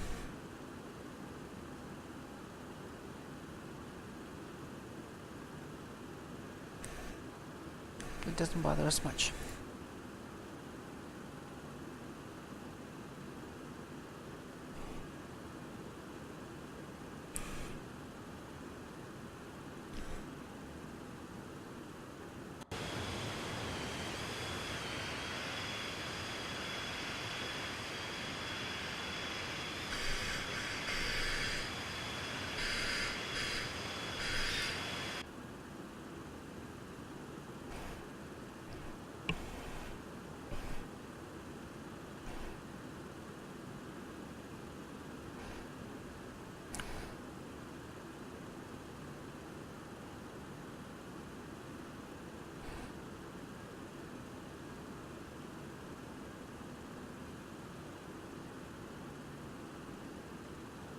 Speaking of, the bar-ups only say that there are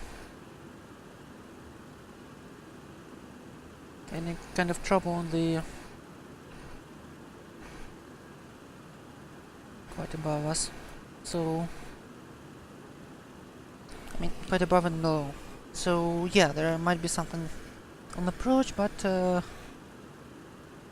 for now we don't have any trouble.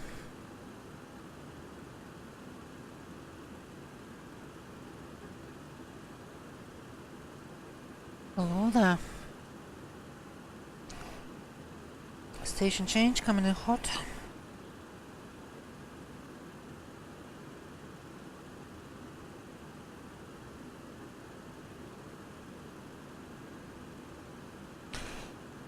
Drake viewer 250.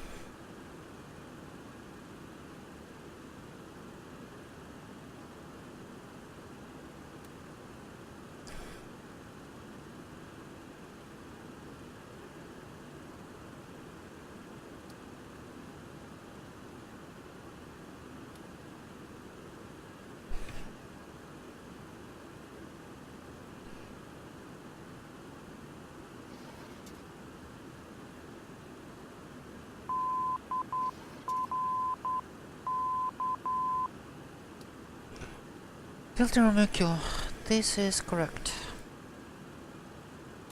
Back into another mode.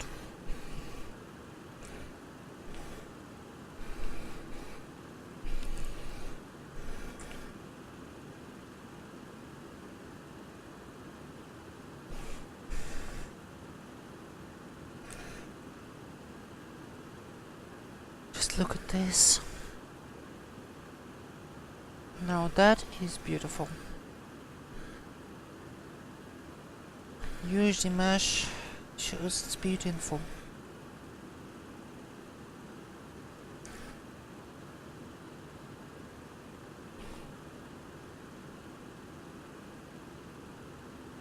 Okay, after Prescott, we're gonna have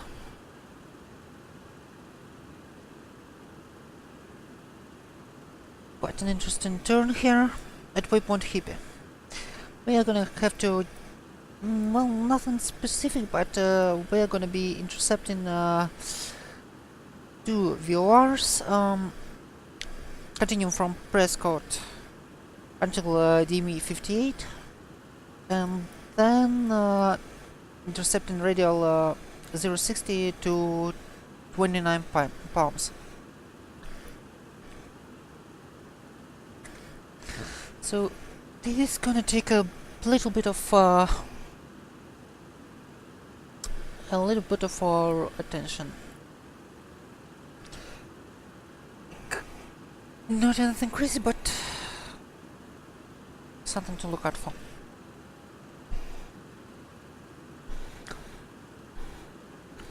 For the reference, let's tune in 29 palms, 104.2.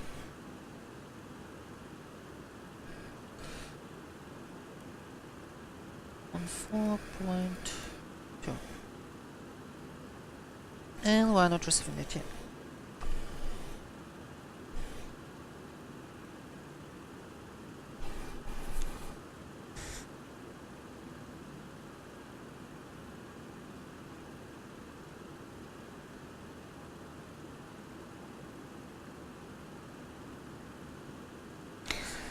Okay, our first waypoint is gonna be console.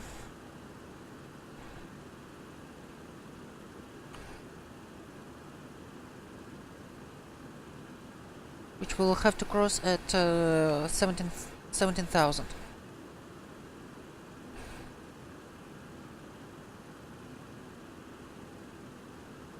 $17,032 minus 17, 32 minus 17 is 15,000, and by 45 miles out we will have to begin our descent to console waypoint,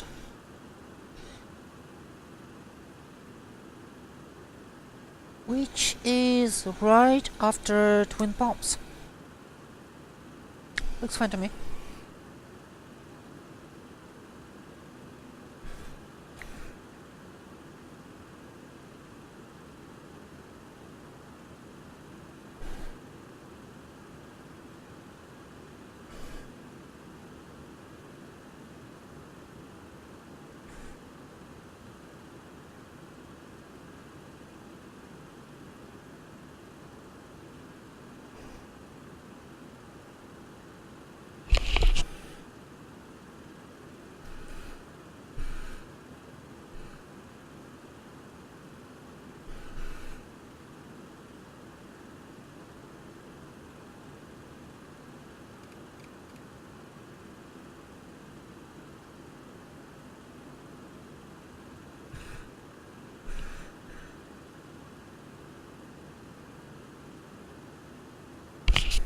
Okay, so now auto brakes ahead, because it's something I almost always forget to do.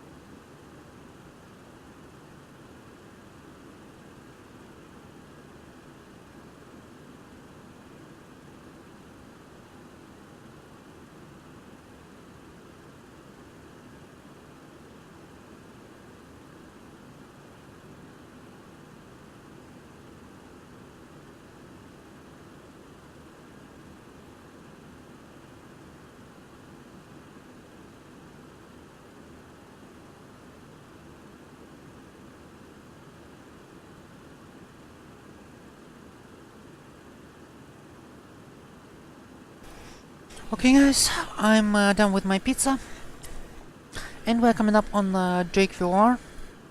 So let's switch back to the honey mode.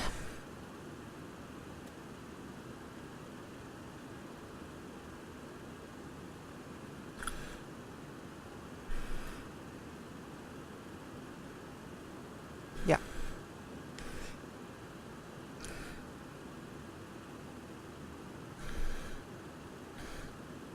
And tune in our next radio, which is gonna be...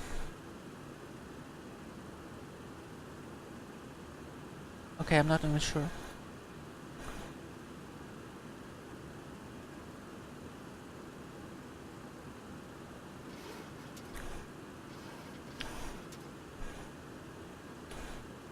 Two four eight.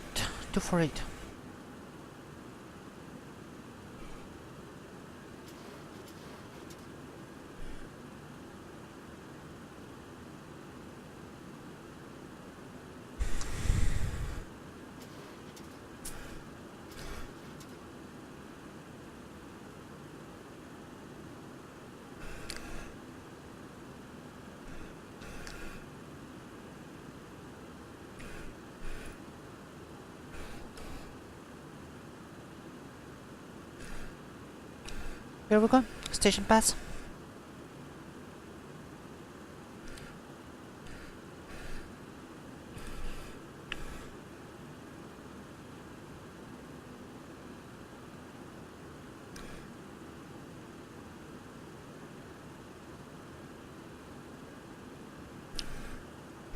Once we establish in the radio, we can switch back into the VR checking mode.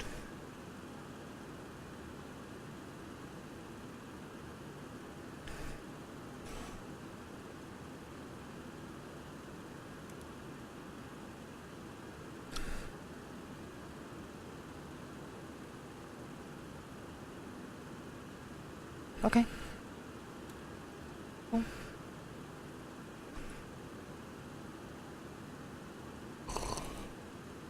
Minor correction. And we're back on track.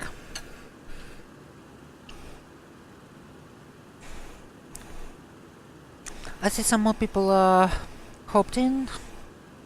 Welcome to the stream. We are on our final leg of our journey into Los Angeles from Atlanta in this beautiful 727.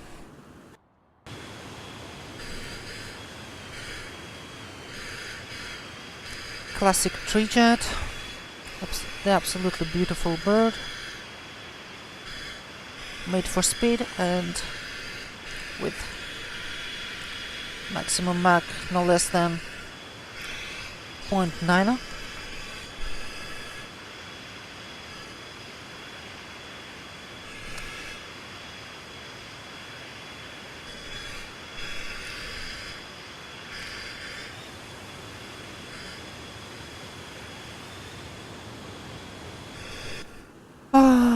Let's see, Master Chief Pilot. We just crossed... right now it's 0100 hours Zulu. 103 to be precise. We just crossed... let's see... We just crossed Prescott VR. Which means we have 58 plus 87.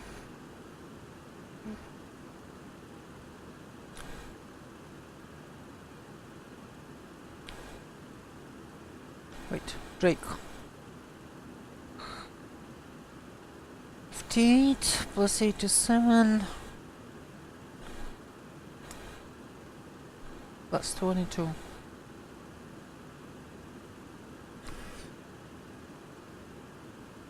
And plus 22, 146 miles.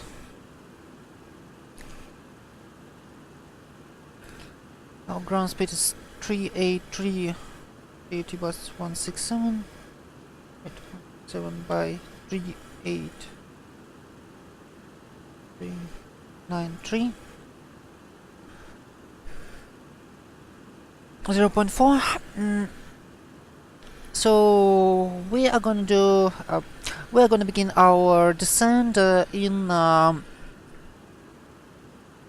so in about 25 minutes. About 25 minutes to do the descent.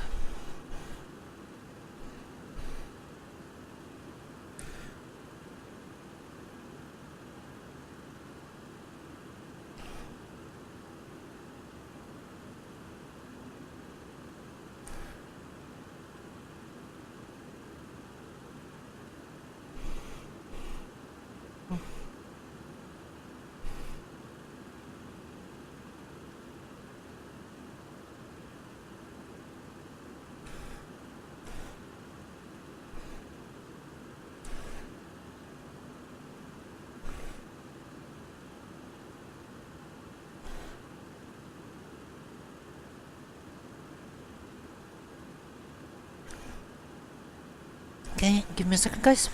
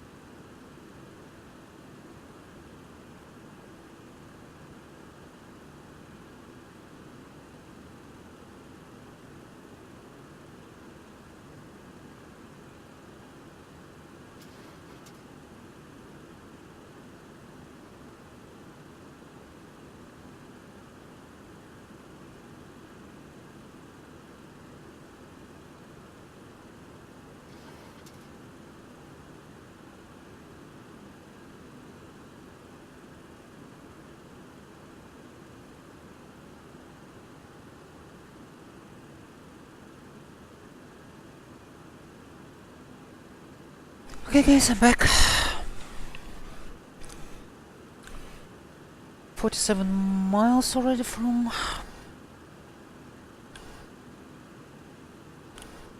Drake.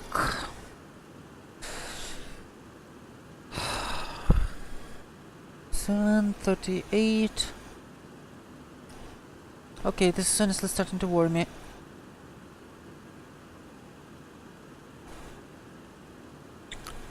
$29 pumps, 22 and 87. It should be already receivable at Hippie. But let's tune in Flagstaff just in case. 113.85. 113.85. 113.85.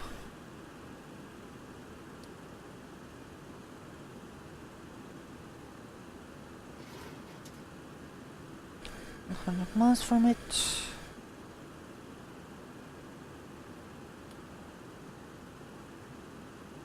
No, still nothing. 113.85. This is gonna be radial 237. 237. Oh my goodness. Here it is.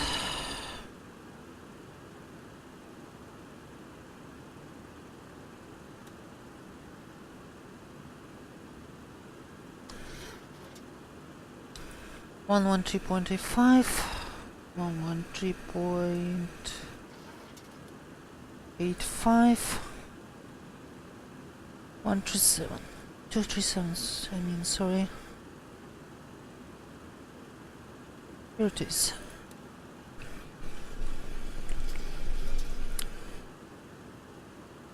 Two 237.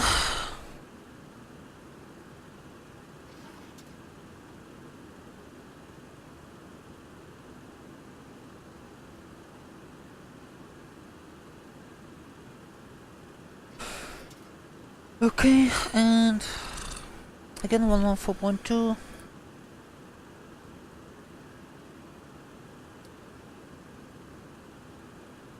Still not receiving. Yeah, 114.2. This is the correct frequency. And we still don't have it.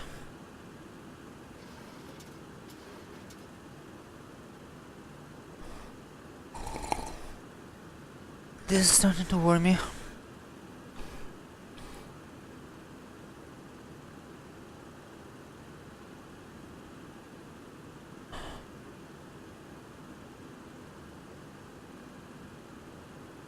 £29 is gonna be radial 1060.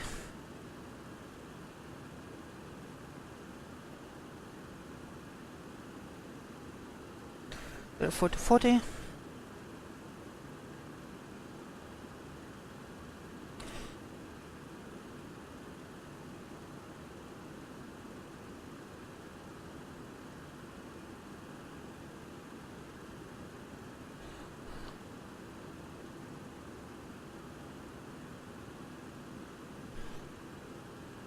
Oh, you mother Russia. Hello, KATL-KLAX. Welcome on the stream.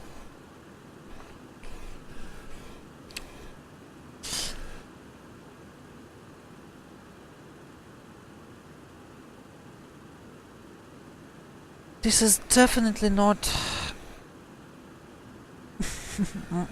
mother quote-unquote crusher, because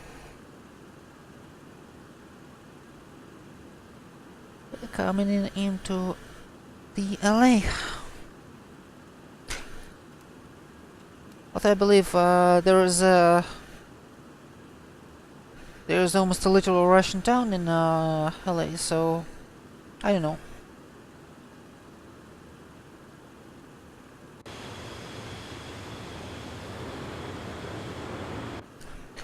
Up to you, KATL-KLAX. Up to you.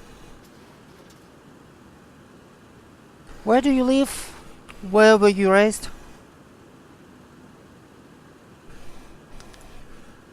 And the main thing, how do you identify?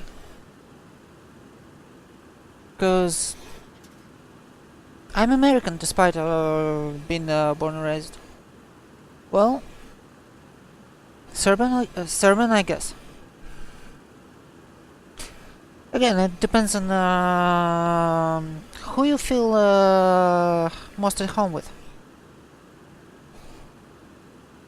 At least that's how I see it.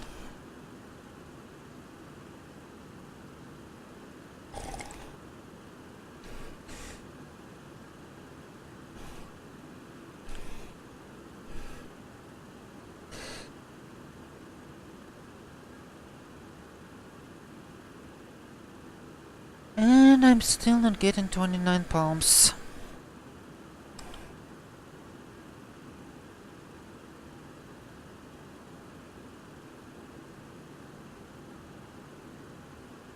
$7.22.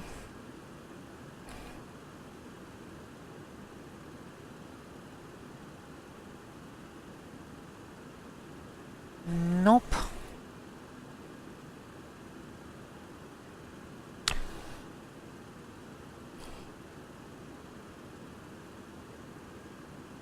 K350 Is it a Russian heli?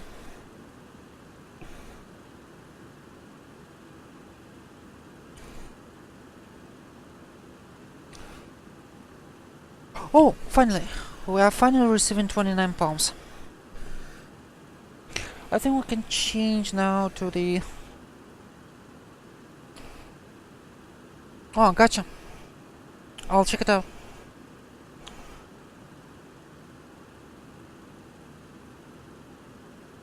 Maybe not really soon, but I'm for quite some time already looking for a helo to learn to fly one. Okay, 060. Back to heading mode.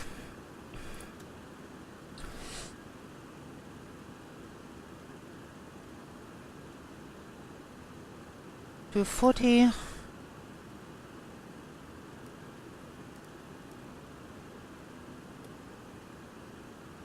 Identify.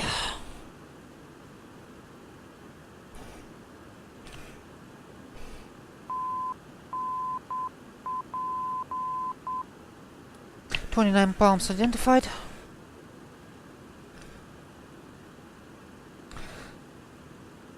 And let's track it.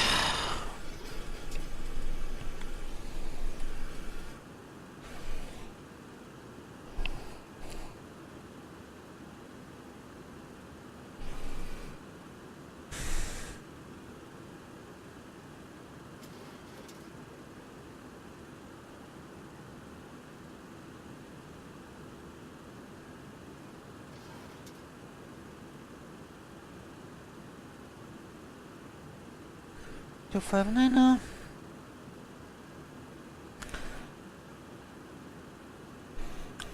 Negative KATL-KLAX, and to be fair, I'm very much not a fan of 2154. I'm generally of tuple planes. Honestly, if illusion planes like IL-60, IL-76, IL-86, and especially IL-62 would be for X-plane, I would definitely get one. Because I like illusion planes much more. They have better design philosophy, they have... basically, they aren't built like military planes. They are built like civilian airliners, and that's honestly what's great about them. But no, I don't fly to 154.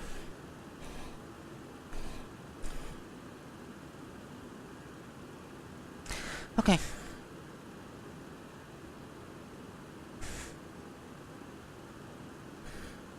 Okay, this is not really helpful.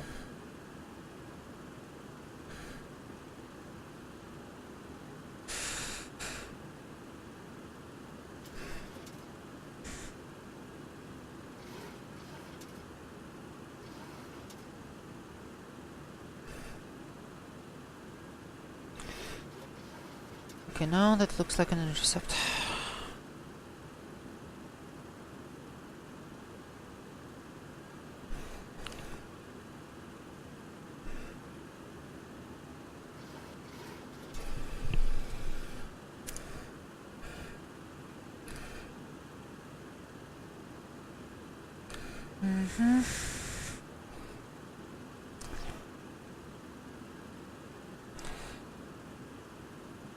Okay, from 29 palms.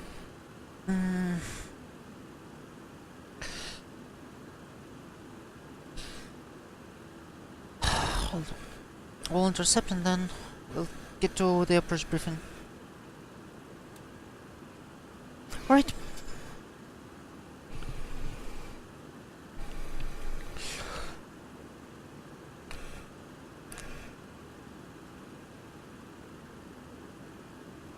Okay team, here goes our approach briefing. We are gonna be descending via CV2. We are gonna be descending via CV2 arrival.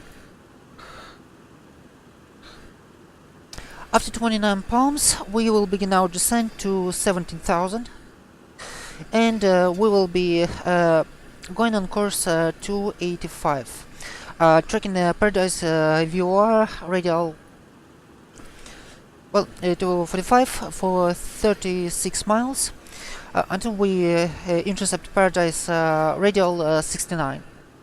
On Paradise Radial 69, we will be descending via Kozel, Ingley, and Peacocks to 14,000. Then we will be turning to Pomona VR and descending to 12,000 at Sivo waypoint.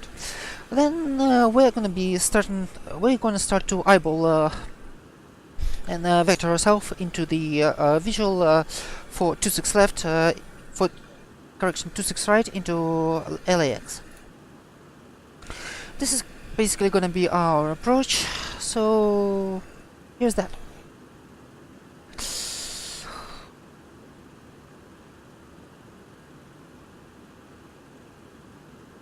Nice.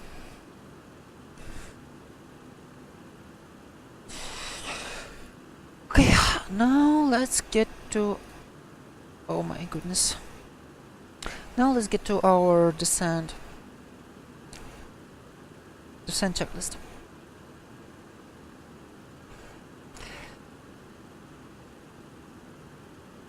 Okay, we're gonna begin our descent soon, so no smoking, seatbelt signs on. Anti-ice not really required. Any lights too soon for them. Everything else. Okay, altimeters. Let's pick up our weather inlay.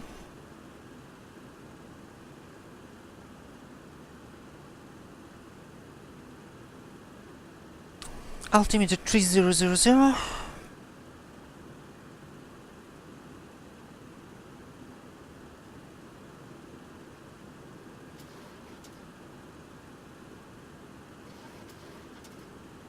Okay. Altimeter 3000.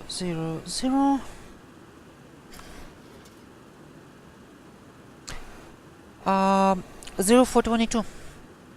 0422. Well, in the morning.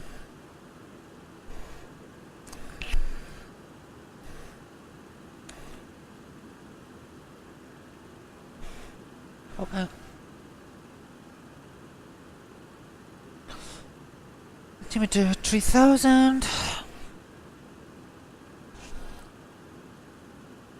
Radio altimeter.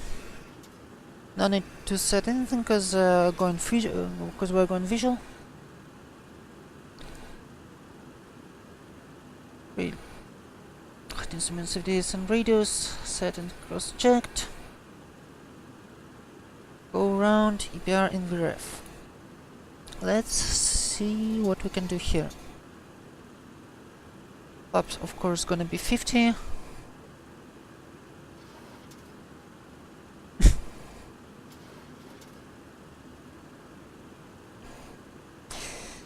If you want to write it correctly in Russian, it's gonna be хорошо.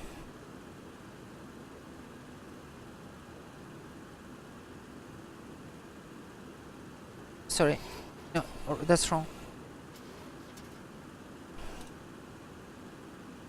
What I've written above is хорошо, and this is not really correct.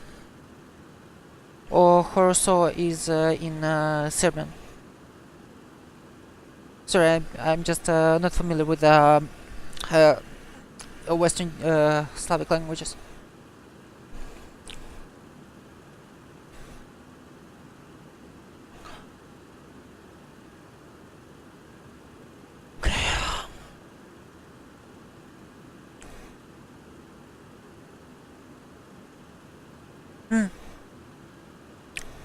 Copy that. Well,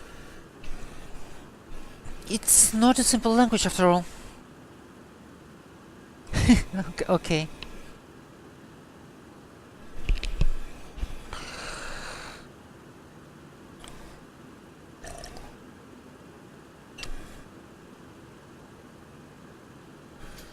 Okay, altimeter is 3000.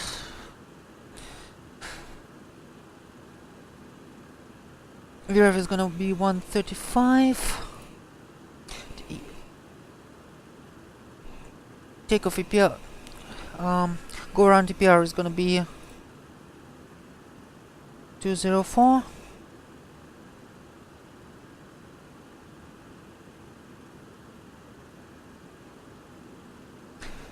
Okay, so this is basically what we're going for.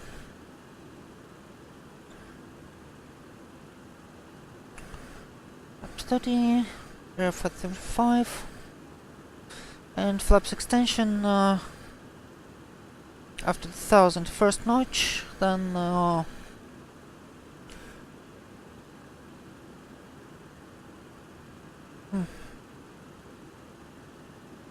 and then I believe 15 at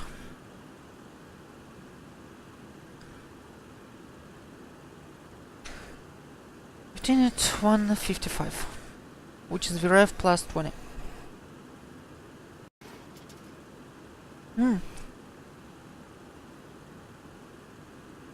Alright. Not too bad. 6, 7, 6. Okay. Now we're swinging into the heading mode again.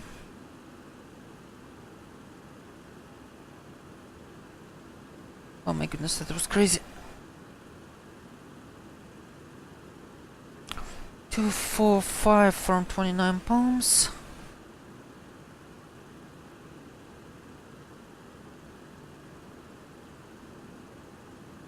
From 29 palms.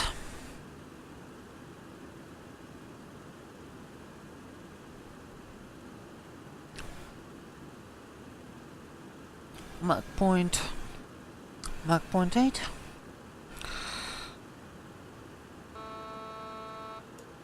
And horn cut out.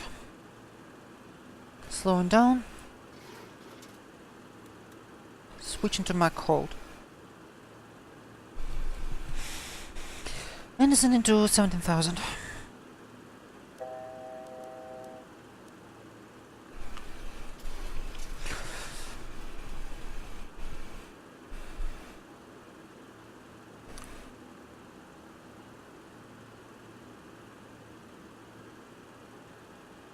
Also engage altitude arm.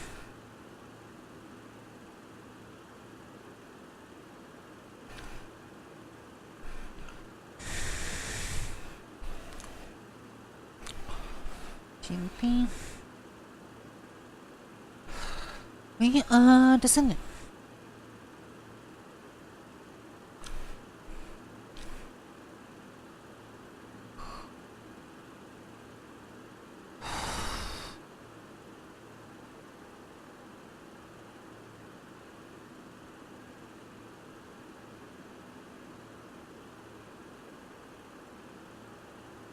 Okay, I believe we can switch to indicated hold.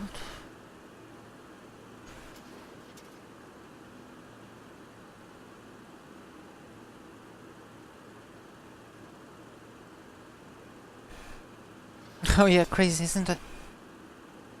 That's a crazy bird.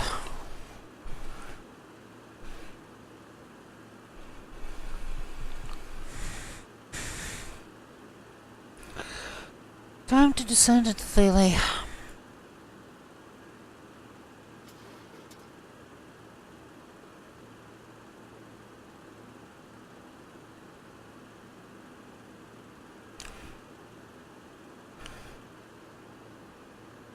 Okay, the cabin is pressurizing for descent. Everything is correct here. Each tank feeds its own engine. Everything is alright. Fuel temperature is good.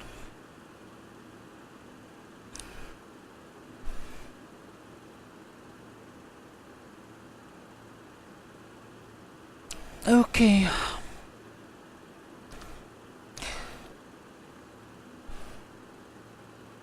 $245.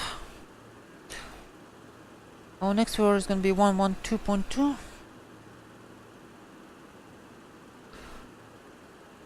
112.2. 2. 68 miles.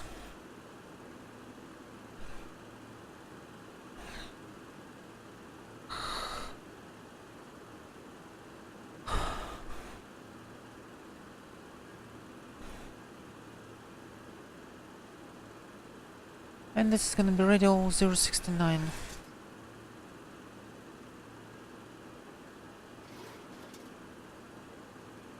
Five. 9.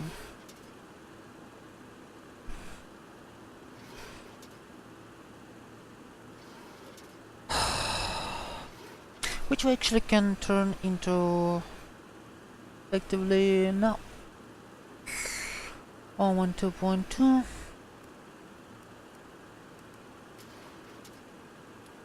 112.2. Digital 69.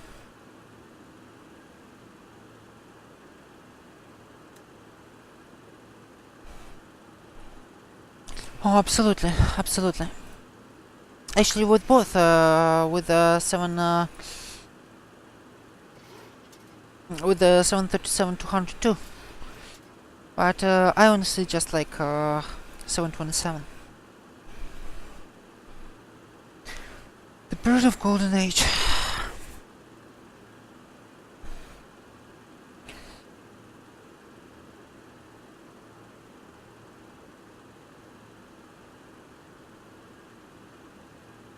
Okay, crossing 17,000 at 21 DME.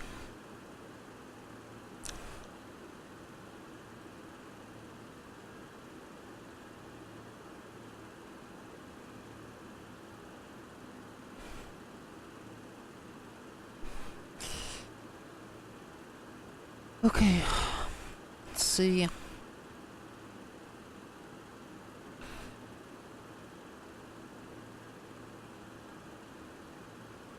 Okay.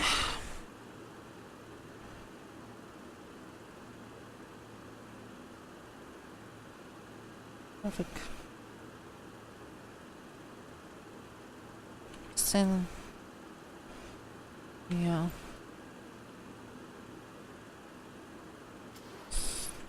CO2.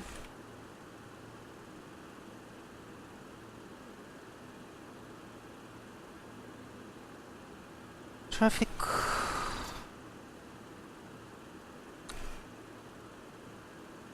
Oh, it doesn't.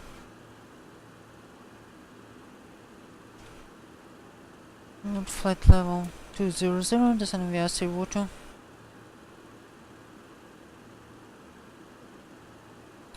425, I believe. 424, right.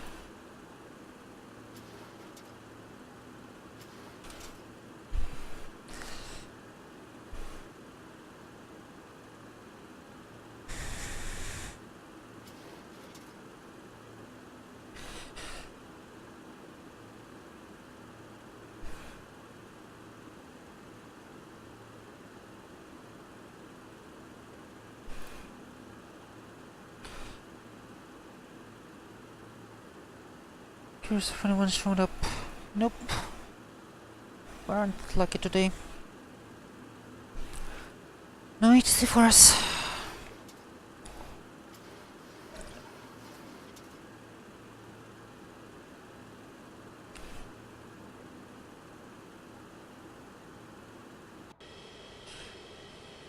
I honestly love arrivals into the LA from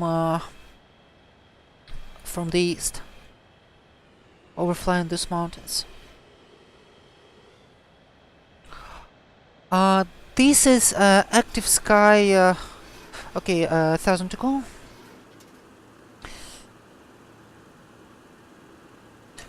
This is active sky. This is active sky XP. What is it called? Performance clouds. Also, I additionally modified them, resized the ones with bigger textures than 2024 square.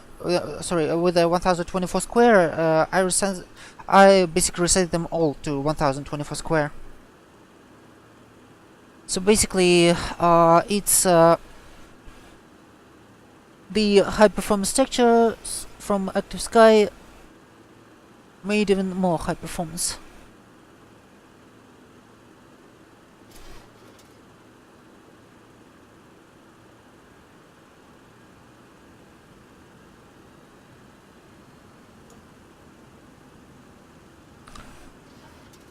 Okay.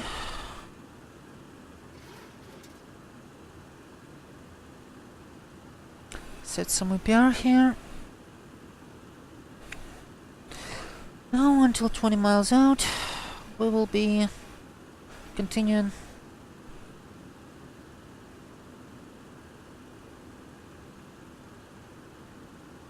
At this altitude.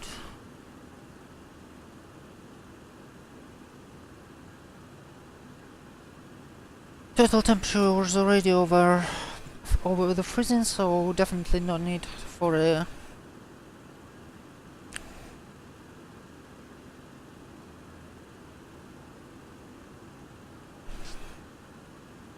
for the NTIs.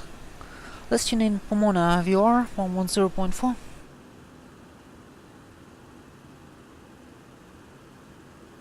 Ouch. 110.4.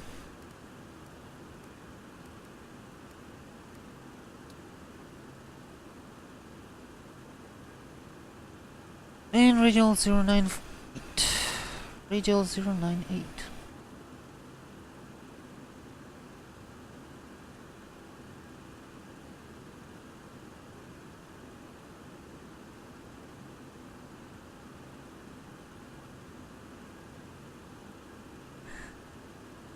Okay.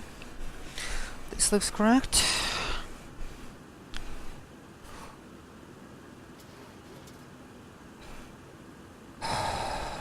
Okay.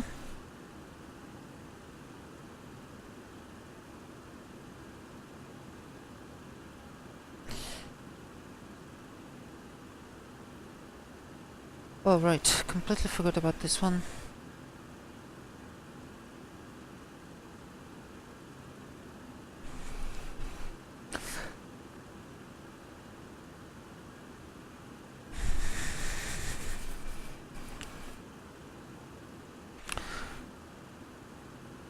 Okay.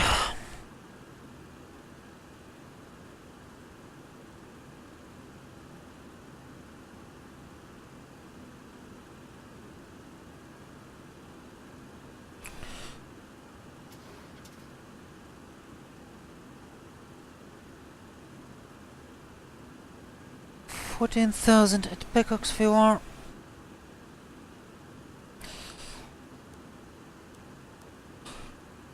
Ouch. I'm sorry.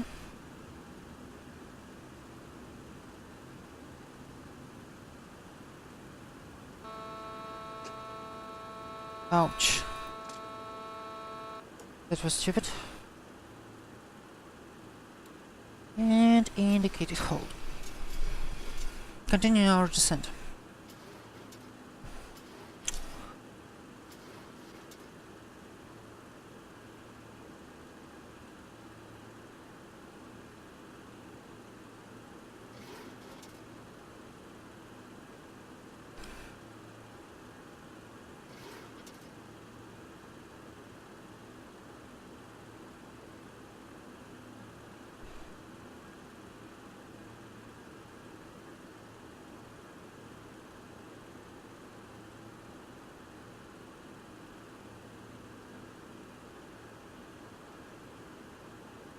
This is honestly beautiful.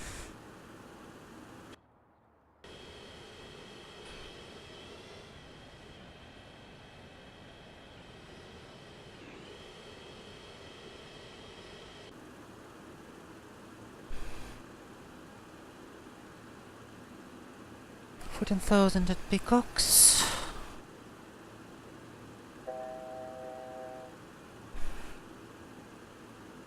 Thank you, altitude notification.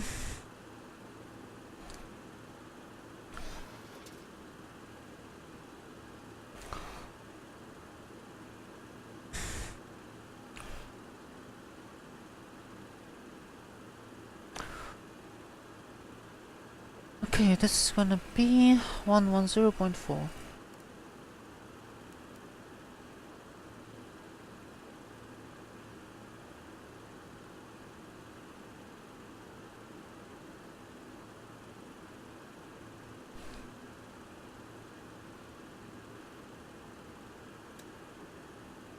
Back to the honey mode. Course is gonna be radial 098.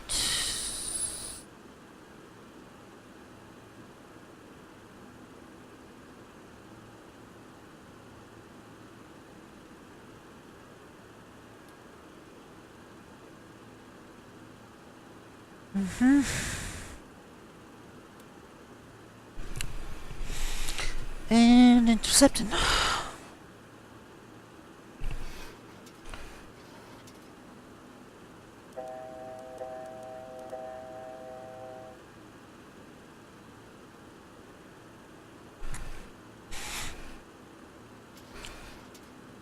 Ouch. That was actually not good.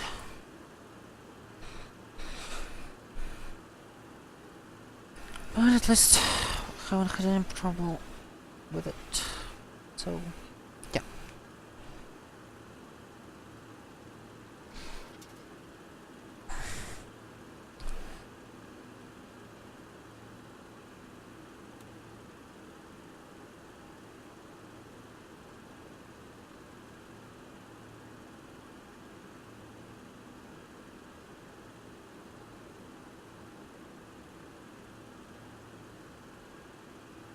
Okay.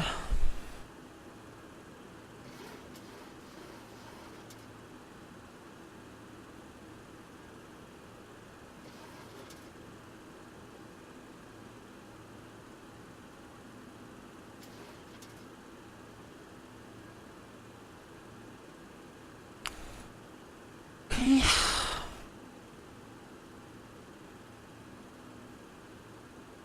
From zero.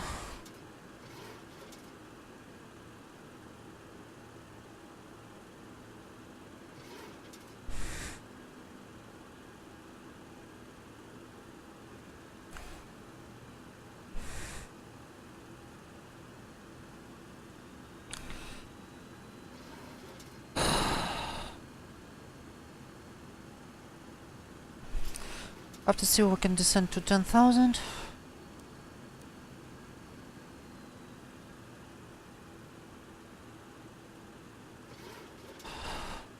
Speed to 40.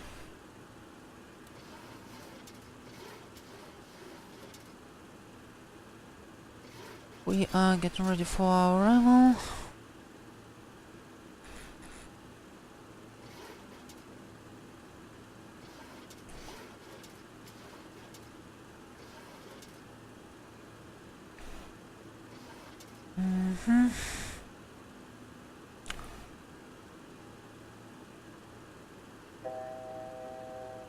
Okay, 108.5.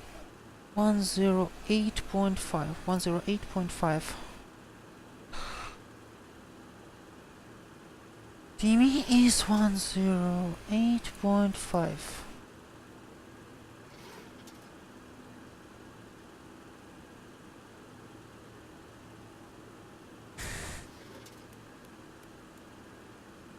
Lights on. Altimeters set.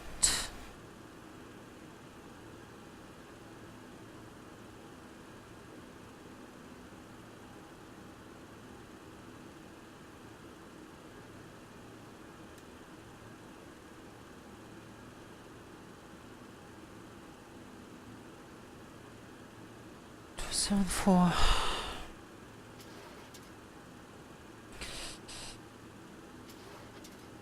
108.5. 108.5.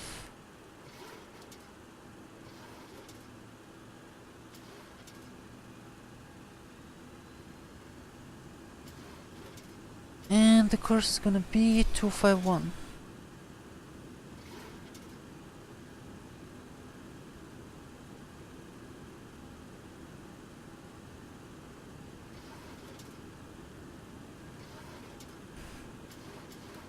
this is not too great.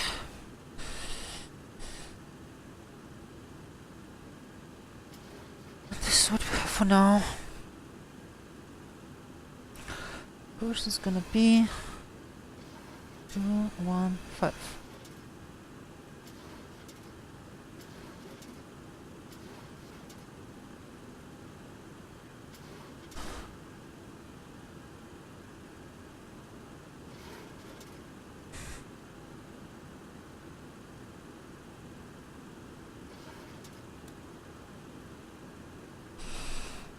Okay, intercepting the VOR.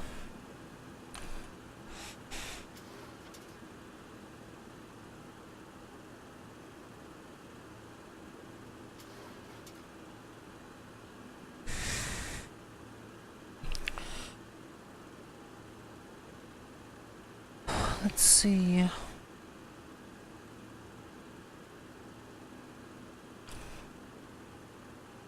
Yes, 108.5.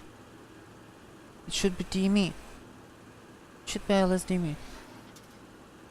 Okay, 113.6.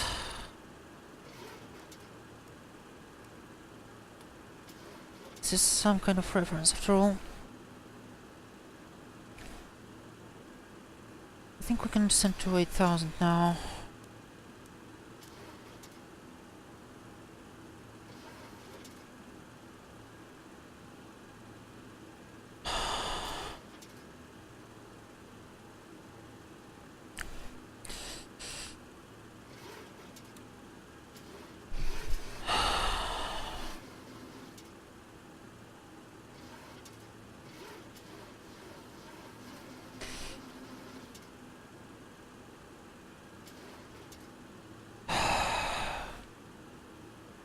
Not sure why I'm not receiving the DME.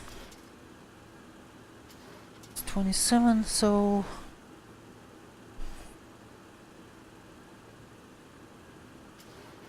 7,000 easy.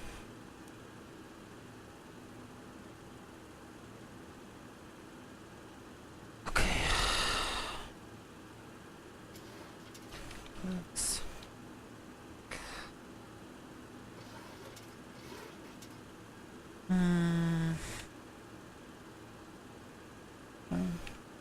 out ILS 24.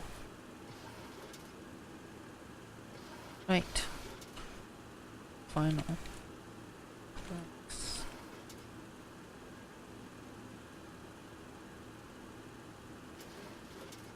Okay.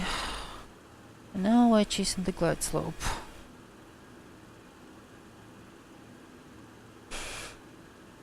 Uh-huh.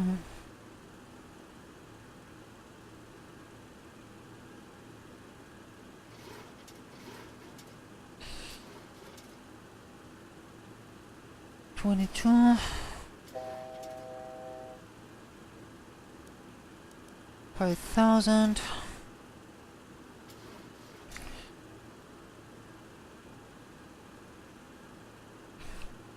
And 200 radio altitude.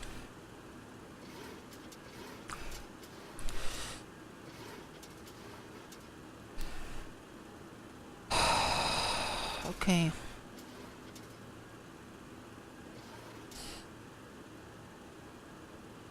Go ahead with checklists. Seatbelts on and as they should be. Lane lights on. Altimeters set and cross-checked. Go around APR, VREF, bugs set. Fuel set for landing.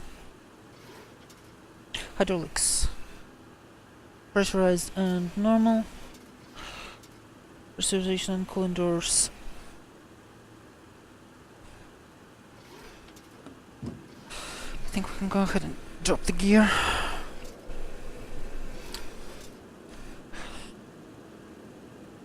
Cooling doors set. Descend approach checklist complete.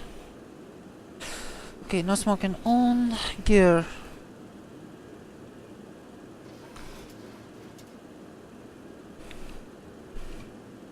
Yeah, we're choosing the glide slope. This is not nice. 16 miles out.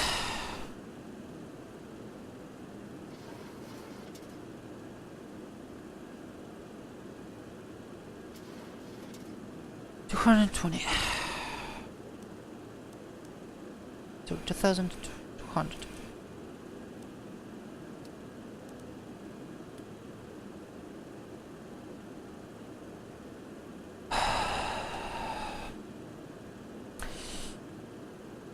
Okay, here 251.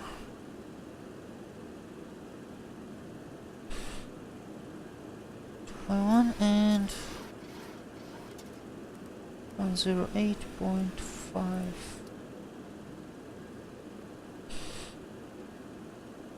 13 miles out. Finally have the marine readouts.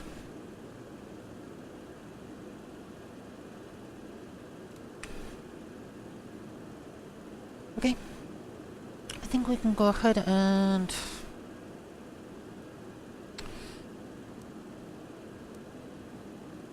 switch to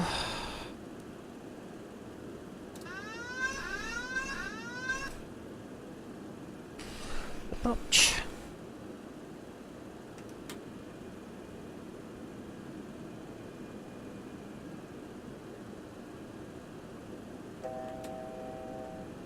Laps are going down.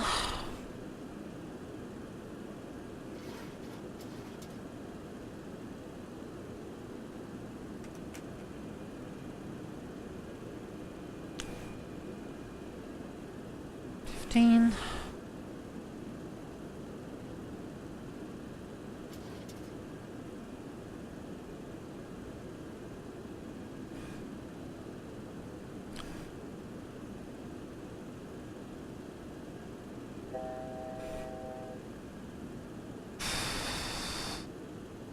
Back on the glide slope.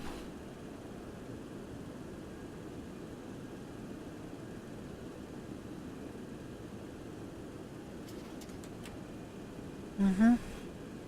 20.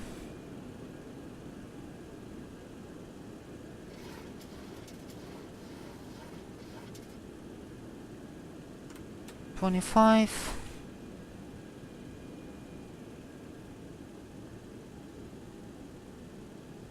And 30. Flaps full. 1,000. Flight slow. Flight slow. Flight slow. Flight slow. Flight slow. Flight We slow. are way below the glide slope, but we are fine. Flight slow. Flight slow. Flight slow. Flight slow. Flight slow. Flight slow. At least we have full visual and everything Flight slow. comes with it. Flight slow. Fine.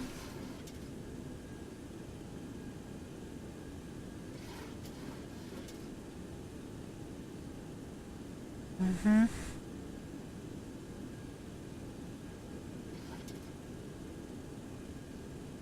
500.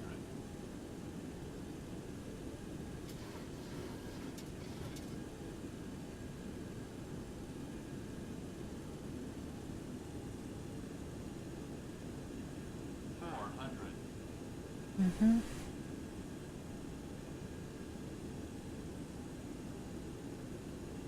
300.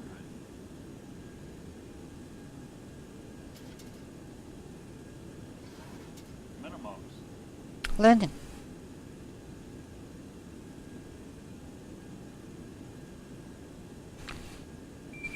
100. 50, 40, 30, 20, 10. Reverse is open. Reverse power set. Braking. Auto brakes are definitely working. 80 knots. Reverse is closed. Auto brake disengaged. Manual braking.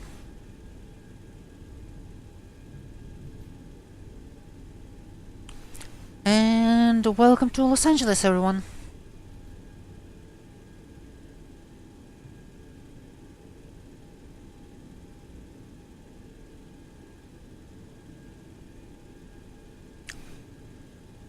We have vacated at Zulu.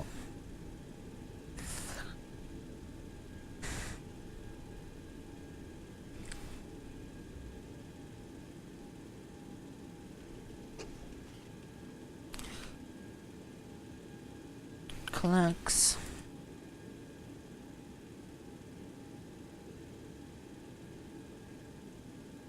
Traffic. Too far. Right, vacated.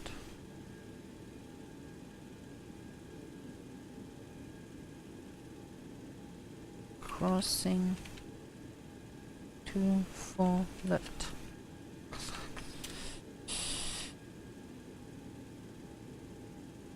Yeah, KATL-KLAX, I actually noticed, this is with, this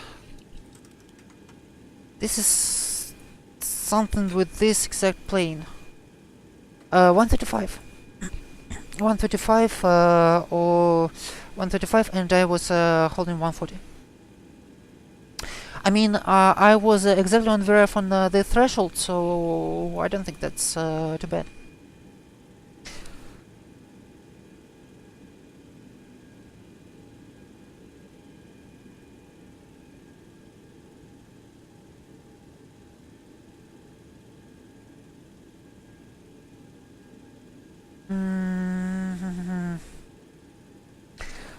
Yeah, I usually at a normal 5 knots. And what is the actual wind? The wind is 16 knots, so the ground speed was around 120. So yeah, it is pretty slow. Okay, after landing checklist, window heat coming off. Probe heats coming off. Flaps up, no lights. Radar transponder left on. Radar coming off.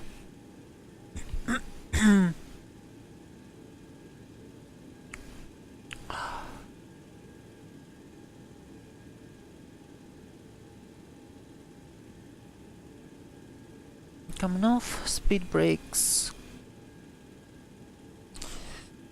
Detain, step trim.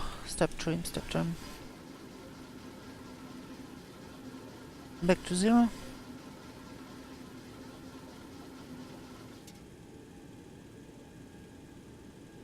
Galley power, for some reason off now. Fuel, one pump per engine.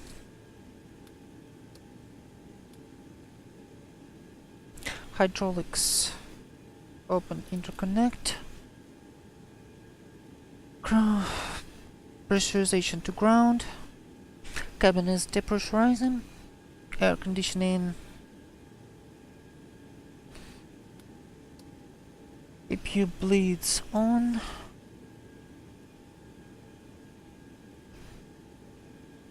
APU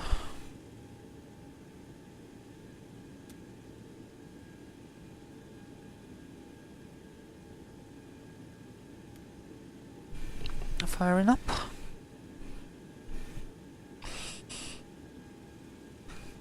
And we got it.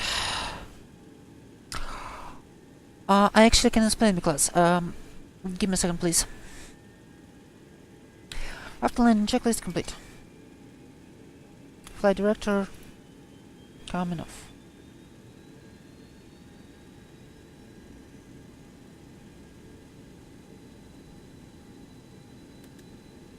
What brakes disarm?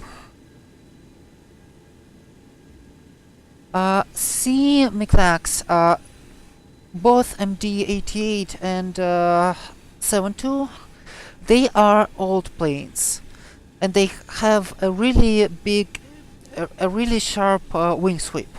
So they are less stable in slow flight than modern planes. That's why they always rock left and right on arrival. In glide slope, they are much less stable than the planes of the 90s. 737 NG, Airbuses. So this is perfectly normal. I mean, try to fly Concorde slow. This thing, it just can't fly slow. So yeah, and this is normal.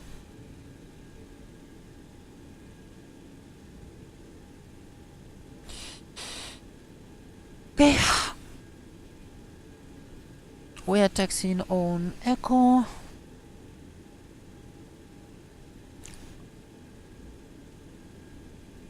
And our arrival gate is, let me check real quick.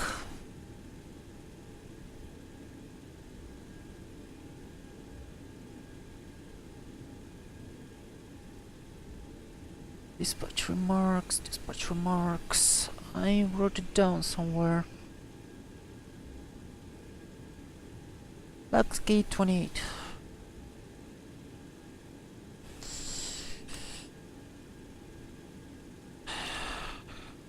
Thanks.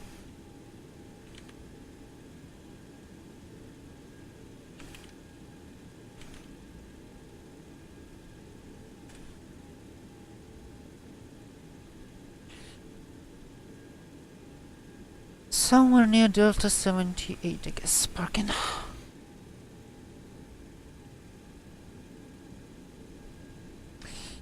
Oh, right. We are blinding everyone around. Strobes off. All the stuff off, come on.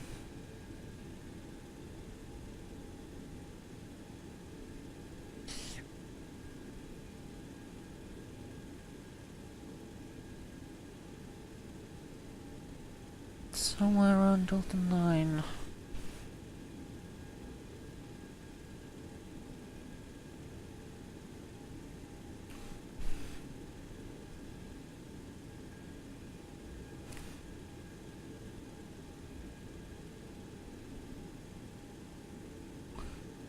Gate 28. Where's gate 28?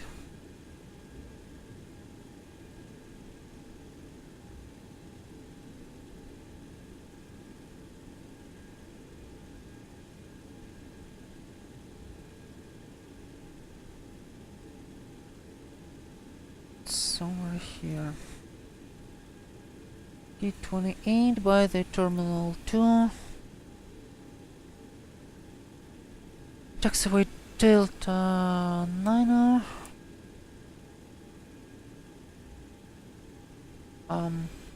Okay.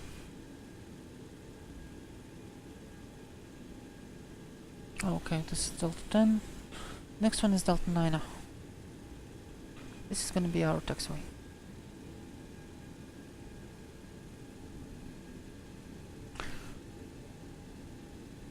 Delta 9 and to the terminal.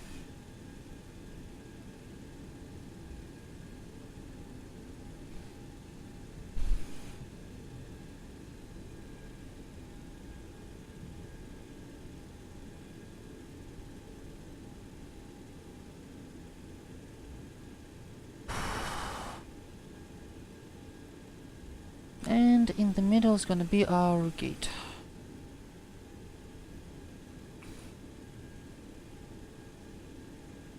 Yep, right next to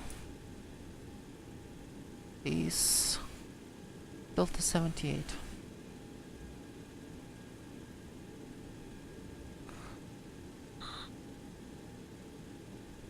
Okay.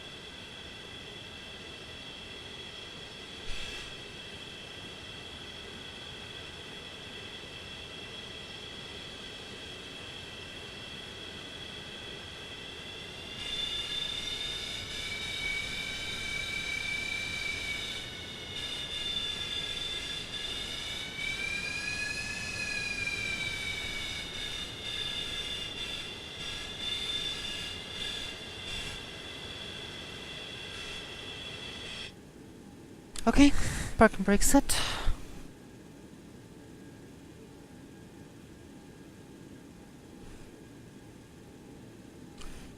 Check the project's. Okay, let's shut down first. So, shut down.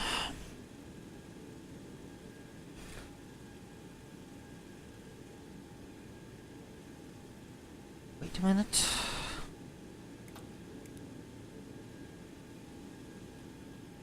Switch to the APU. Essential to the APU.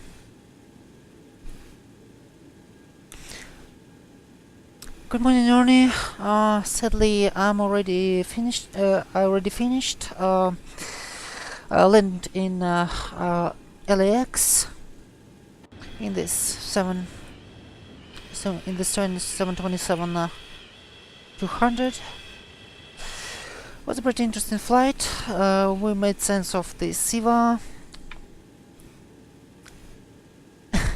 I mean, you can watch the VOD if you're interested.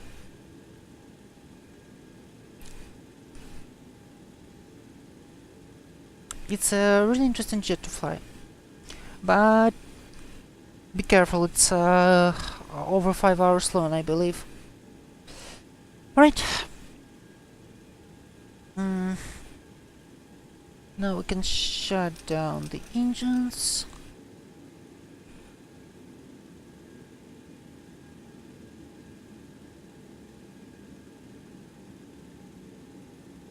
Waiting until N2 drops below.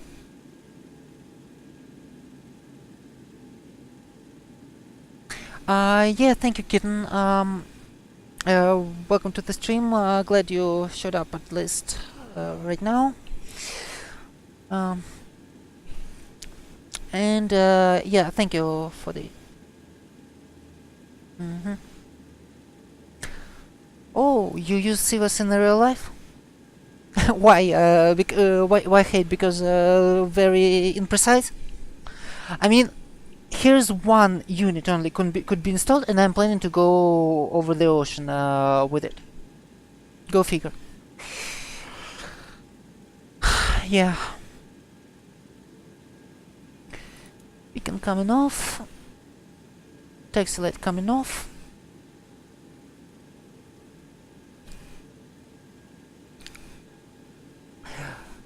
I mean, I even learned to correct it via DME. I'm not sure how good of the correction it was, but well, it did something. Yeah. Okay, exterior lights, nav lights only. Transponder could be finally turned off.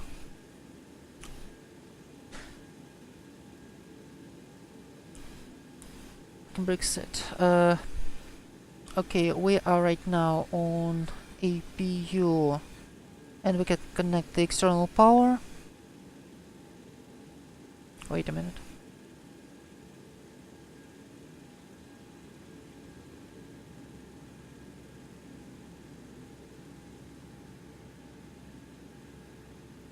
Connecting to external. Wait. We can disable the APU right now.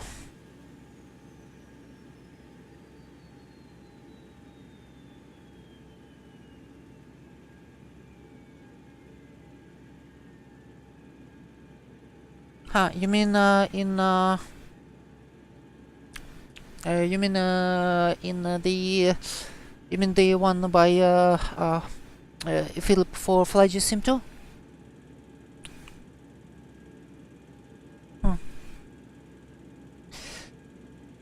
Good to know. Good to know.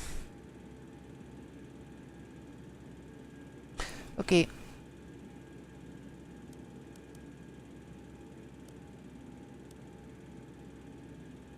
I mean, right now we have arrived at stand. This is what Siva shows us about.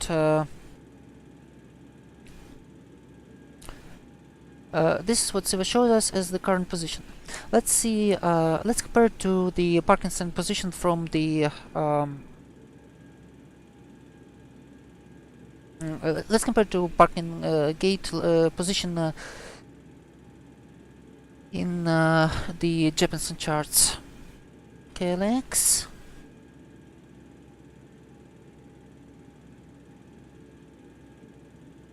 Oh, actually, what am I doing? This is 28, right? Passenger terminal. 28.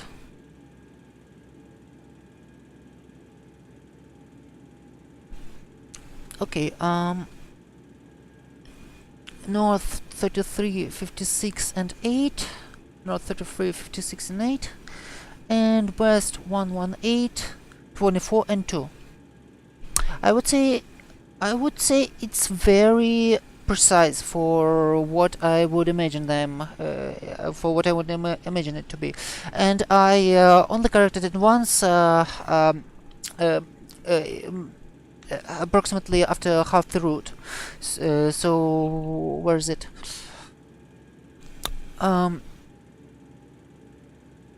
Somewhere over Kansas, I believe. I mean, halfway from Atlanta to LA. I would say that's more or less enough of the precision. At least to cross the ocean once.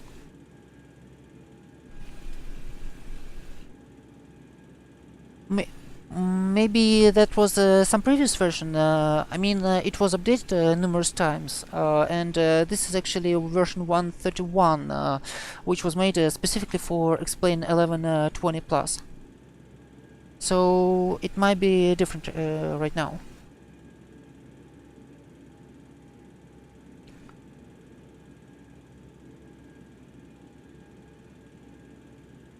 Okay. Either way, good night, Siva.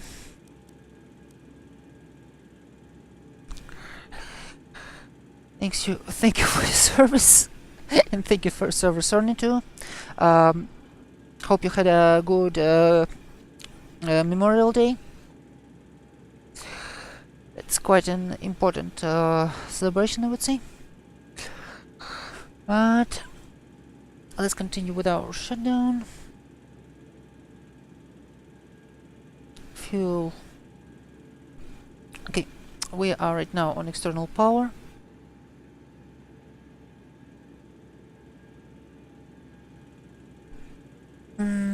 Yeah, I really would recommend to try it with maybe 372 now after the update, because yeah, it was updated, and again, as you can see, it was pretty much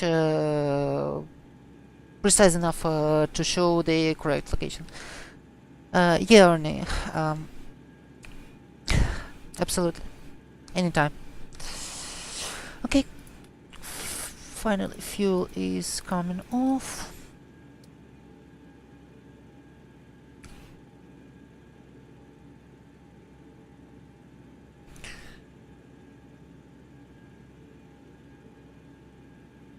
Oh, come on. Coming off. Hydraulic system Bravo. Coming off. Ground interconnect closed. Air conditioners all bleeds open, and shutdown checklist complete.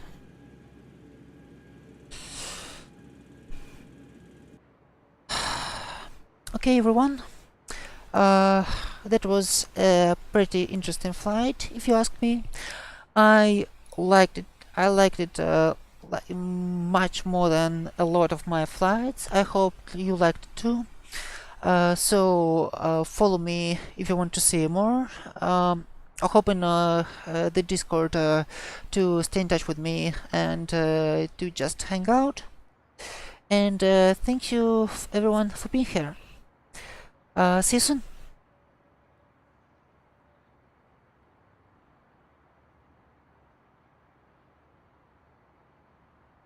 Actually, let's take a look if we can host someone.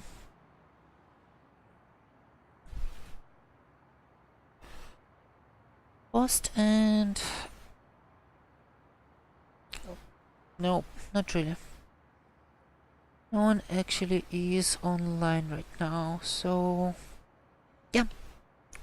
Good night.